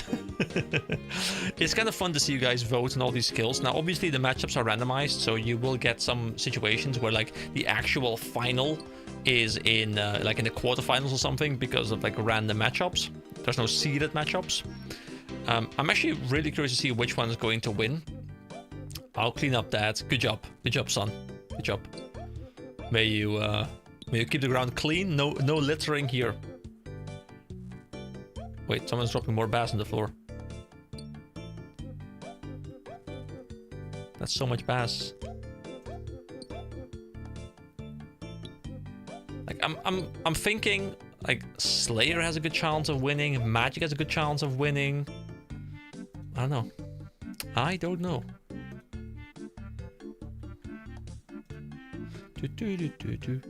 Beautiful song. And we repair again. So how many have I got? I have mined 512 thingies. The thingies must keep on going. By the way, I haven't missed you setting up a Discord yet, have I? No, you haven't actually. You haven't. So just, I think some new people have joined since I last mentioned this. Oh, can you see yourself playing OSRS for the foreseeable future after the series? Well, the thing is, I'll actually answer that question first. The thing is, yes, but to be fair, this series is probably going to keep on going until I either become bored of this game and just don't feel like playing it anymore, which... can you pick up the fish? Yeah, I should be able to pick up the fish. But yeah, I'm gonna play this game until I either get bored of this game and I don't want to play this game anymore, or until I... No. Sorry, I'm keeping getting distracted by all kinds of different things. So yeah, I'll keep playing until I either get super bored of the game and I want to quit, I get bored of the YouTube series in general, which can happen, of course. I hope not, but it's possible. Or until I like complete everything I'm set out to complete on this series. So it's more likely that this series will just be going on for the next year than that the series would end anytime soon, but I would keep on playing. Because I'll probably keep doing the series for as long as I'm playing, unless I go so hard that I feel like I just don't have stuff to cover anymore. So, in a way, yes, I will keep playing, but it probably will be with the series. Now, that does mean that there might be a moment where I have so much stuff that I can only do with big grinds that this series slows down massively and I move on to other series in the meantime. Kind of like how I kind of ran out of stuff to do with WoW, and I would move over to whatever other game I want to play as a series, because I do intend on doing other things on the channel, of course, as well. But yeah, I have no intention of fully quitting OSRS anytime soon, and I think even if I do at some point, like, move on from this game, I'll probably still, like, keep coming back, at least for the community aspect, because that's really fun. Now, going back to the Discord thing, there are two things, there's a couple of things I'm considering, guys. I mean, I do want to set up a Discord. I initially wanted to set it up for like the 1,000th subscriber, like as like a celebration kind of thing for myself, like setting up a Discord when I hit that number. But the growth has kind of slowed down. Now, it's not a big deal. We'll get there eventually, but I don't want it to be like next year that I set up the server, because I think it's going to be fun to set up a server and have some chat going on wherever we can, even for different games if we want to. But I do have my 500th video on this channel coming up in a month or so. I have 493 videos up right now, and I'm thinking I want to do something special for it. One of the things I want to do maybe is set up a Discord. Multiple people have mentioned it, and I think setting up a Discord could be kind of cool. And also what I thought might be cool, but it's, I don't know, like it's one of those what do you call it? It's kind of like one of those imposter syndrome things where, like, the one thing that I've always loved when other YouTubers have done it is doing like big Q&As where it's literally about anything. Like, you can ask me anything about my personal life, my gaming experience, OSRS, whatever. Like, as long as it's not like the most like weird ass question ever, you can ask me pretty much anything. I'm tempted to like set up something like a big Q&A, because I think that could be fun, but also like the imposter syndrome sets in where you're like, well, but why would people even care about like me answering questions? So like, it's like one of those weird things where I'm like, do I want to do that? I don't know. So it kind of depends on how many people will be interested in something like that. But also one of the things would be like, hey, maybe it's also a nice time to set up a Discord. So yeah, you haven't missed it. I'm more than happy to set something up like that, because I think it could be really fun. Oh, what's this song? Sounds cool. Gnome Village Party. There we go.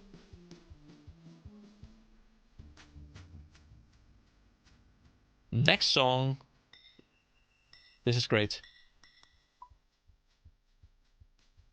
I've seen this content getting ID. Sorry, I've seen this getting content ID. Sorry, what do you mean?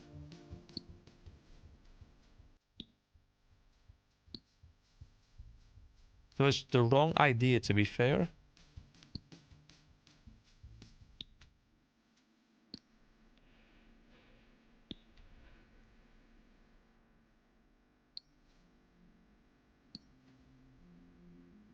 I've seen YouTube stream with this song playing in game. Oh, you mean? Hold on.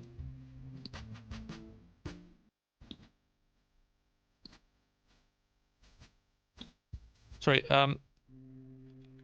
I did just skip it. Do you mean that this got like a copyright struck or something for people? I mean, I just skipped it just in case, because I don't want to risk anything like randomly getting copyright struck. I mean, to be fair, copyright struck isn't too bad, because obviously, like quite often what I'll do is it'll just remove the part of the stuff that had the audio, but it would also remove my voice at the same time, which is not very great for anyone who might be watching the VOD at some point in the future. You never know. I think it was content ID, not a whole copyright strike. Yeah, I'll just skip it just in case. You know, I don't want to risk any that particular song being a bit weird. You've been playing for quite a while. Consider taking a break from your screen. Okay, I'll go to a different screen. No worries. I think that part did get muted. Oh yeah, I mean, if it happens, it happens. But good thing you call it out, because then I can skip it. It's a cool song, though. It's a cool song. Oh, we're about to hit 56. One more level for the mine, but then again, I still do not have enough nuggets to even go there if I wanted to.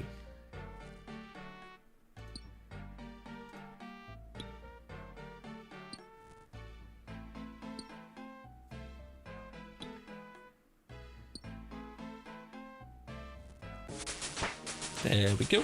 56.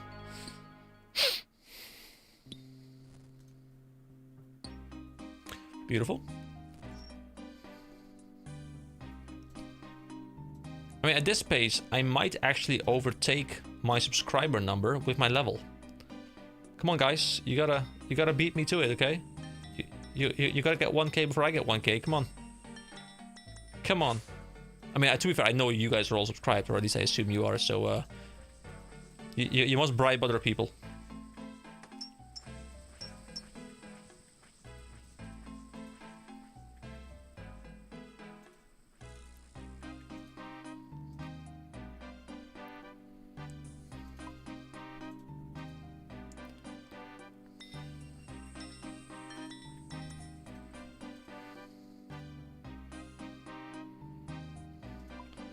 So how exactly are my auras doing? Where's the mithril stuff? It's up here, right? Yeah, it's up there. There we go. But what about 227? Guys, if I can get myself to 227 before I hit 227 subscribers, I'll quit YouTube, okay? Like, if I can have the series go so long that I can like literally max every single skill, and I still haven't passed that number, that I'll never make it, you know?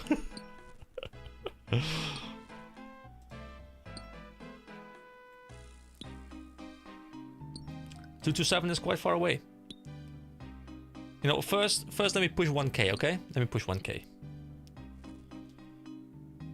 To be fair, 1K isn't that difficult because it's 23 skills, so that would be an average level of 43.5, let's say 44. So hitting 44 in every single skill, that should not be bad. Some of the skills have already passed it. Yeah, hitting 1K should not be too hard. If I really dedicate a lot of time to it, I could probably do it in a few days, a week, I don't know. I like working out my average level. It looks like you're about level 30 by both levels and experience. Yeah, I mean, I am 714 divided by 23. I'm 31.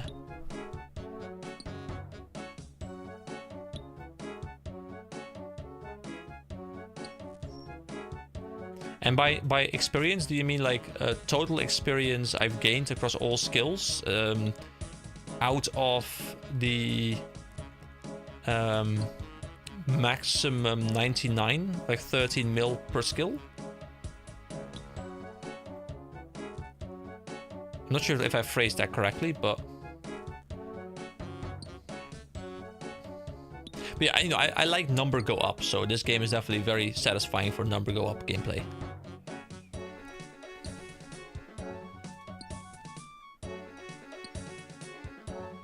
Alright, there's a chance the stream might stutter a little bit. I want to quickly check some stuff I put up for sale in Guild Wars 2, and I want to see if I have sold the stuff. I realize I need a lot of money for something I want to make, so let me see if the stream has any hiccups. I think that was fine.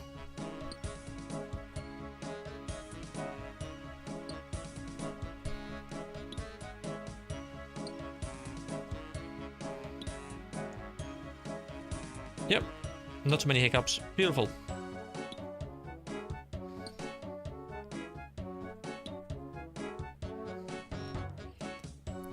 Another number go up I played recently is Snake-Remental. I've never heard of that. Yep, total experience divided by 23 and then see what level you would get. Oh yeah, of course, that makes a lot of sense. So let me actually try that. So its total experience is 760 divided by 23 would put me at 33,000 experience, and 33,000. This is 20. I don't really have anything in that exact range, but probably, yeah, at like mid 30s ish. A little bit higher, like high 30s maybe.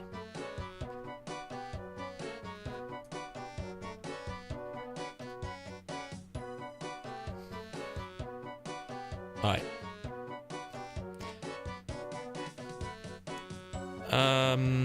Hold on, let me actually see what Snake-Remental is.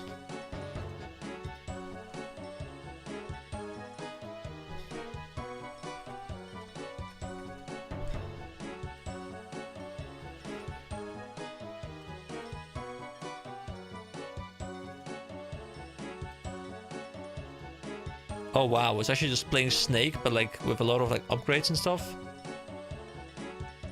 Interesting. Usually those average are pretty close unless you really focus on one skill. It's Necromancer Snake. I really focus on 2 skills. I'm like 20 million in fishing and cooking each, and my lowest is 58. Oh. I kind of like the idea of leveling everything like somewhat.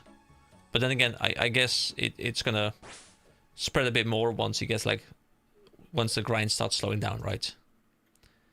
You have 85 million in magic experience. Oh damn.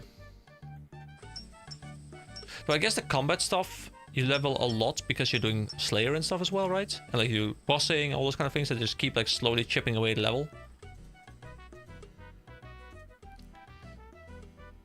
How many nuggets do I have? Nuggies, 36. Oh, I need so many more for the upper level. Would the upper level unlock be the best thing to get, guys? Is that the best thing, or should I be focusing on the mining armor? Like, what will be the best way to spend my nuggies? My chicken nuggies.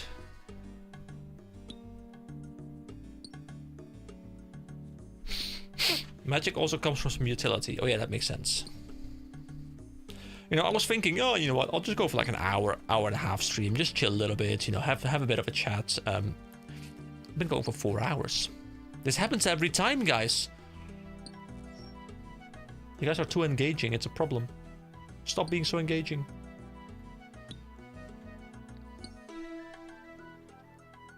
Stop boosting my watch hours like this. It's terrible.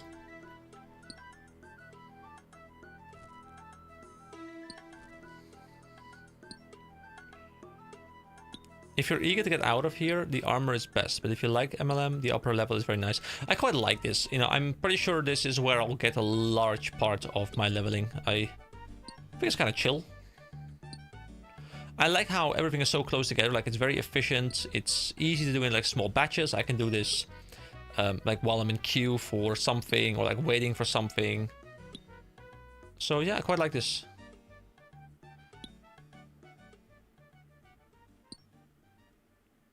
Now, I would of course like to also explore some other things, because I don't just want to be in this one place and ignore all the other content. Sure, I'll just go sleep then. I have a meeting at 11 anyway. No, I was joking!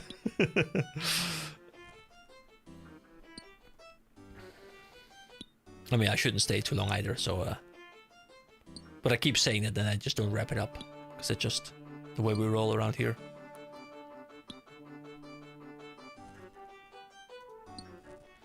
Once it ends, I'm going to have to rewind and watch the stream from the start. More hours to the algorithm. Yes! Feed the algorithm!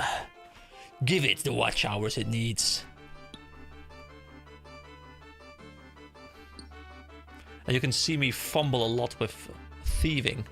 That wasn't particularly successful.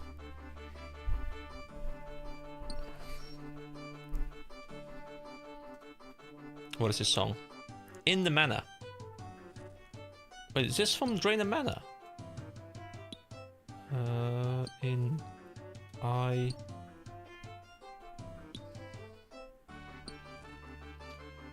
In the Manor. Oh, South of Yonil. Okay, never mind. And of course, more novels, yes. More novels indeed.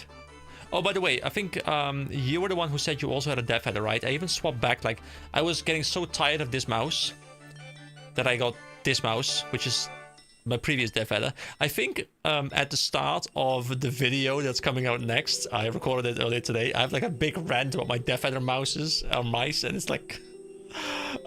They're so good until they're not. They're so good until they're not. Like, they just break too easily.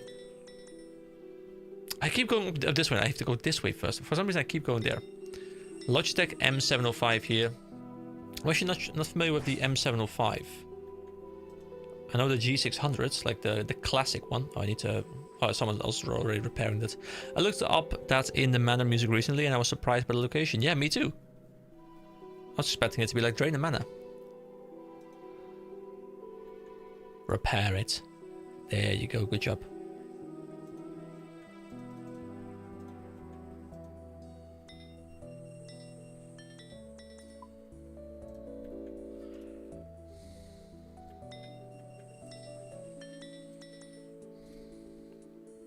So you have a let me see, K650. Oh, that's the keyboard. Oh yeah. M705. Not too bad. Because after 14 years, the MK250 was defeated by Monster of Aussie style lemonade variety. And still works, just the keys are too sticky. I've been very fond of the G402 mouse. It's comfortable and handles everything I need. On my second one, about 8 years. Yeah, I think after this mouse, I probably will move over. Like, once this one probably dies on me, which probably will be the next year, I'll move over to something else. Like, the thing is, like, I'm not sure how much I spent on this, but this thing was like 100, 150, like, you know how it is. Like, Death Adder mice, like, they're really expensive. And to be fair, it's extremely lightweight. It's like super good. Like it's very sharp, very accurate. Everything just works super well. It's perfect until it dies, and unfortunately they keep on dying. Like this is my this actually is the third one, and this one was the previous one, and the reason I bought the white one is because, well, I bought this white keyboard because I needed a new keyboard, and I was like, you know what, might as well buy a new one. It's matching, they're both wireless, they can both use the same dongle, it's chill. It's a bit of a waste of money to buy a mouse when I don't need one, but whatever, they're going to be both wireless, great. Turns out I used the wired option a lot more than the wireless option because of like interference with other wireless signals around here that are kind of like making other things be slower. So in the end, I didn't really have a need for that, and I did it for the color, I guess. But then the mouse wheel broke, so now I'm back to the previous one, which fortunately was still working fairly well. So I'm hoping this one lasts me at least a year or so before it also breaks, because the previous one, the first one I had, also broke because of the scroll wheel. Oh, however, that one was like the click of the scroll wheel broke, while the new one, the white one, the scroll, as you guys have probably seen in the videos, like they like bounced up and down, like great mice until they break, which happens too often. Anyway, that was my rant about my Death Adder. In short, keyboards, yes. Mice, So I have to see which one I get next. At least I've learned that price is not quality when it comes to mice.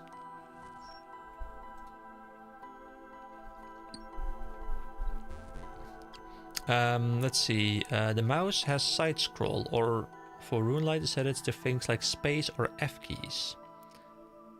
What do you mean side scroll? Like you can go...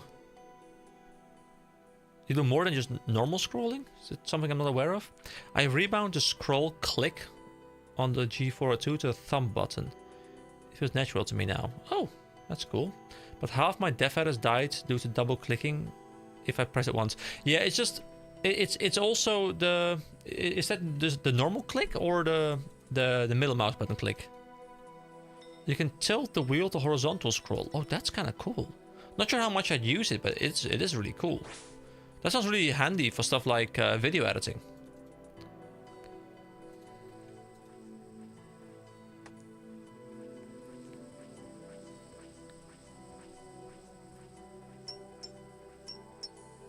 You know, I'm pretty sure that my my mouse will break sooner rather than later, because in OSRS I'm using the middle mouse button a lot for like movement and stuff.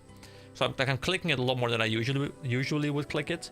So I'm confident that I'll I'll break it sooner rather than later. But we'll see how long it lasts. Like I'm not opposed to buying new hardware. It's just I'd rather not buy it like every half a year to a year.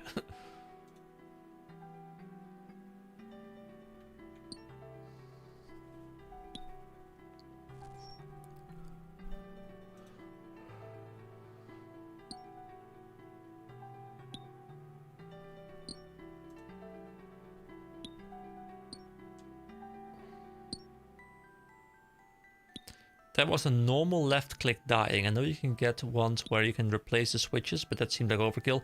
Yeah, like quite often I feel like I don't want to go through the hassle of like trying to find a way to fix things when like there's a decent chance that it will never work the same again, or like other things will break, and it's not very cost efficient. I'm well aware of that, but quite often I'll just end up buying something new when it breaks. I'm like, you know what?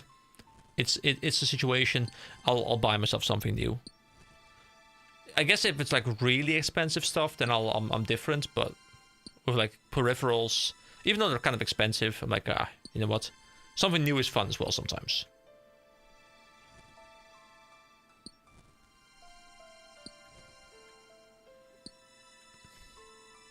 Although generally I'm fairly like money conscious, but. Yeah, at least I know this is stuff like I'll use pretty much every single day. Hold on, gotta respond to some WhatsApp. Why am I doing this on phone? I have my keyboard in front of me.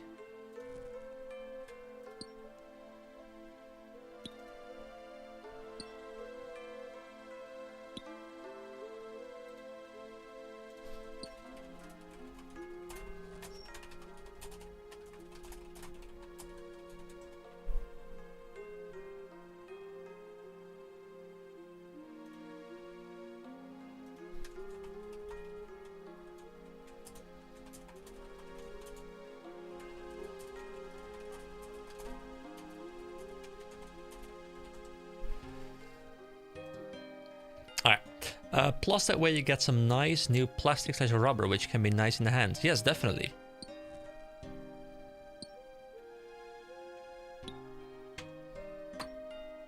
It's really nice.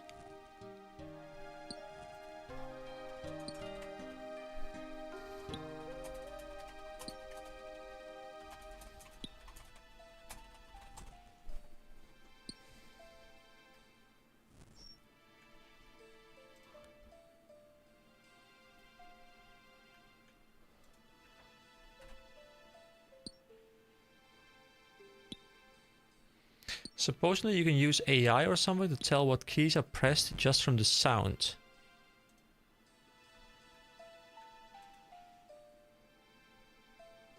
Hold on, what are we talking about? Like just the sound of the keyboard? I mean, I don't know if every key has like a slightly different sound. I mean, if it's ever so minimally different and it's consistent, then I guess AI could do that. I don't know.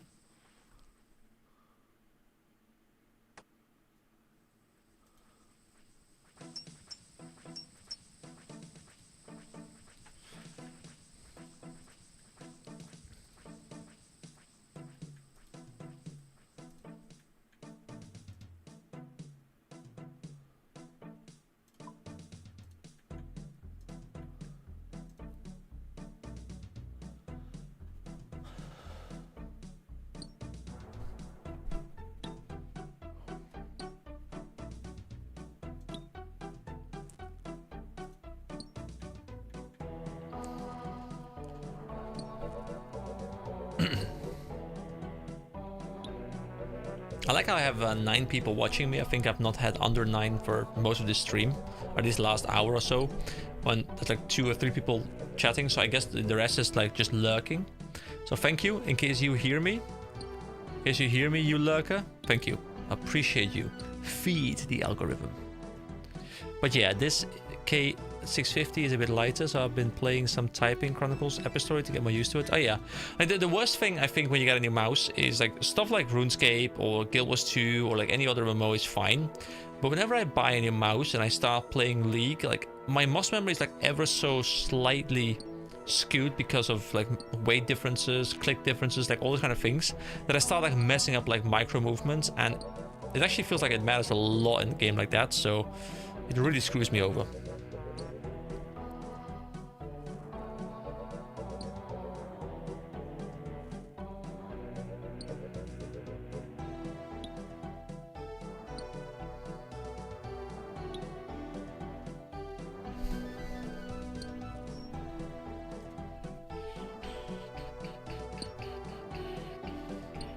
Last time I switched keyboard, I kept missing when I tried to hit control. Unsettling. Yeah, I feel you. I've mostly had Razer products for these past 5 to 10 years or something. This is the, what's it called again? Deathstalker Pro V2. It's a really nice keyboard, and the thing is, I don't have a numpad anymore, which I like. A part of me really misses, because like when I'm doing stuff that requires like just like quick calculations and stuff, I much prefer having a numpad. But not having a numpad, honestly, it's made my ability to just like sit much closer with my hands much more comfortable, because I can now move the mouse in the area where the numpad would usually be, and I no longer have to like spread my arms like in like a weird formation like this. And I quite enjoy that, but sometimes I do miss it. I've only really played League on Trailblazer Reloaded and Raging Echoes. Is it tiny? Oh, you played League? Sorry, League on Trailblazer Reloaded and Raging Echoes. Just a tiny bit of Shattered Relics. Do you mean Leagues, as in, or am I just completely misreading something right now?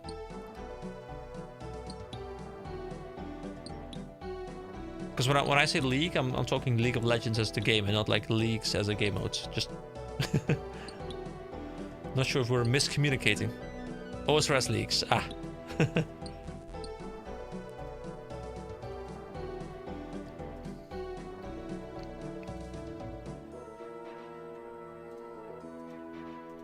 I keep walking over here every time I want to do this, but it is nice to just be able to scroll again, guys. Oh my god, like it does feel amazing to just be able to. You don't know what you miss until you like lose it for a while and get it back. Like look at this scrolling. Yeah. All right, that's not weirdness for tonight.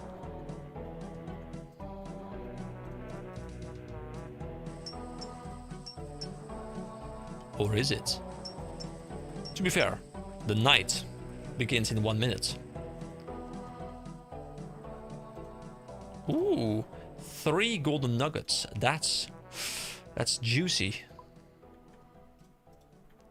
The will the Echo boss was much smaller than its regular version. and that's also without the unique drop from it. With Echo, is that like a way to like fight the boss outside of its regular spawn or something, like a different arena or whatever? I do find it interesting how in OSRS you can just say raid 1, raid 3, and people know the number. Haven't seen that before. Actually, Guild Wars 2 has that as well. You just say like wing 4, wing 5 or something. Like it's referred to as wing 1 through wing 8, and everyone who raids knows. Like it's always based on the number. Like nobody actually uses the name of the raid. It's just always wing X. But I think in other MMOs like WoW and stuff, like people refer to it as like Molten Core and Onyxia, and I'm not sure how Final Fantasy does it.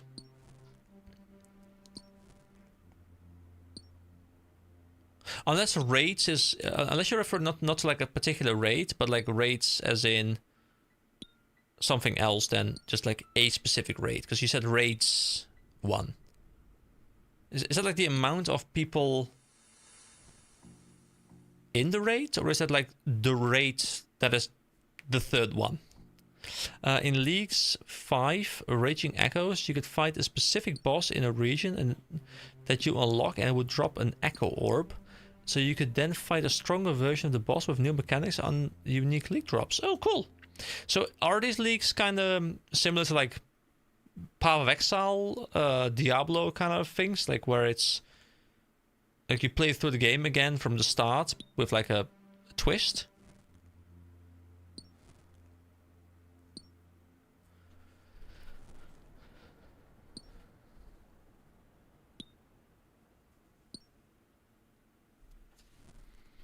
Raid 3 is the third raid added to the game. Oh, okay, yes. Okay, I got it.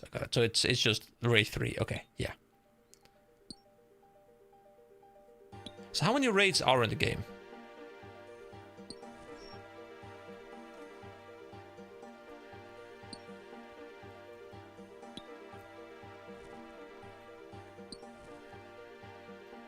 Oh, it's just 3. Okay. I mean, that's very manageable in the sense that it's it's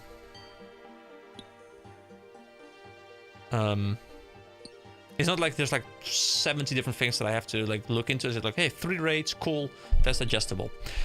Oh, nice. So it sounds like this is close to Guild Wars version. Most of what I've overheard is about Talk. Yeah, I mean, to be fair, Guild Wars 2 is it's an incredible game, but raiding is not its priority. You know, raiding is very much a secondary thing. It's cool and I enjoy it, but you know, it's gotten 8 raids in well, about 10 years now since the first raid was added. So less than 1 raid per year, which is not very fast if you compare it to other similar MMOs like Final Fantasy and WoW have so many more raids that I don't think many people even consider it to be a raiding kind of game, but it does have raids. I guess in the same way that OSRS isn't really like a raiding game. Like you don't really go in here like with scheduled raiding, I guess. It's like a subset of the game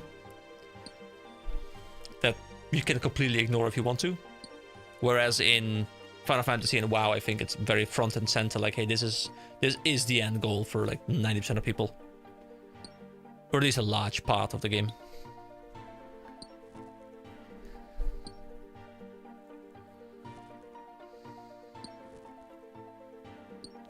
But yeah, we actually had a bit of a discussion that I guess you'll see when you watch the VOD. But the more I play OSRS, the more I feel like in terms of design philosophy, they're very similar. Like OSRS and Guild Wars 2 are very similar, where they're very different games, but they have a lot of the same philosophies that the content is based on, where it's like respecting your time, no FOMO or like very little FOMO.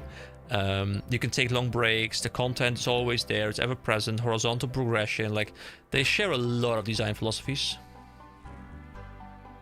Same goes for Guild Wars 1, to be fair. Like they kind of just extended those philosophies into Guild Wars 2, but it's interesting to see that they're kind of following a similar path, even though they're extremely different types of MMOs.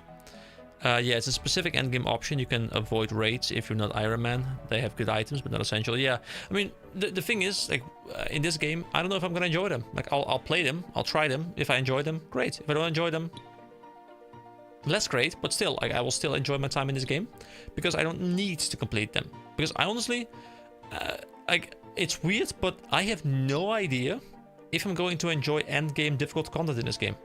I tend to enjoy that kind of content, but it's a very weird combat game, so I have literally no idea if I'm gonna be really annoyed and dislike it, or if I'm gonna be like, oh my god, this is like really fun, I want to learn all the ins and outs and really like play this well. And I guess we'll see once we get there.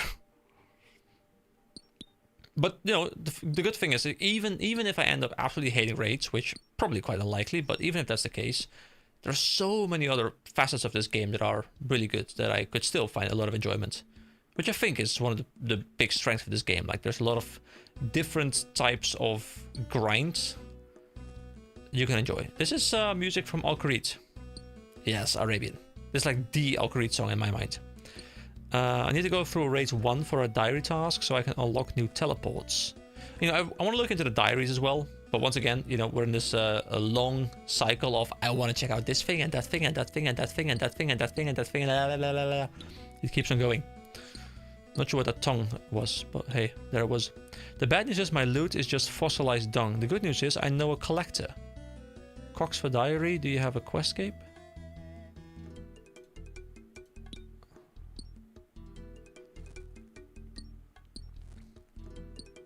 Unlocking teleport seems to be such a big part of this game. Oh, there we go. It's full again.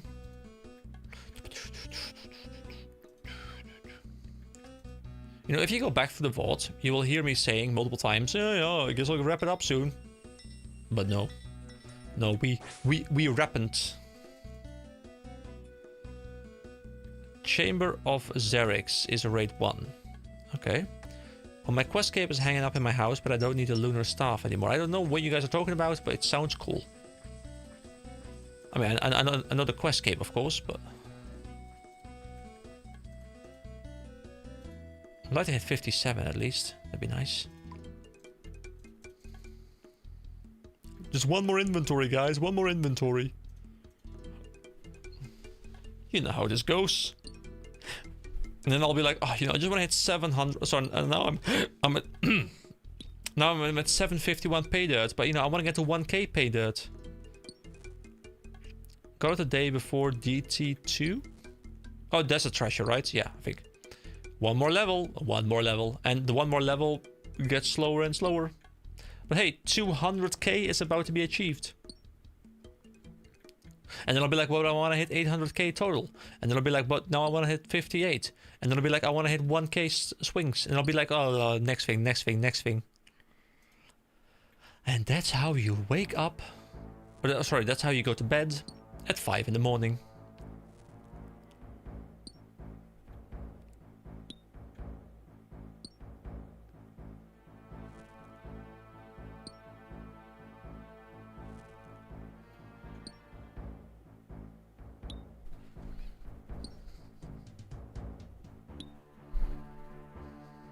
What's one more? I know, right? Easy peasy. What's work anyway, right? Like, who needs to work a job when instead of working a job, you can mine a pixelated wall? Like, isn't that much better? See, now I got 769, which is nice. Now it's gone, which is less nice. But it's a higher number, which is nice again. Here we go, 2.7k to the next level. I can feel it, I can smell it. I may have been up past bedtime getting keys for the last... Was it God War Dungeon boss? Whoops, I mean, it happens. Or kill ghosts in PvP zone while forming a protection clan for yourselves. That's what I have you for. You guys are my protection clan. To be fair, speaking of the clan, guys, we're growing. We're 13 members right now. Now, I'm the only one currently actively in the clan. Which is a little bit disappointing, but we're 13 people. We're growing. But yeah, don't feel the need to like represent my clan. It's, you know, being your own one. It's totally, it's all good. It's all good. It's all good. Why do I keep going here? Damn, look at those pictures that probably took at least a day. I mean, it might even have taken 2 days. I mean, to be fair, this game came out a while ago, right? So, oh, here we go. Here we go. Thank you. Thank you for guesting. I can kick a guest. I can ban a guest. I can look up. Does it work? Yes. Ooh, I can see your stats. Those are some nice stats you got there, sir. 117 magic. I mean, that's... Also, okay, so it's taken into account, like, experience over the cap, right? Like, it's calculating based on that what the level would be.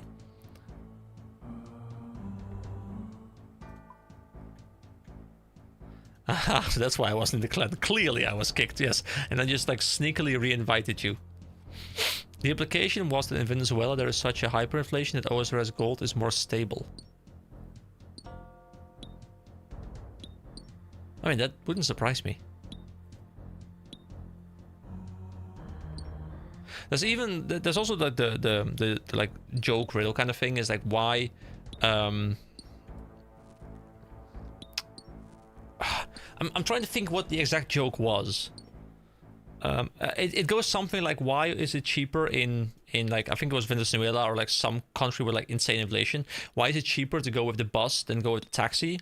And the answer is like, at the bus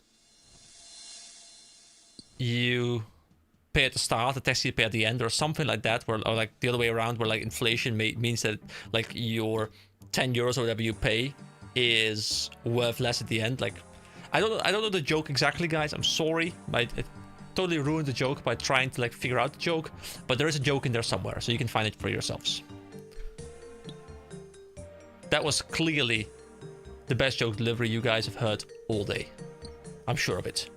I'm a god at delivering jokes. So they farm gold in the wilderness because it's more gold per hour, but they had to pay protection money until they made their own clan to protect each other. That makes some sense. It does make some sense, doesn't it? Wasn't there also... I'm not sure if it was RuneScape, but there was a game. Was it WoW? Was it RuneScape? There was a game that was so heavily botted that you had like bot farms with people with literally like 100 PCs just like all going at the same time, all botting at the same time, that would then sell that gold that would make way more money than working an actual job, because like the gold was just like worth so much in that country. I guess it's something similar to that. But it had like a lot of botting. I think it might have been WoW, but I'm not 100% sure.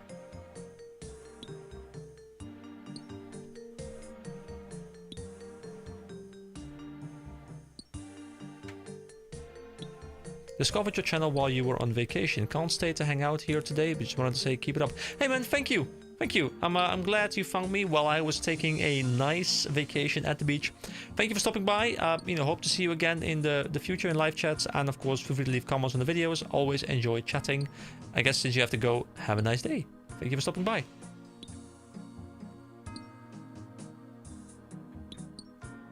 I mean, we won't be we won't be going for much longer anyway. Which is something I've been saying for probably about the past hour or so, but I cannot stop. I have a problem. It's a big problem. Good thing you guys share this problem with me.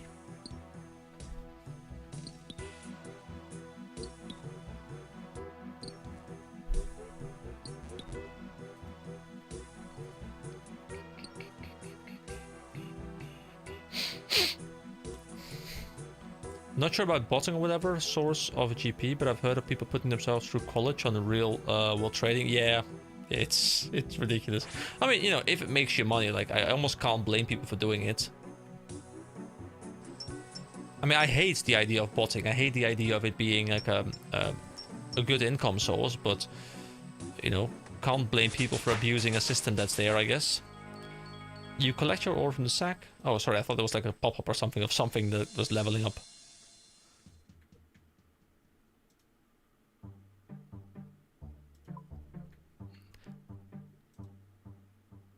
Then again, Mod Audi, sorry, Mod Audi. Not quite sure what you're talking about there. What's the space one? No, it was one of like the big RPGs, like one of the big MMOs, one of the like medieval fantasy MMOs. I think it was like either RuneScape or WoW, but I'm not 100% sure. I just remember like seeing a video of some guy who had like 100 monitors, like just like hanging across like a giant like factory wall almost. There was some JMod that approved bogus account recoveries, but in other mods' names. Oh, that's interesting. I do remember a video series about a RuneScape as a 9-to-5 job, evaluating money-making methods. I mean, it is cool if people can make money off a game, not by botting, but by actively playing the game. And then Real World Trader Bank even drop on tradables. I think he bought a car.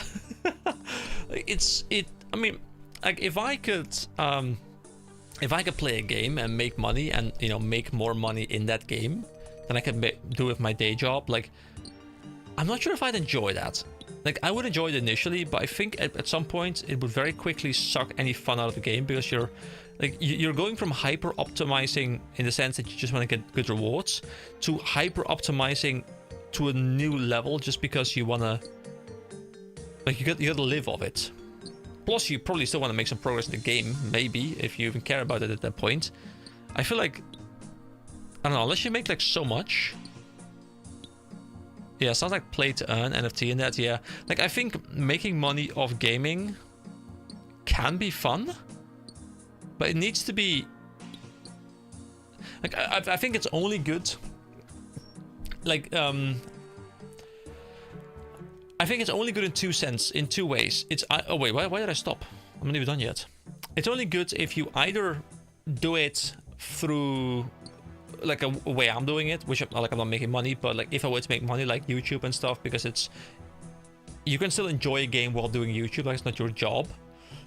Or you're doing it like professionally, like an esport.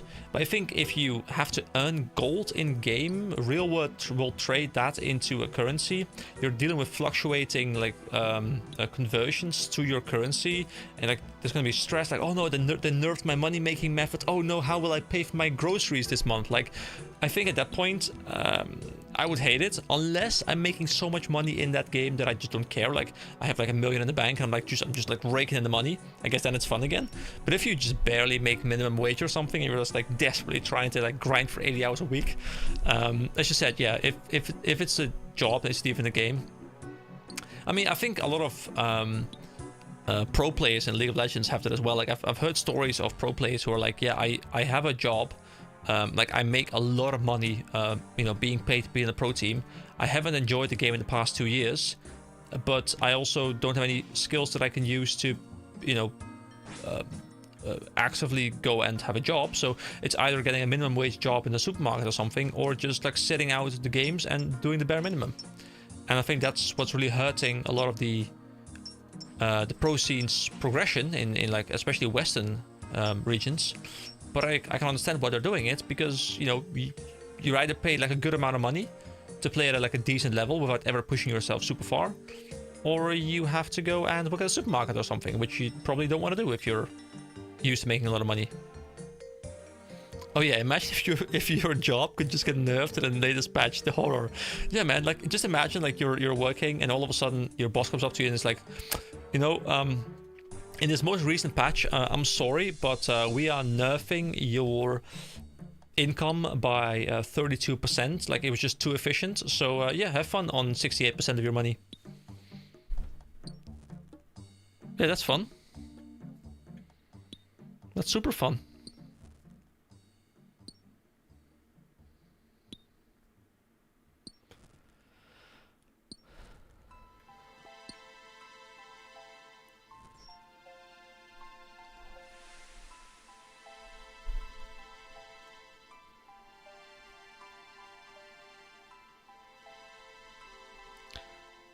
No, it's cool because of the experience stuff that apparently I can keep track of right now. I don't know if you guys can see it as well, but I can see like the entire list of everyone who's been chatting and how much experience their chats have gotten them. I can see that Sly Elf is still #1 with 250 experience. I don't even know how. It resets every stream.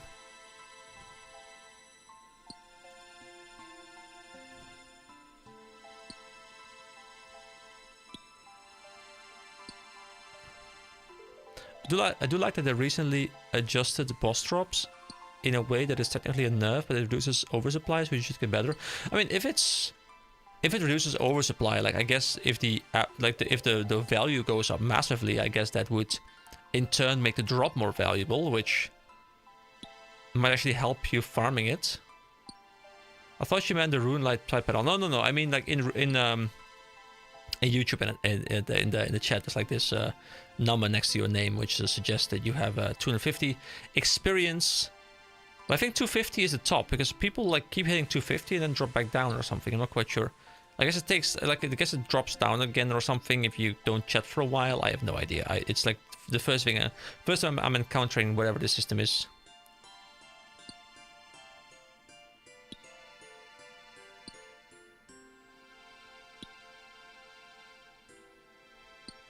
I guess people need systems to have people actively engage for their own sake. You know, that people just won't even engage anymore for just like interaction. People will be like, yeah, but I gotta get my chat experience, guys. I gotta be the #1 chatter. Oh, the internet's a beautiful place. Yes, I'm very unfamiliar with the chat experience system. Yeah, me too. I think it's a new thing because I saw it for the first time today. So it's probably added somewhere in the past month or so, and all I can see is that there are people with 250 experience. It's not going up anymore, so I guess that's the upper limit. There's a top 3. And the only useful thing for me is that I can see that there's been 16 people chatting. Because there's 16 people in the ranking, I guess. But I don't know what purpose it serves. I guess the only purpose it serves is for people to have a dig measuring contest. Like, hey, who can spend the most time chatting per stream? And then that is nice in some way, I suppose.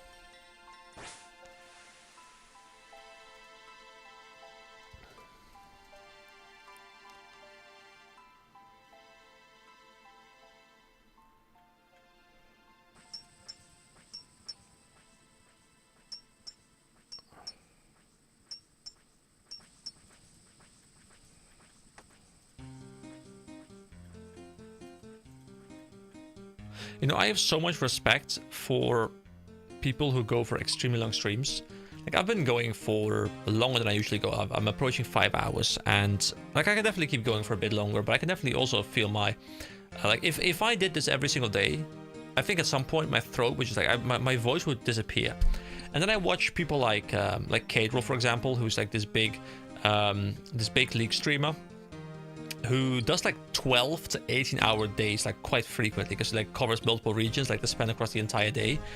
And he's also like energetic and he's like shouting. Like, I'm like, dude, how do you do this? I guess your voice gets used to it at some point, but my god, it's impressive. And people just like sometimes I hear people say like, oh, they're just sitting in front of their microphone just talking. Like, how do they get paid for this? Oh my god, it's that exhausting to just make high energy like 10+ hours a day. I think it's meant to encourage donations because those are weighted higher than chatting, and YouTube takes a cut of those. Yeah, that makes a lot of sense actually. That makes a lot of sense.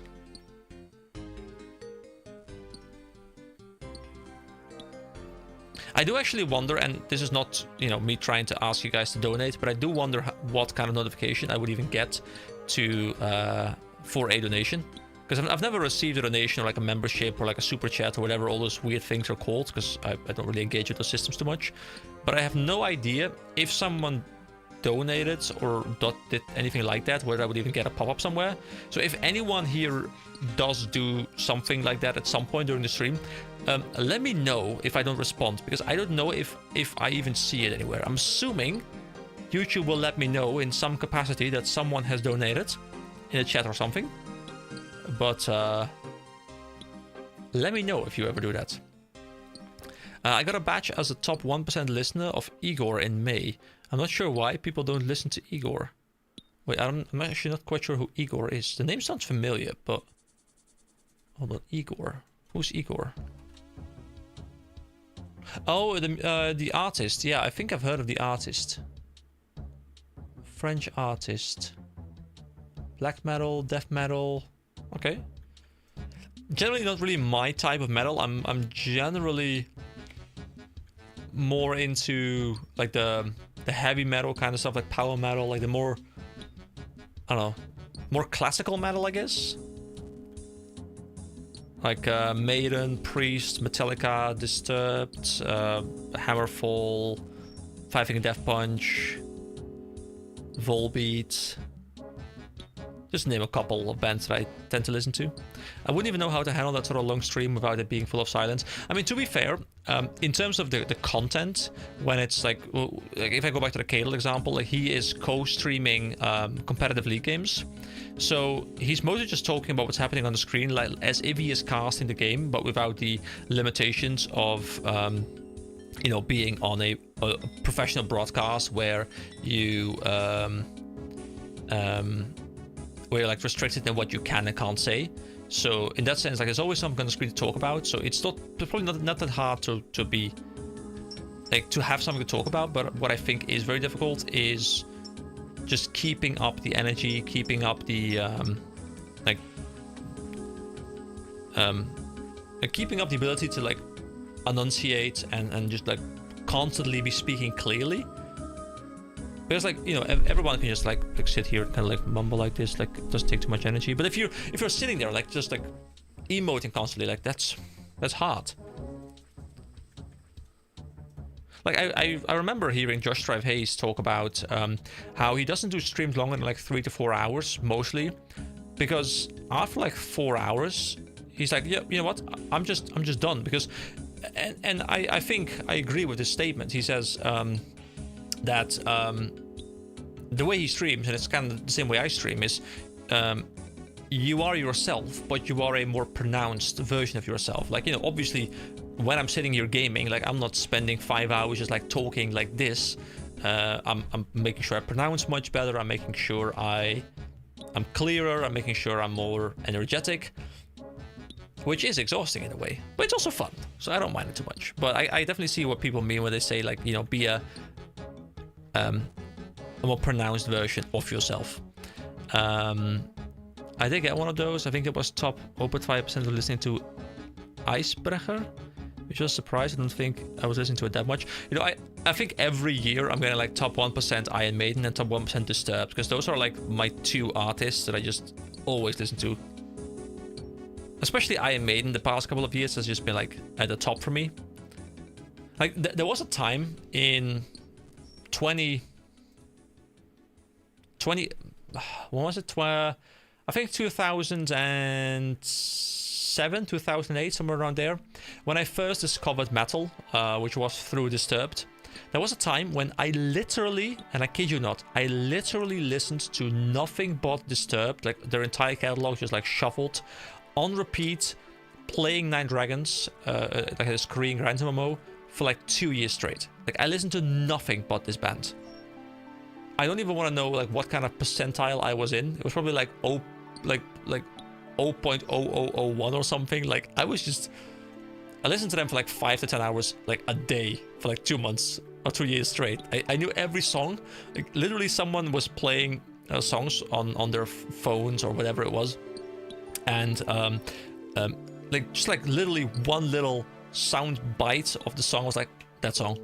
I can still do it somewhat now, but like I've not listened to them nearly as much anymore. But it was glorious. I was that kid who was like, okay, now, you know, I gotta get the band shirt, I gotta see them in concert, I gotta watch like their Decade of Disturbed DVD, I gotta watch all the interviews. Like, I don't know what was going on, but I was obsessed with that music. It was great. Narration is a bit more high energy than normal, but a lot more careful to enunciate properly. Yeah, it's actually surprisingly difficult sometimes to get in that flow. I can feel it during recording as well. Like, you know, the first recording of the day, you know, you're all fresh, it's easy. To be fair, it often takes like 5 to 10 minutes of warming up to be able to like warm up your like mouth musculature or whatever to be able to speak properly, in my mind. But then like the next hour, 2 hours, you're like quite clear, and at some point like you can feel your mouth becoming tired and you're like But, you know, I'm not talking about anything that you don't know, of course, because you share a similar job with your extremely long videos. I saw like 10-hour long videos. Now I'm assuming you don't do them in one sitting, but they're long videos. I listened to a little bit of them, but I haven't gotten around to like doing a proper dive into them because I've just, well, not really listened to any YouTube videos at all almost in the past 2 weeks.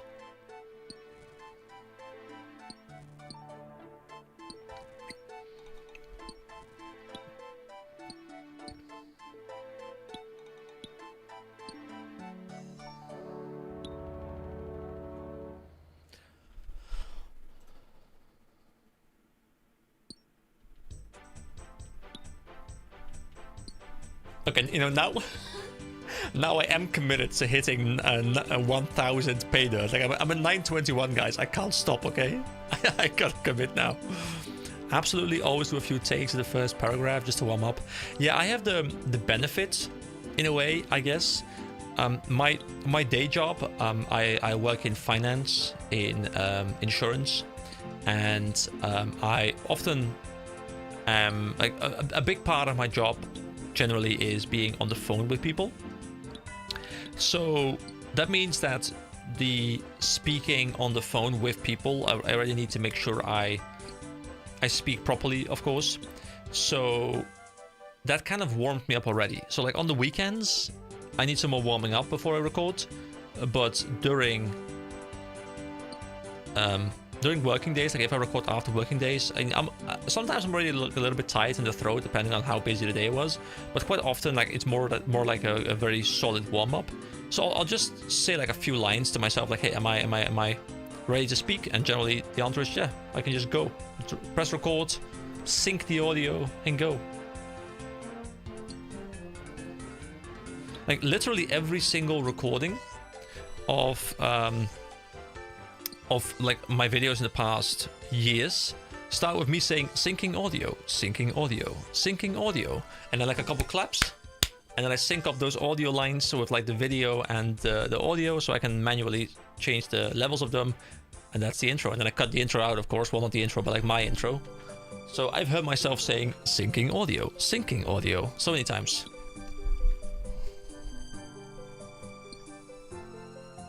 What's Daily Dam if it isn't EK? Oh, wow.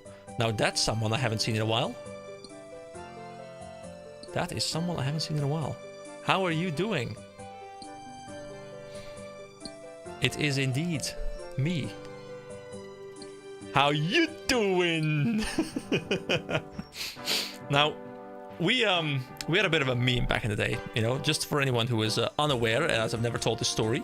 So every time we saw each other, we would say, how you doing, very loud, and then doing good. That's how our degeneracy went back in the day. This is someone I played a ton of League of Legends with, way too much back in the day. As we were hard stuck, low elo. Kinda bad, kinda terrible.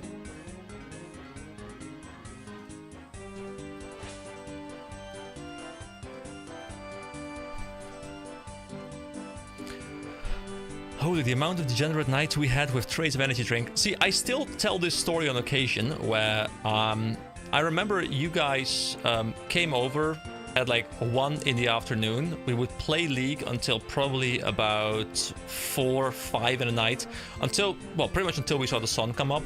Then you would go home, and next morning you would return again around the same time with a full tray of energy drink, like 24 friggin' energy drink thingies, and then some classic frikandel broodjes. That was a glorious time. I have no idea how we survived that. Never forget the frikandel broodjes. Yeah, it's like, I'm pretty sure, like, unless I'm misremembering, I'm pretty sure we had at least like 10 energy drink a day or something for like 3-4 weeks straight during that one summer vacation. And I might be mistaken, but I might also not be. The amount of caffeine we consumed, the amount of sugar we consumed, I'm pretty sure I get a good 10 kilos that vacation. See, I actually recently told the story of how you guys mooned me. I distinctly remember looking to my left, and all of a sudden, seeing two people with their pants down. You've seen very similar interactions with a couple of Aussie YouTubers. I mean, yeah, I feel like Aussie YouTubers are always very enthusiastic. Wait, did we moon you? Yes, you and Damien. I distinctly remember you were. I was. I don't know. I was playing League. I was doing something. I can't remember. You guys were outside smoking. You guys knock on the glass. I look to my left, and there's two bare asses. That was somehow that image is just like burned in my brain, and it has yet to come out. So if someone could wipe my brain, please, that'd be very pleasant. I would appreciate that.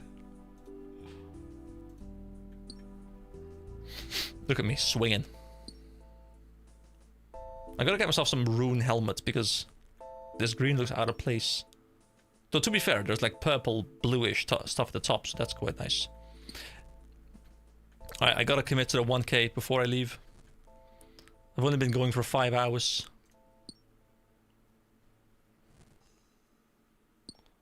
Don't think I've ever passed 5 hours in a live stream, but here we go.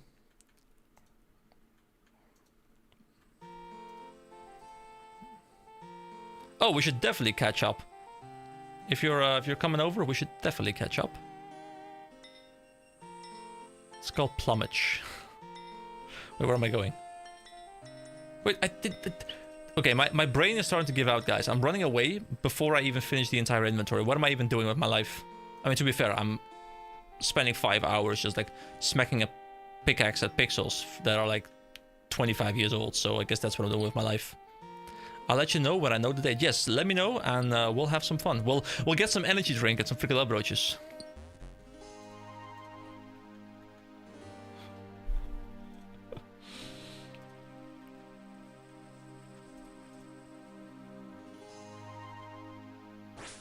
There we go. We've almost wrapped up the day. So close. Motherlode Mine is newer than that. Yeah, I mean, to be fair, the Motherlode Mine itself, I guess, is it like 2007, 2008, I would guess? Or is it newer than that as well? Honestly, I have no idea how new it is. Give me my ore.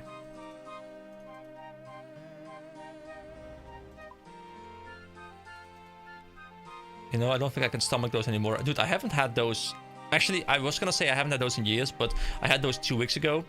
But only like 1 or 2 of them. Because I went on vacation to France and I had to drive there. And we had to wake up very early to, well, beat traffic. So I was like, this is the perfect time. I need energy drink in my life right now. Combined with coffee. So the amount of caffeine I had that day was a ton. But then again, I have an office job, so caffeine is no mystery to me. Early OSRS, maybe 2015 or so. Apparently 2014. Oh, that's actually not too old. But then again, you know, who knows whether these pixels weren't copied over from somewhere else. But I guess they're only 10 years old then. Only 10 years old, guys. Yes, that's how old we are.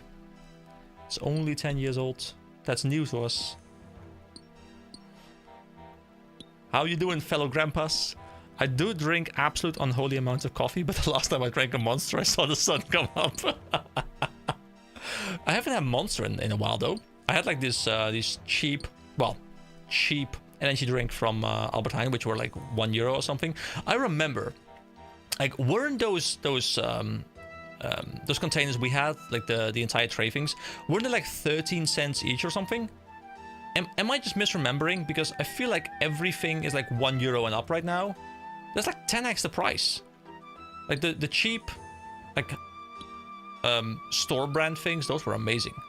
20 cents each. Okay, that's still 5 times the price then.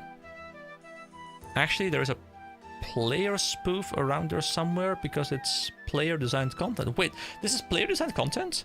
Was it like a contest or something where you were allowed to design something and you've won something? Like, I know a lot of games have like design a quest or design a weapon kind of things where some player wins and they get to design something for the game.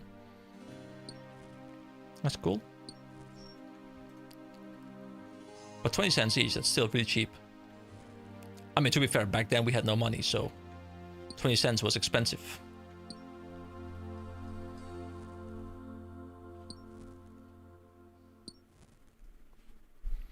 don't want to introduce on the stream, by the way, so if I'm talking too much, let me know. Do you ever still speak to him? Oh no, definitely. You know, come hang out. It's so good. You know, we've been hanging out for 5 hours. We're a bunch of chill old people around here, so we can definitely have a bit of a chat. And yes, in fact, I have spoken to him a lot recently because me and Sander have been playing a lot of Flex together. Like, Sander and I have actually gotten back into contact when, I think at some point, like 2 years ago or something, he reached out on wait, what am I floating? I think I was floating. He reached out on Facebook, I think. I didn't even know I still had Facebook, but I got a notification. And he, I think he wanted to like get the entire group back together, and from that point on, we've been playing like some solo duos, some Flex and stuff.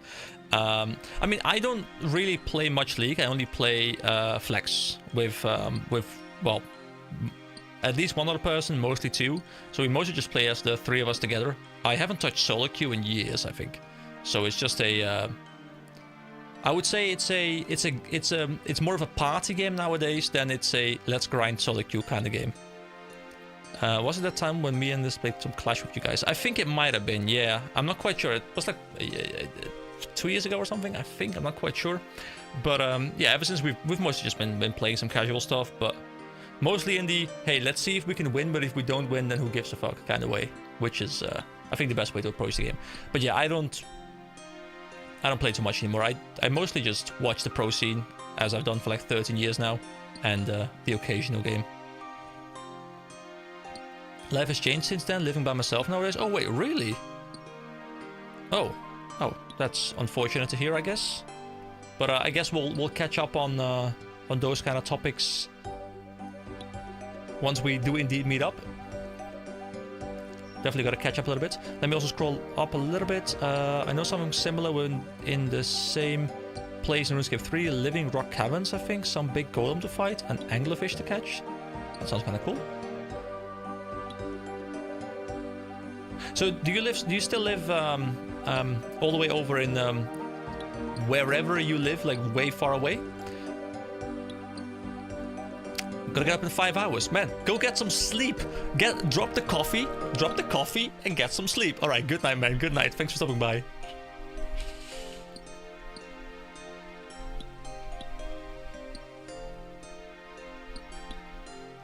Even further now. Oh my god. 2.5 hours, man. This guy lives in a different country at this point. He lives in the sea. On a little boat.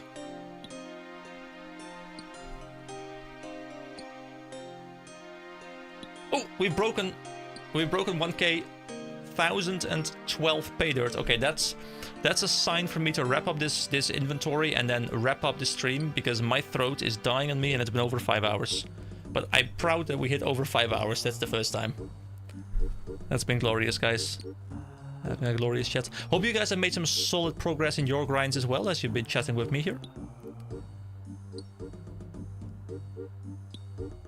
Because I know every single one of you, well, most people here have just been spending these 5 hours just going absolutely ham on whatever skill you are looking to level next.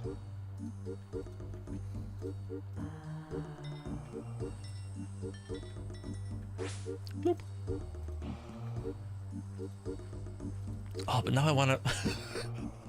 Guys, this is... I will quit, okay, I will quit. But now I'm like, oh, but what if I push mining to 58? No, I mustn't. Oh, but smithing. Oh, come on, give me smithing experience. Come on, give me smithing experience. No! 15 experience for the level up. You know it, there's always something. What if you nerdlog? Yeah, but... Oh my god, I gotta get sleep at some point. It's approaching at 1 AM over here. Now, I don't have to wake up early tomorrow morning because I have a late shift, but I was gonna record a video tomorrow morning. But I'm starting to lack time.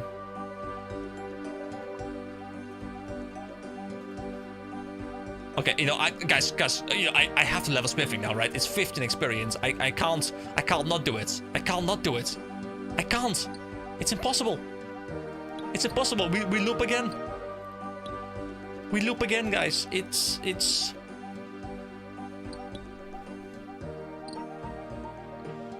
just the way the world works. Actually, hold on. Let me see. Can I could just stand here, I guess, and because I want to get this level up. Okay, here we go. Here we go. Is this level up? Does it give me smithing experience? There we go. Beautiful. Smithing level 44. You can now make steel two-handed swords. Do I care about those 200 swords? Not in the least. But it's cool that I can nonetheless. So level 716 in total. Oh, we're about to breach 800k. So now I gotta stay for that, right? No, guys. No. I will not convince myself to stay for more. I would say there is a faster level way to level smithing here, but that would go against my prior suggestion. Thank you for the congrats. Thank you. I have, I want to keep convincing my. Wait, what? I have one paid out of my inventory. Hello? Oh, of course, I gathered that one. Hold on, let me yeet it in here. We yeet into the basket.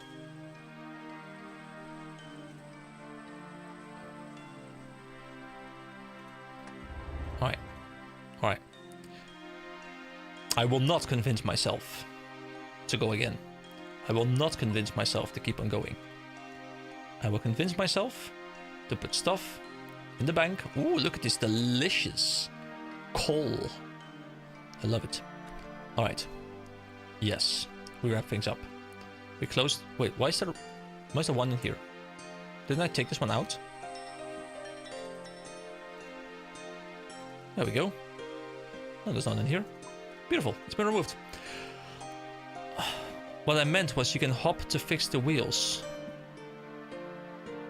Oh, you mean like switching worlds in order to get a different one where the wheels are broken. Oh yeah, I guess that makes sense. All right, guys, I'm gonna pull the plug here because otherwise I'll keep going for another like 3 hours, which if I still had vacation, I probably would do, but right now I should not do that. So thank you so much for watching me today, guys. I hope you had fun. I definitely had a lot of fun, and I will be back with another video coming up, not tomorrow, but the day after that. And yeah, have a great rest of your day, guys. May you enjoy your grinds, and I'll see you next time. Bye-bye.